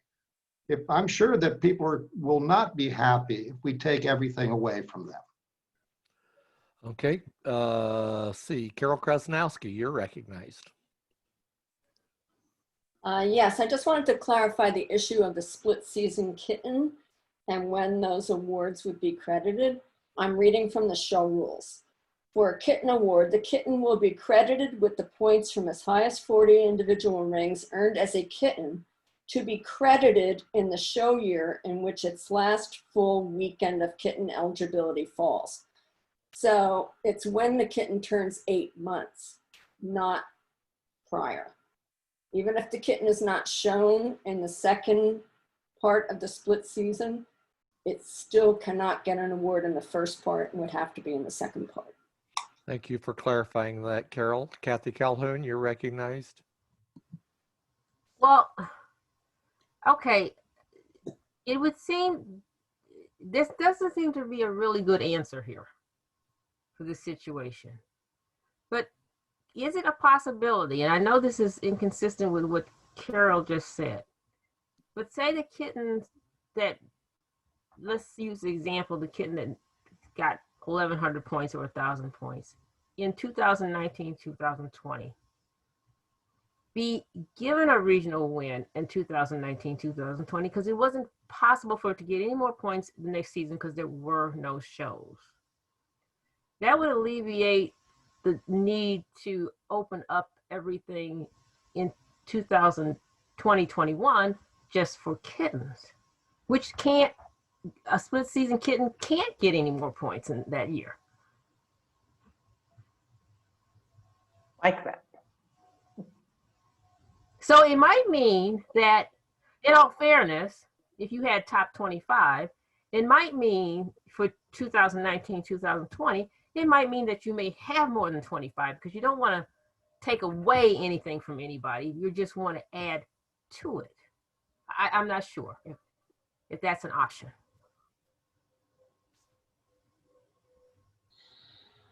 Sharon Roy, you're recognized.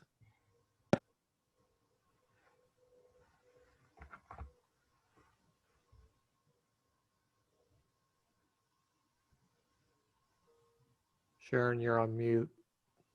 I keep forgetting, I'm sorry. I don't think what Kathy had to say would work because we've already posted all the wins for 2019, 2020, and given a lot of regions have already given out awards. Yep. Okay, thank you. Melanie Morgan, you're recognized. I actually like Kathy's idea. I don't know procedurally how we get it done. Yes, you may have already awarded them, but I would think that probably, much like we're talking about doing for the annual, that you're going to give some recognition to people when we do start things back up. And so those cats could be added in, and at least they would have the titles that they so justly earned. I like an option. I don't, again, Daryl, procedurally, I don't know how to get this done, but really what I'm trying to accomplish is that any cat that would have been eligible under the points that would have made a regional last year, so any split season kitten that have earned at least those points or more, at least get the title that they would have earned. So I don't know how to make that happen, but Kathy's idea seems a little closer to it. We could award them for this season at the same time. I don't know, but there has to be a way to fix this. This just isn't right for those kittens that actually went out there and held their own. Okay, anybody else? Daryl, Yes. Ellie, Daryl. Yes, go ahead. If we take the split season kittens and we score them for 2019, 2020, what will that do to kittens that have already placed? Are we going to be knocking kittens down so that somebody who was 20th, now another kitten comes in and could change the placement? I mean, I think that can happen. You know, we haven't looked at it, but that's certainly a possibility. Well, we did add additional placements last year, if you'll remember, due to the shutdown of the shows. It's just then it's changing placements for kittens that have already placed. Yeah, I understand that. That's I just, the only thing you could do was say that, you know, we will give one. I don't know how many there are that would be affected by this, but you could say, you know, if in region one it's only that one kitten, we can amend it to say we can go back and say we're going to give 26 awards for that year, and any split season kitten will be at the end of the line. So they would be 26th best, but they would get the regional win title. That's the only way I see that you could fix it. Pam Delabar, you're recognized. Thank you. I was basically going to say it's the title that the people want, not particularly the placement. And I don't know, Melanie, you obviously have a better handle on the points in my region because I wasn't director for last show season. So I don't know how the points fell. Be that as it may, if you know, if there was a kitten in my region that had more points than whatever kitten ended up being 25th, then it should be recognized. But it doesn't have to, it can be an additional award, not throw another kitten out. Okay, Kathy Calhoun, your hand is up. Okay, so what about this? Using the kitten example that had 1,000 points or 1,100, whatever number was. And let's say if you didn't change anything, that kitten would have been number 4 in the way the kittens line up as they were awarded. Could you not just have 2 number 4s? I don't want to take anything away from a kitten. I don't want to bump anybody down. I don't know if I really want to put that kitten that got that many more points at the end. But couldn't you say you had 2 that came in at that, or whatever number it was?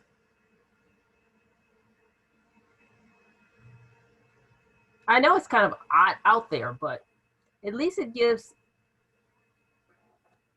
every kitten that earned that many points an award. Okay, Sharon Roy, you're recognized. Hold on. I really like that idea that Kathy just presented. If the point is close enough, wherever it would fit in, it would be the same number as the number of the kitten that got the award. So we might have 2 2s and 2 10s and 2 15s, but it would resolve the situation. Okay, Cindy Bird, you're recognized. I just quickly looked through the e-points, and for kittens that received split season kittens that received over 500 points, there are 4. 1 in region 1, 1 in region 5, 1 in region 7, and 1 in region 9. So I don't think it's a huge deal, and I like the idea of just repeating the placement. Okay, George Eichenhauser, you're recognized. This solves one of the problems that's been raised, dealing with the split season kittens. The other problem that's been raised is some of the parts of the ID are open already and want to have awards. So there's a lot of moving parts to trying to fix this motion on the fly. Maybe the thing to do is table it until tomorrow so we can get some suggestions about, you know, what to do about, for example, ID awards, what to do about split season kittens. Otherwise, I think we're trying to fix too many problems at once, and it's just getting more and more confusing. I agree. So can I have a motion to table? I'll move to table. Second, please. Second. Second, Melanie. Thank you, Melanie. Is there any discussion on tabling this and bringing it back for unfinished business tomorrow as a special order? Cindy Bird?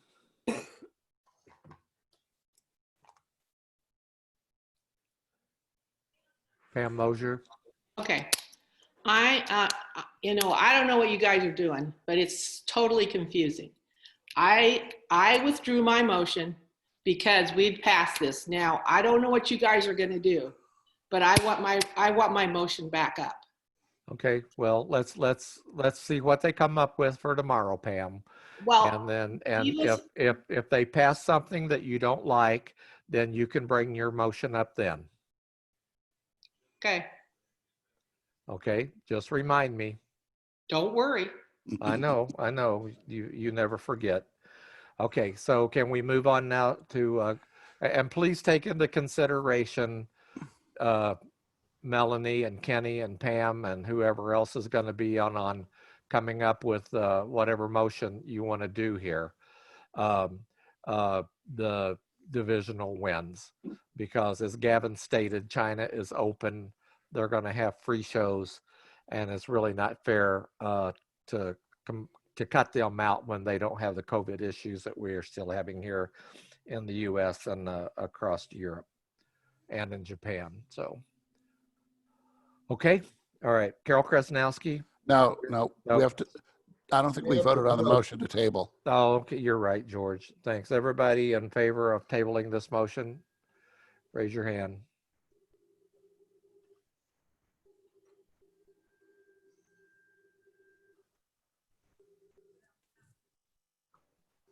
Okay, 1, 2, 3, 4, 5, 6, 7, 8, 9, 10, 11, 12, 13, 14. That's 14. Who didn't vote? I didn't vote. It's Pam. Okay, are you abstaining? Yes. Okay, so everyone's yes. Pam Mosier is abstaining. You got that, Rachel?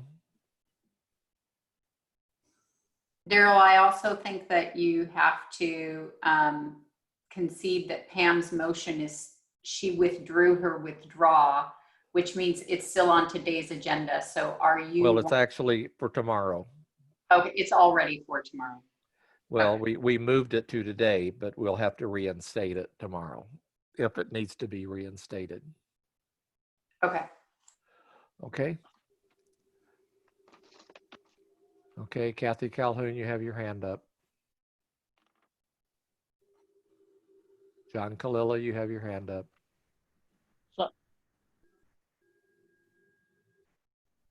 Okay, we'll move on to club membership, club applications. Carol Krasnowski, that's your committee. Yes, thank you, Daryl. We have six new club applications to consider today, 5 from China and 1 from Thailand. I will make a standing motion to accept all of them, reserving the right to vote no. Steve, second. All right, thank you, Steve. As Go mentioned ahead. in my report, the club application form and sample constitution outline were recently revised and converted to fillable PDFs. Thanks once again to Amber Goodright for her help in completing this project. 3 of the club applications being considered today are from Shanghai. Rather than repeat the information several times, I will provide one introduction with some general facts about the city. Shanghai is one of 4 direct-controlled municipalities in China. It is located on the Yangtze River Delta in the central area of East China coast. Shanghai is China's largest city with a population of over 24 million. It is considered to be the world's 2nd most populous city. The city is a global center for scientific research, along with many industries, and the port of Shanghai is the biggest container port in the world. The first club today is the China Fashion Cat Club. Carol, hang on just a second. Aline, can you bring Bob Zenda and Russell Webb onto the panelists so they can add their input, please?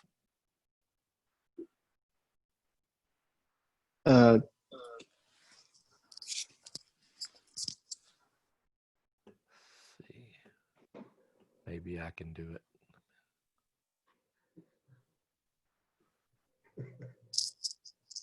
Can you please add Eva too? I think she dropped out and now she's signed in as a, not as a panelist. Okay. Okay. All right, I just promoted Eva. Yeah, Eva, sorry. Eva was in. Yeah, she got dropped out.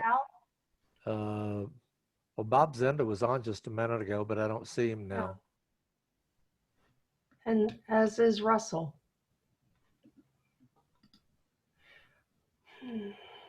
Bob's name. I think there. I'm still on. Am I on? Wait. Is that you, Russell? Yes. Yeah. And Okay. Agenda, I'm here. And Bob, are you guys in as panelists or attendees? They're Promoted panelists. us to panelist. They're on. Okay, all right, good deal. All right, so Carol, you can go ahead with the first club. Okay, thank you. Sorry to interrupt you. No problem. The first club is China Fashion Cat Club. This club is located in Shanghai. All of the members are active CFA breeders and exhibitors. 2 members have show production experience. 1 member is a licensed clerk and another has clerking experience. 3 of the club officers were officers and directors of the Oriental Fashion International Cat Club that was dropped at the August 2020 board meeting for non-payment of outstanding surcharges and late fees. This is an all-breed club, and if accepted, the club plans to produce 1 or more shows a year in Shanghai and surrounding cities. Thank you, Carol. Russell, would you like to comment on this club? I know the person that applied for this did not pay dues, and there was a problem with that. I feel at this point that because he's applying for this club, what happened to the first time when he couldn't pay his dues? So I'm not too sure if the board will move this club forward.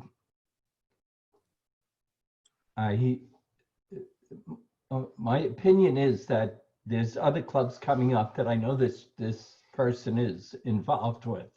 So I think the board needs to make a decision with, because of what happened with the Oriental Fashion Club, are we going to get the same happening to this club? Okay, Rachel Anger. Thank you. Yeah, I think the situation with Oriental Fashion was the club was kind of caught in the middle. They loaned their club out to someone and the someone didn't pay the fees and they didn't feel it was right. They paid the fees. And so this is just like a restart or a fresh start for the club. I don't know who this group is, but I do know that I've been watching that situation and, feeling bad for them because they were stuck in the middle of a financial situation that was not their doing. So I'm supportive of it and we'll just go from there. Okay, thank you, Rachel. Kenny Curley, you're recognized. Sorry about that. I do know the group. They've worked very hard for CFA. They certainly deserve a chance to come back and do things correctly. But as Rachel said, it was a misunderstanding as far as paying their dues and getting them here on time. So I am supportive of this club. Okay, I think it was the surcharges, Kenny. Yeah, I know. They paid their dues. It was the surcharges. Surcharge, correct. Mr. Carroll, if I may, it was the surcharges. It was the show entry surcharges that were not paid, which then incurred late fees. So from what I understood, the former club, a lot of the individuals in that club were not willing to keep the club going and were not willing to pay the fees. Yeah.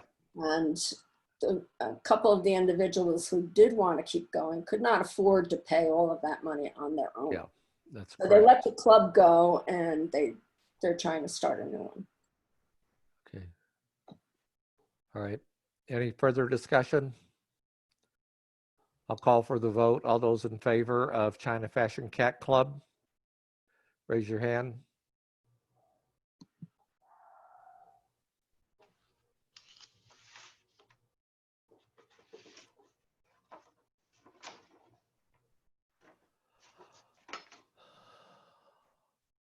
Okay, so the yes votes: Sharon Roy, Rachel Anger, Kenny Curley, Carol Kaznowski, Pam Delabar, Yukiko Hayata, Rich Maston, Brian Mosier, Melanie Morgan, George Eigenhauser, John Kalila, Kathy Donham, Pam Mosier, Steve McCullough, Kathy Calhoun, and Cindy Bird. All those that are voting no, please raise your hand if you're a no vote. Hayata-san? It was a yes. Everyone voted yes. Okay, thank you so much, Rachel. Okay, welcome China Fashion Cat Club to CFA. Carol, next. The next application is China Skyline Feline Fanciers Alliance. This club is located in Chongqing, another of 4 direct control municipalities in China. Chongqing is situated in the Sichuan Basin of southwest China on the upper Yangtze River. Chongqing serves as an important river port, economic center, and transportation hub. With a population of over 28 million that includes the city of Chongqing, along with a number of other cities, districts, and counties, the municipality is the largest in southwest China. All of the members are active CFA breeders and exhibitors, and several members have show production experience. This is an all-breed club, and if accepted, they plan to produce 3 or 4 shows a year in Chongqing. Thank you, Carol. Russell Webb? I say move it forward. I agree that people are experienced and they can put on shows. I have no Great. problem. Thank you. Is there any discussion on China Skyline Feline Fanciers Alliance? Is there any objection to the acceptance of this new club?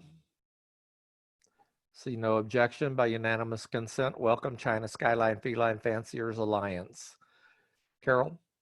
The next club is La Faire International Cat Fanciers Club. This club is located in Beijing, the capital of China. Beijing is situated in northeast China at the northern tip of the North China Plain. It is bordered by Tianjin to the southeast and surrounded by Hebei province. With a population of over 21 million, Beijing is China's second largest city and is the world's most populous capital city. Beijing's economy is highly developed and the city is home to many Fortune Global 500 companies. This club was a former CFA member that was dropped in June 2020 because they did not submit their membership list by the deadline. The officers and most members are the same as the previous club. All the members are active CFA breeders and exhibitors. 2 members have clerking experience and 1 has show production experience.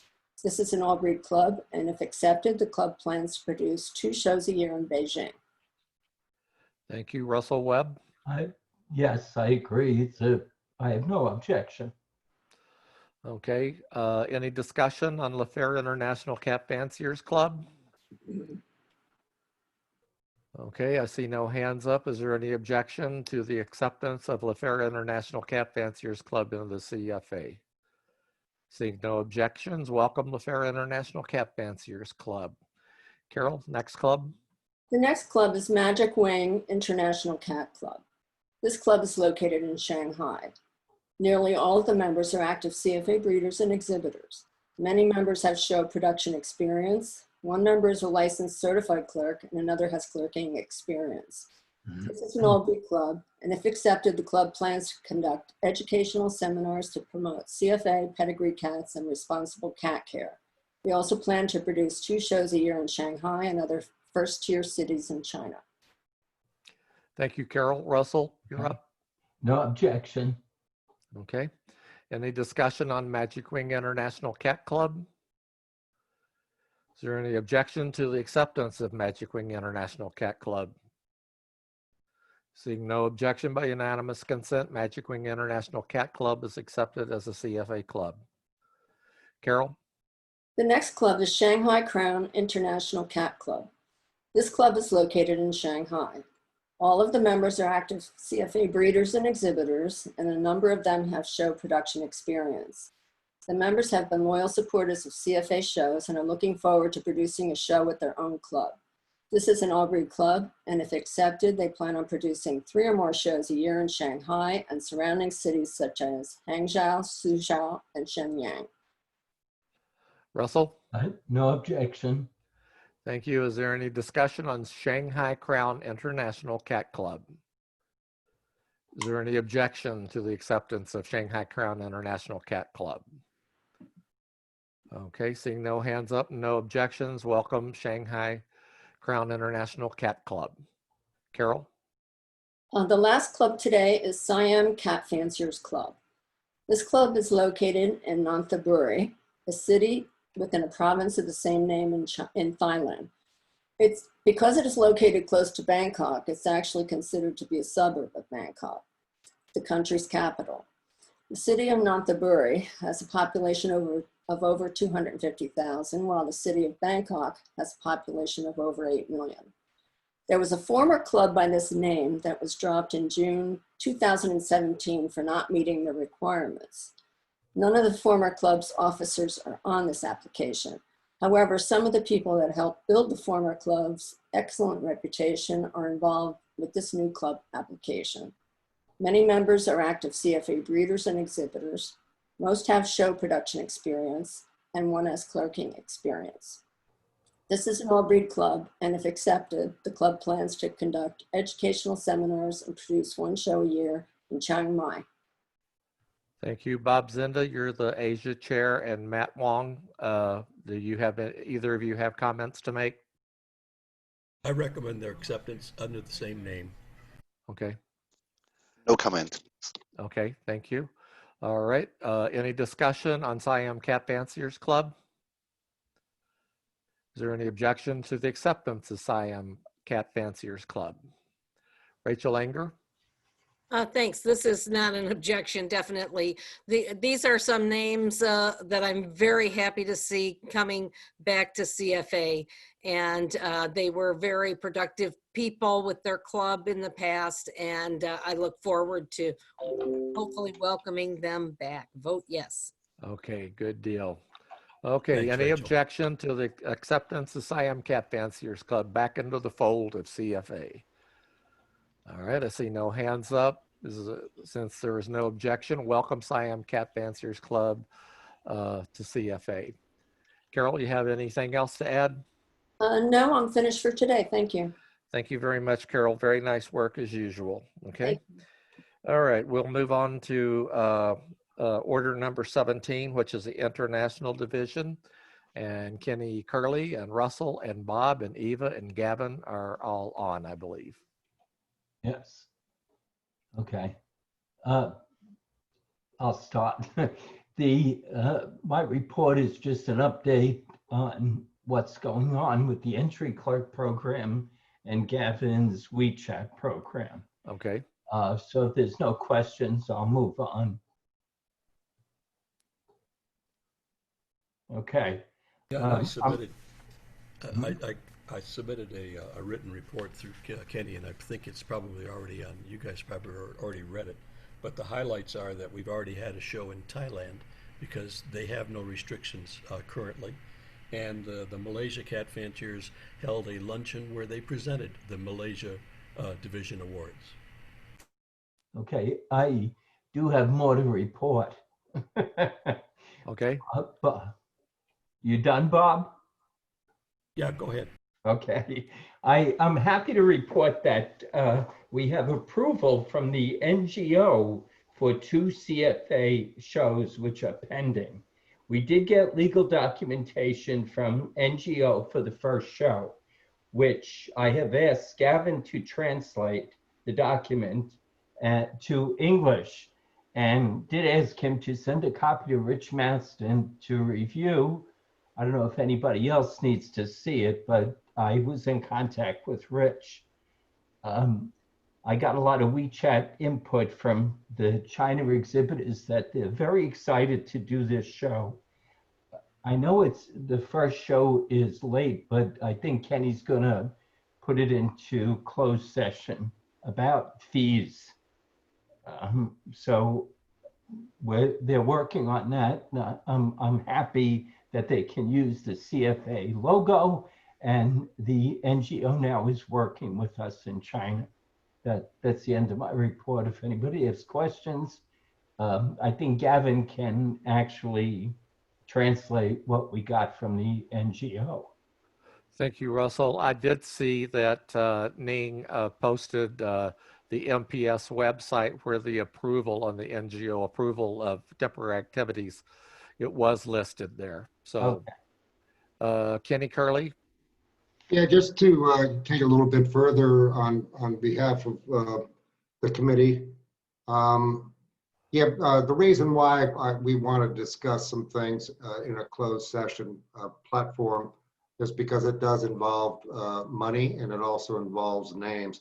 So that's the only other reason that we would want to do that. I would like to congratulate Russell and Mr. Zenda on the fine work that they've done over there. They are opening up, and they're really doing a very good job in bringing different groups together. And hopefully we'll see the fruits of that effort very, very soon. And so thank you very much for Russell and for Bob for their very, very good work. And as far as my AWA, CSA, you've got my report. It's pretty clear. They are being hit very hard by COVID. We haven't forgotten about India. Daryl, as you know, you and I did a seminar or a webinar with them, with the FCI group. And we have another club that's become very active and wants to use the CFA logo. I sent them the guidelines that are printed on our website. So I'm just waiting. I'm just trying to get clarification back from them on its use. Thank So you. that's Alan, can you scroll down on Kenny's report here so we can see the rest of it? Go ahead. So yeah, there's Bob's report. There's Kenny's. And there's Bob's. Okay. I think Bob's covered the new club that we have in Vietnam.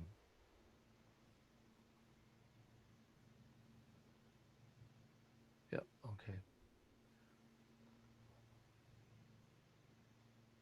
And Bob, if I'm not mistaken, there's some show rule changes involving Vietnam that'll come up tomorrow. Right, that's what I understand. Okay, no, it's later today. It's the last item for today. Okay, thank you very much. Any of you guys, Gavin, you have anything to add? I actually have a few questions I would like the board to help clarify, Okay. but I would rather have them discuss in the closed session. Okay, that's fine. It's mostly, yeah. Yeah, we'll do that tomorrow. Okay. All right. Anything else under international division? not from me. I'm fine. Okay. Thank you guys for all the hard work you do. All right, we'll move on to order number 18, which is a Millennial Outreach Committee. Rachel, that's Yep. I'm Good. taking that for Lorna, who's on a plane, so just pretend I'm Lorna. okay. Our first regional virtual qualifiers are now taking entries with the Great Lakes Region show nearing the end of their entry period. It's closing on Monday. As of this writing, the show had 216 entries and the Southern region has 24. Here's a full schedule of the regional qualifiers. I'll just name the shows. She gave all the details, which will be in the minutes. The Great Lakes region, entries accepted through October 5th. The Southern region, entries accepted through October 12th. The Southwest RQVE is being put on by Desert Cats. Entries accepted through October 19th.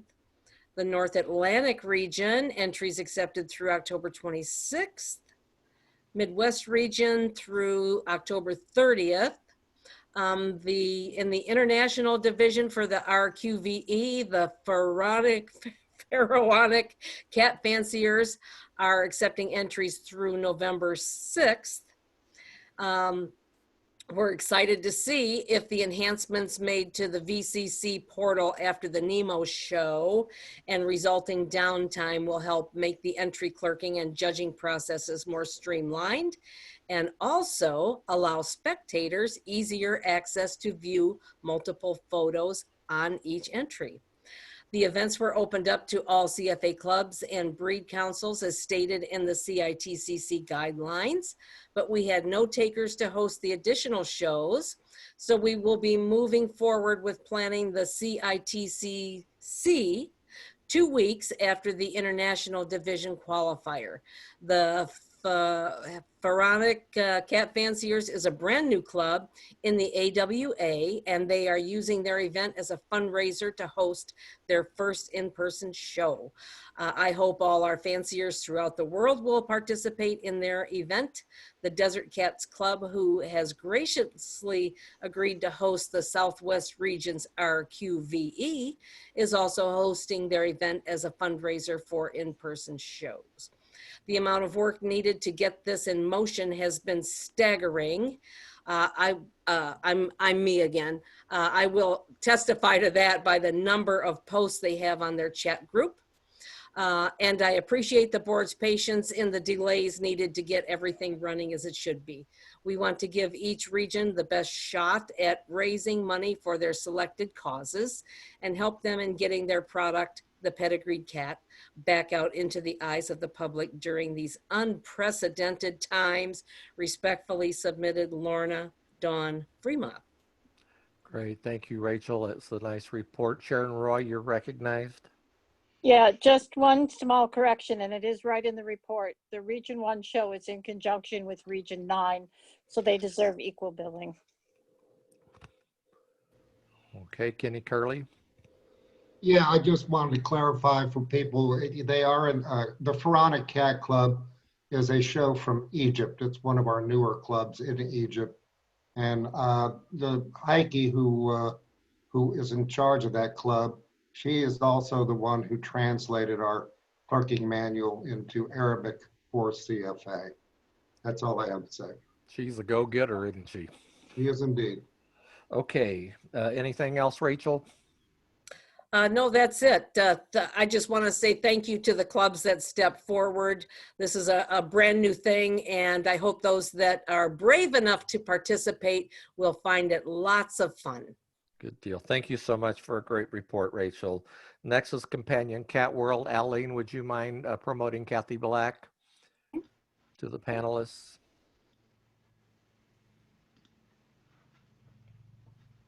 She is in. Great. Hi, Kathy. You're up with your committee report for Companion Cat World.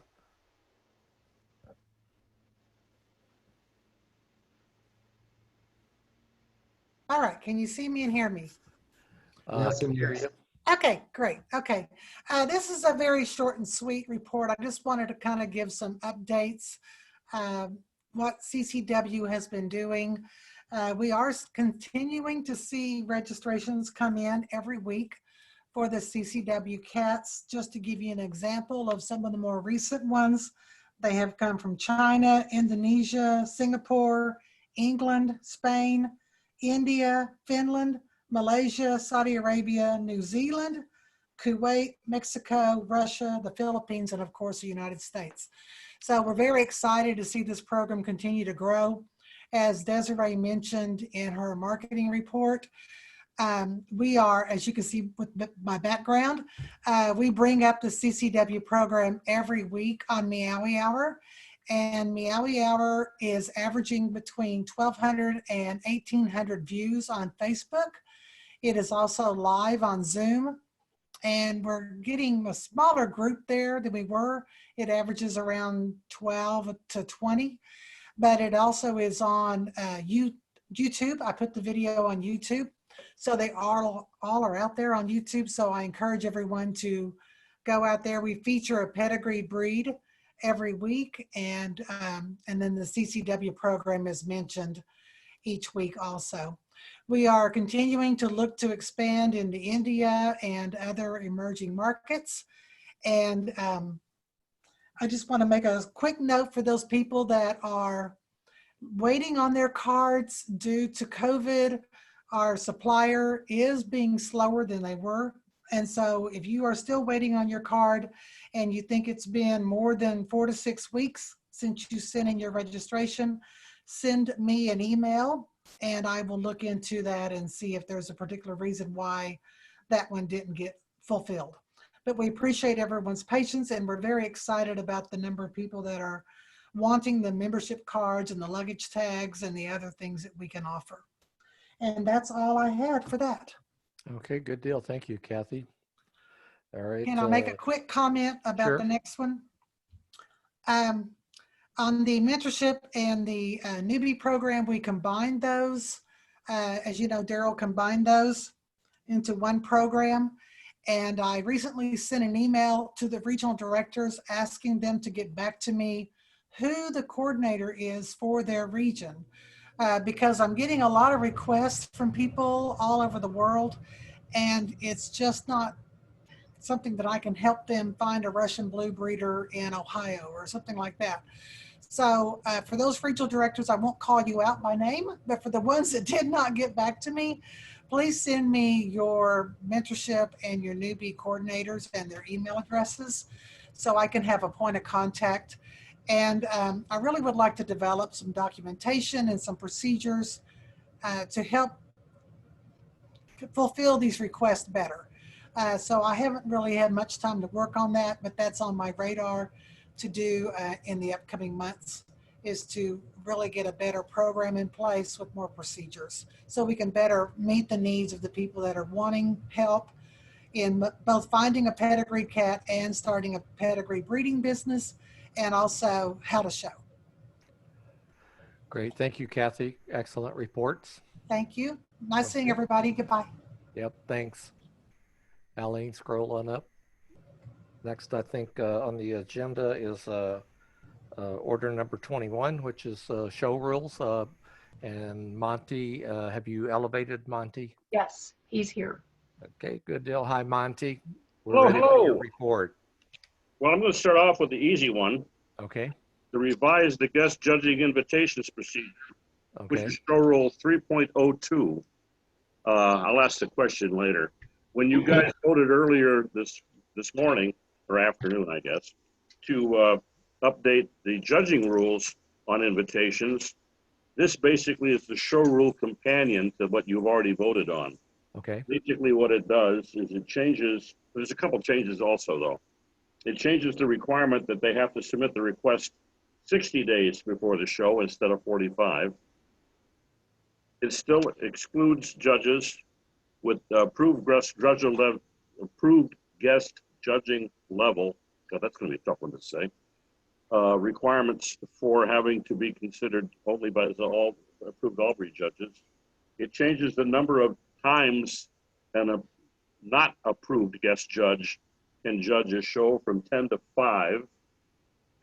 It also changes the requirement for them to require that they must judge on the second day of a two-day show, to allow the other judges to be able to see what they're doing.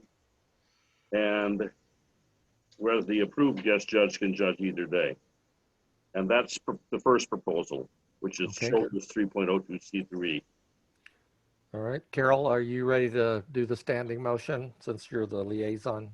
Yes, I'm going to make a standing motion to accept all of these show rule changes, reserving the right to vote. Okay. And Rachel makes a standing second. Thank you. Thank you, ladies. I appreciate that. Okay, is there any discussion? Pam Delabar? I told Vicki that I could not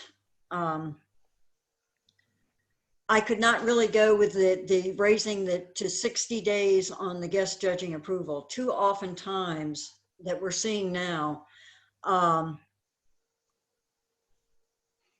we have so many last minute problems with transportation, with people being cut off. For example, we have judges coming in from Estonia and Lithuania for our shows in November, maybe, because they just got cut off as of Monday from coming in as of this coming Monday from coming in. So we have a 2-ring show, which is now down to 1 ring if we can't get Lithuania and Estonia judges in. I don't want to see things in such concrete that we have no flexibility. That's why I can't go along with the changes as presented. So Pam, would the difference between 45 and 60 days in your situation make a difference? Yeah. Okay, is there a reason that you can't just get a hold of the executive committee to make a special ruling if that rule needs to be set aside to allow? We've done that time after time after time. Well,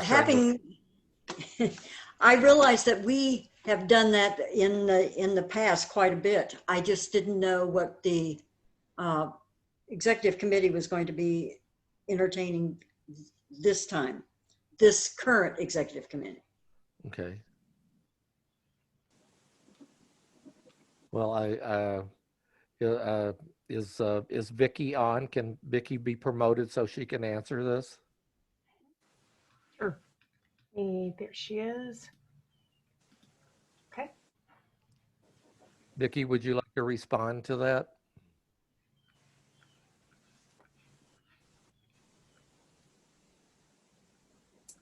Vicky, you're muted. Sorry, busily talking. This was actually voted on by the board back in December and again in August. The reason behind changing it to 60, keep in mind that does not apply to approved guest judges, which there are 14 of them. It only applies to guest judges that were not on that approved list. So they changed it to 60 days because sometimes it takes that long for us to vet somebody in. The most recent request that I had came in right at the 60-day requirement, and I indicated that I would conditionally approve it, but I needed to collect the guest judge resume, and it did take 2 more weeks before I even got the guest judge resume. I'm willing to be flexible on this, but I don't want to turn around and, you know, have something come in so late and then I can't get a guest judge resume from someone and they can't meet their show licensing requirements too. So, you know, if they'll just start the process and request from me the 2 months before, we can get I don't have to have everything in place, but I do need to have that contact, that request 2 months before. I think it's important. Let me give you for instance, Vicki. If we have one of the approved judges in Finland, her organization only allows her to guest judge for another association, an approved association such as CFA, a total of 3 times if there's another federation of that association in the same country. If that person has judged for our association in other countries, they will be blocked from coming in as an emergency into Finland. We still have, you know, Finland is separate from Estonia to Sweden right now because of the high COVID rates in those countries. It may improve in 2 weeks, it may not. But this is the type of thing that we're up against right now. I don't see this actually improving within the next 6 months. That's, you know, and that's basically what we're looking at for new show rules. Okay. Rich Maston, you're recognized. Yes, might we consider adding a line that allows for emergency purposes in this section?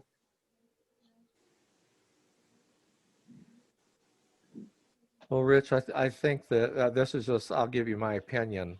The executive committee on emergencies have acted on a lot of different issues. I don't see that changing into the future. And if that will help Pam with the issues that she may encounter, it won't prevent Vicki from doing her research. She needs the time to do the research to make sure that these people qualify for the guest judging procedure, not the approved. This doesn't really affect the approved because they've already gone through the process. This is actually vetting the people that are going through working up to approved. Do I have that correct, Vicki? Is that your? Yes, that is correct. And I'm more than willing to be flexible, you know, to any of these requests, but it concerns me to try and squeeze down the timeline a whole lot more because for example, what I was just speaking to, they turned around and wanted to get approval from FIFA first before they provided me the guest judge resume.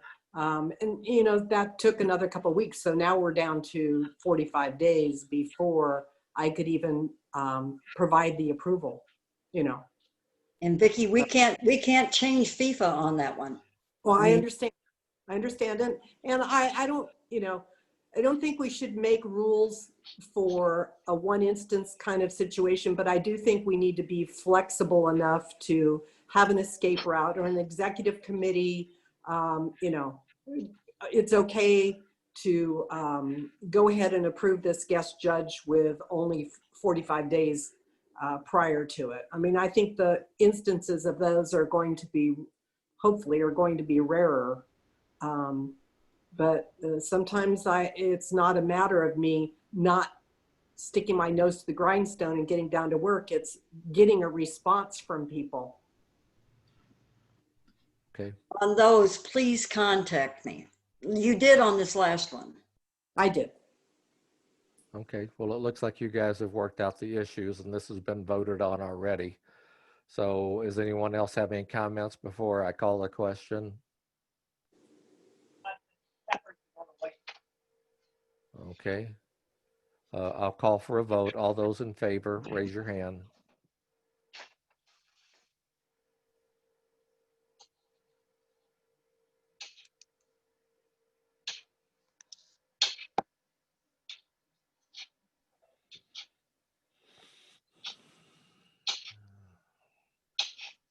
Okay, the yeses are Kenny Curley, Pam Mosier, Melanie Morgan, Cindy Bird, Carol Krasnowski, Sharon Roy, Rich Maston, Rachel Anger, Brian Mosier, Hayata San, Kathy Dunham, Kathy Calhoun, John Kalila, George Eigenhauser, and Steve McCullough.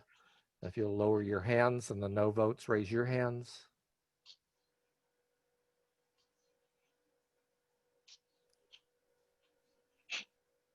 So the no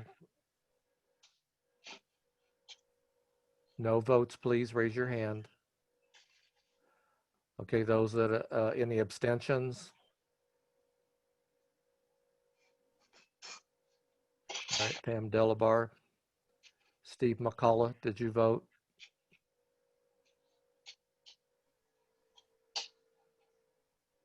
I voted yes.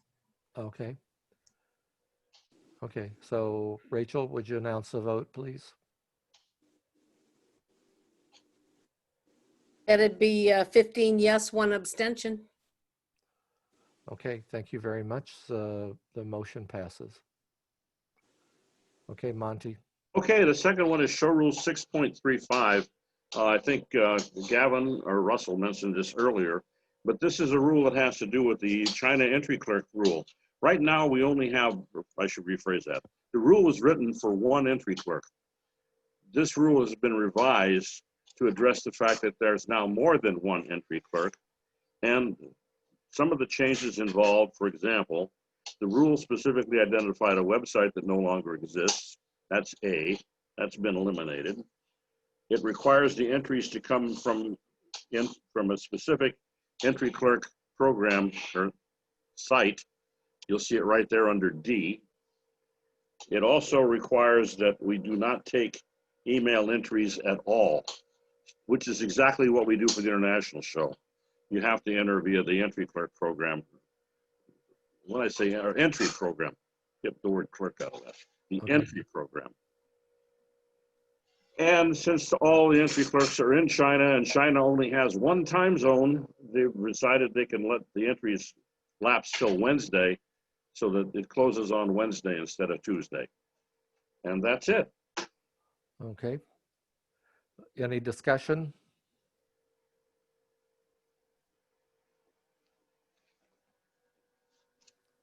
Okay, this looks pretty thorough. Is there any objection? Okay, Rachel Anger. Just want to make sure that this is satisfactory to our China reps. Gavin, would you please come on and give us your input? Yeah, so the WeChat app is going to take a while because right now we're still waiting on the CFA's interfaces from the CFA IT. So I'm not sure if we should take away the email entry right now. I don't know if the exhibitors will like that, because it is easier to do it through an email. There is a instead link of here, Gavin, for the entry. I know. under B. I know that's the entry.cfa.org. That's a blank form, right? That's a blank form that you have to fill in every time you do an entry with a cat. So for example, so basically, okay. So let's say if I have to enter a cat to 2 shows, right? 2 Chongqing shows which are coming up, I have to do this. If I do this form, I have to do it twice. But if I do the email, then I only have to do it once and then just forward it the next time. So you see my point? Yeah, I see your point. So I'm not sure if we should do this change right now, or maybe we should wait for the WeChat to come up. Okay. Well, the problem is that we only do show rule changes in October, and okay. So that creates the problem, and the board is taking a hard-nosed approach that we're not going to change show rules 12 times a year when we meet. So, I mean, this looks like it's about as good as it's going to get. And I mean, when do you think your China WeChat app will be up and functional? We're waiting for the CFA's part, which is several web services, which needs to be done by the current system developers or the company. So we're waiting on those, but if that is in place, probably in a month or so. Okay. Just a reminder, this is an or statement, which means you can use either the main entry program, which is the Chinese-entries.cfa.org, or WeChat, which means that we don't have to change it again when WeChat comes in. Yes. That's okay, a good, sure. good point. All right. Okay. Then All that's right, fine. Carol Krasnowski, you're recognized. Yes, I just want to remind everybody that this show rule will be effective May 1st of next show season. It's not effective immediately. So that gives us time to get the WeChat app up and working. And in the meantime, they follow the rules as currently written. Yep, that's correct, Carol. Thank you very much for pointing that out. Is there any further discussion? Rachel Anger? Well, that leaves the problem about the deletion of the email provision. Is that a big deal, Gavin? Or if we take it out, will that not be that big? Well, I didn't know that this rule will only be in effect on the May 1st next year. If that's the case, then I don't see any problem here. Okay. Great. Okay. Great. Thank you, Gavin, for your input. That's why we wanted you on here to answer questions like that. Okay, let's call for the vote. All those in favor? Raise your hand.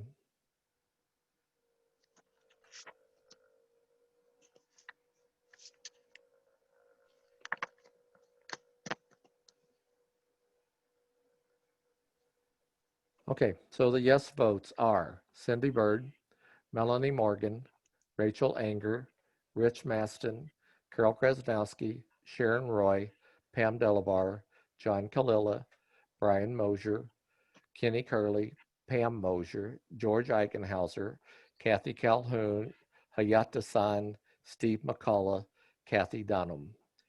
No votes, raise your hand. Everybody take your hand down that voted yes.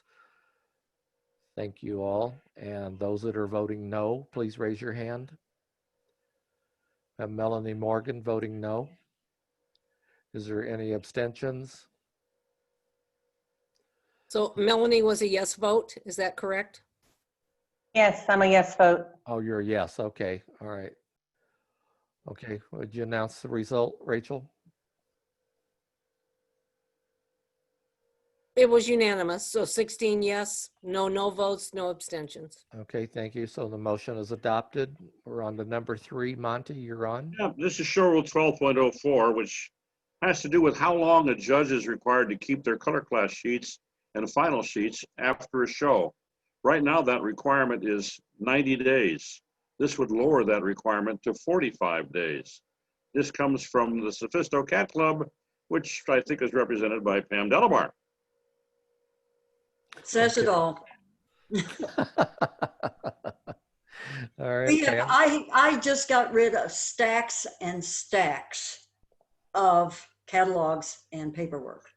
Okay. Clubs have this, they have to keep it for a year. We don't need to be carrying that much paper. Okay. Any other discussion? Kenny Curley, you're recognized. Yeah, I'm sorry. I would just like to ask Eileen if this will have an effect, if they have a problem, or should they keep it the way it is? That's all. No, we have no issue with it. Okay. Okay, so no issue. Any further discussion? Any objection to changing it from 90 days to 45 days? Okay, I see no objections, so by unanimous consent, show rule 12.04 is adopted. Monty, number It's 4. Rachel. I just have one little marking issue. Yep. The word days at the very end was deleted. I think we need to leave that in. Oh, yeah, days stays in. That, sorry, that happened. Oh, okay. All right, so that'll be notated correctly? Correct. Thank you. On to number 4, Monty. On to number 4, this is also one of the items you already voted on earlier this morning as part of the judging program items. It has to do with evaluations for those people who are guest judging, who are at the approved guest judge level. You no longer require evaluations of them because you're not going to do anything from this point on for those judges. Okay, so this basically sets the show rule in context with the judging program rule. Correct. Okay, is there any discussion on motion number 4, 12.05? Is there any objection to the amendment or the proposed show rule change 12.05? Seeing no objection by unanimous consent, the rule is adopted. Okay, Monty, on to the next one. Number 5 has to do with confirmations for agility title, the first one.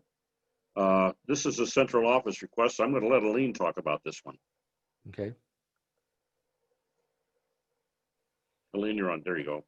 Yep, there I am. Okay, I think it's pretty self-explanatory.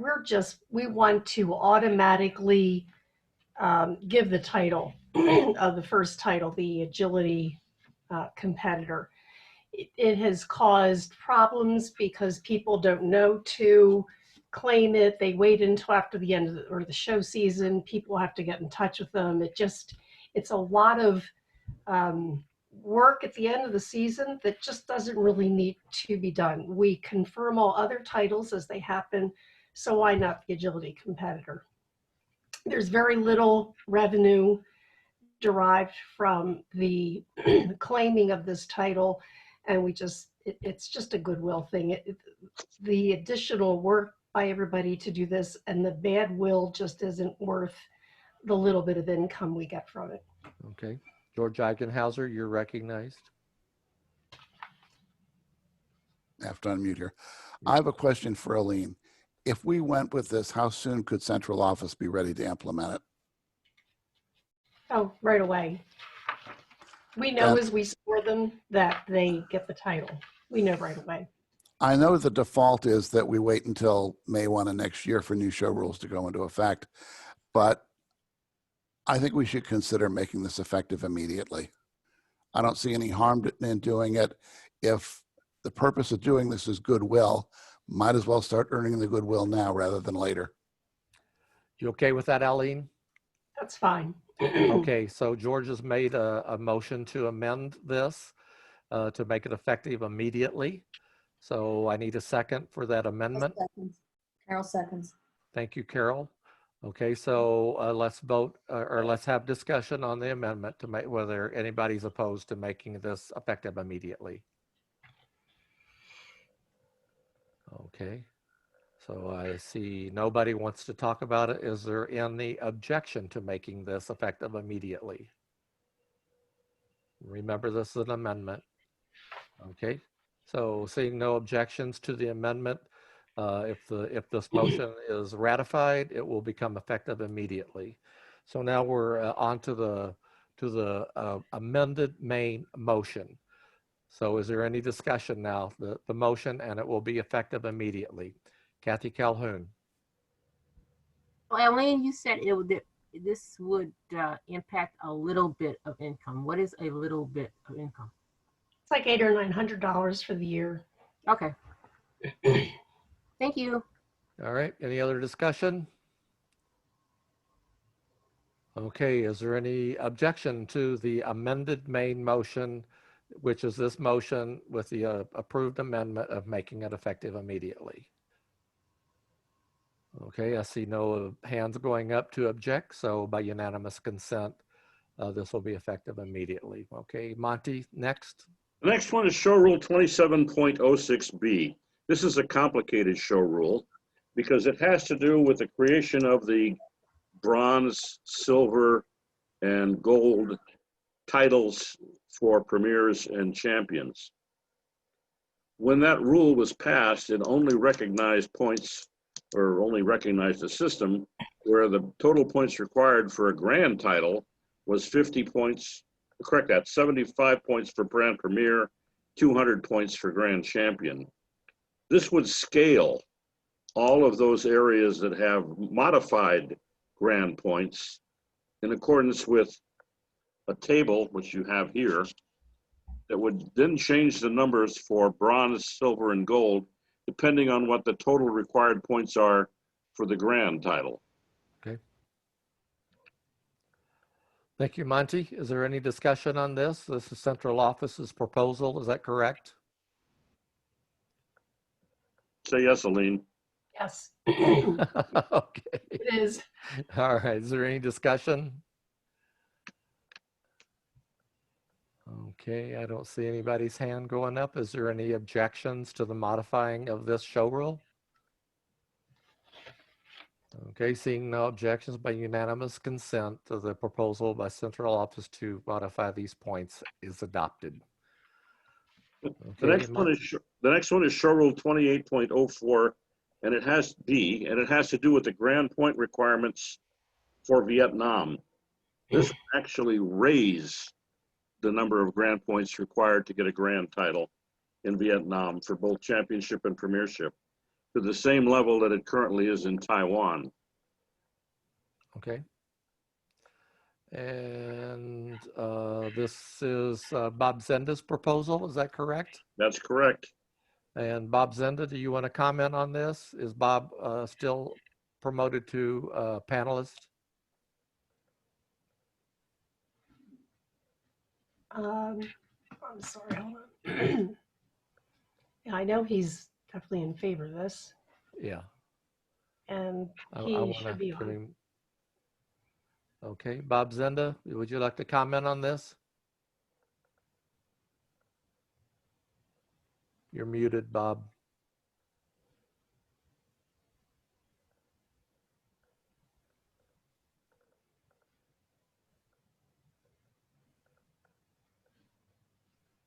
Bob, you're still muted. Okay, There you there go. it is.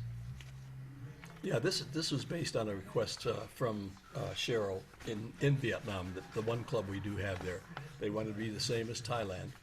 Why they wanted, or as Taiwan, why they wanted to raise it, I didn't ask the question, but they wanted to be equivalent to Taiwan. Okay. Thank you, Bob. Anyone have want to discuss this?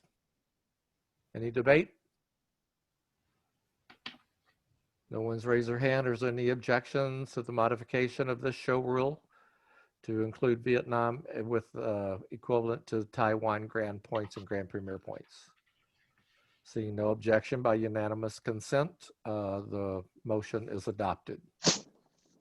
Next, Monty. The next one is skip down to number 9. Number 8 is just there for me having all the rule changes in one place because that one was voted on and passed back in April. Okay. Number 9 has to do with moving Vietnam and adding Cambodia, Laos, and Myanmar to the Thailand divisional award area. Right now, Vietnam is in with Malaysia and Brunei. Okay. This will move them over to Thailand and add Cambodia, Laos, and Myanmar. This is also Bob. Okay. Yeah, the reason we want to do this is that that's where the physical location is. They don't have to fly to Malaysia where they're currently listed, and all these countries are connected. Okay, so this is for their awards. Is that what this is addressing, Bob? Yeah, this is where they compete for their regional division awards. Correct. Okay, all right, good. I just wanted to make sure that everybody understood that. Okay. Okay, any discussion on this motion? This to move Vietnam from Malaysia, Brunei to the geographical location of Cambodia, Southeast Asia, Laos, Myanmar, Thailand. Any objections to the approval of this motion? Okay, seeing no objections by unanimous consent, this motion is adopted. Next, Monty. Well, those are all of the rule changes that are for multiple show seasons. The next set of rule changes only apply to the current show season, 2020-2021. And the first one has to do with qualifying rings required for the titles. It lowers the number from 4 to 2, correct that, from 6 to 4, and the number of judges required to give that a qualifying ring from 4 to 2 everywhere, as far as the number of judges. As far as the number of rings, there are some that go all the way down to 2. This was proposed by the awards committee chair and by Pam. Say that again. This was proposed by the awards committee chair and by Pam. Well, Mary Kolenchek is not the awards committee chair. Oh, well, what she used to be, I guess. Okay, yeah, I'm she looking is now. She is not now. That's Cindy Bird. Oh, sorry. Okay, Pam Delabar, your hand is up. I was just going to speak to this one. My change was to keep the 6 qualifying rings, but earned under 2 different judges, and just based upon smaller shows, smaller rings. We have 3 2-ring shows coming up in this month and next month. We could possibly get champions qualified if we had the lower number of judges, different judges required for the championship title. That's it. You want to explain the last sentence there that's an add-on? Okay, we're going to get to that when we get to one of Pam's proposals that has to do with the branding a cat. Prior to the prior to having all qualifying rings. So this basically is a combination. It'll go with another proposal that's coming up. Okay, I guess I'm confused. How can a cat not get a qualifying ring but get enough points to grand? Easy. We've had that happen. We've had master clerks have their hands slapped because of telling people they granded and the cat was transferred for the next day's competition. So yes, cats can get a number of qualifying rings grand before getting the number of qualifying rings. That's not what this says. At a 2-day show, for example, with 8 rings, 4 rings on Saturday, 4 rings on Sunday. Too bad they put it that way, but that's what they did. The cat that's an open is a really good cat. There's 75 championship cats present, and of those 75 championship cats, 53 of them are champions/opens. This cat is best all breed in every ring. It now has 212 points, but it only has 4 qualifying rings. Okay, I understand that, but the statement says no qualifying rings are required for champion or premier. They are going to get qualifying rings. It's the They're not required. Okay, then you need to say that. It says no qualifying rings are required. That's what I said. There is, okay, there is, they will get qualifying rings. The no qualifying rings doesn't make sense. That's my problem with that. They're not required. That's what it says. It doesn't say they didn't earn qualifying rings. It just says they're not required. Okay, That was not part of my proposal. I just don't think that that reads correct, but that's just me. Okay, anybody else want to chime in on this? I do have a Daryl. Hi, Cindy Bird. I just, oh, Perhaps saying required qualifying rings are not necessary if the, and then the continuation of the sentence. Do you want to amend it to take the word and change required to necessary? I think, Monty, what's confusing is that it says no qualifying rings, but what you want to say is that the qualifying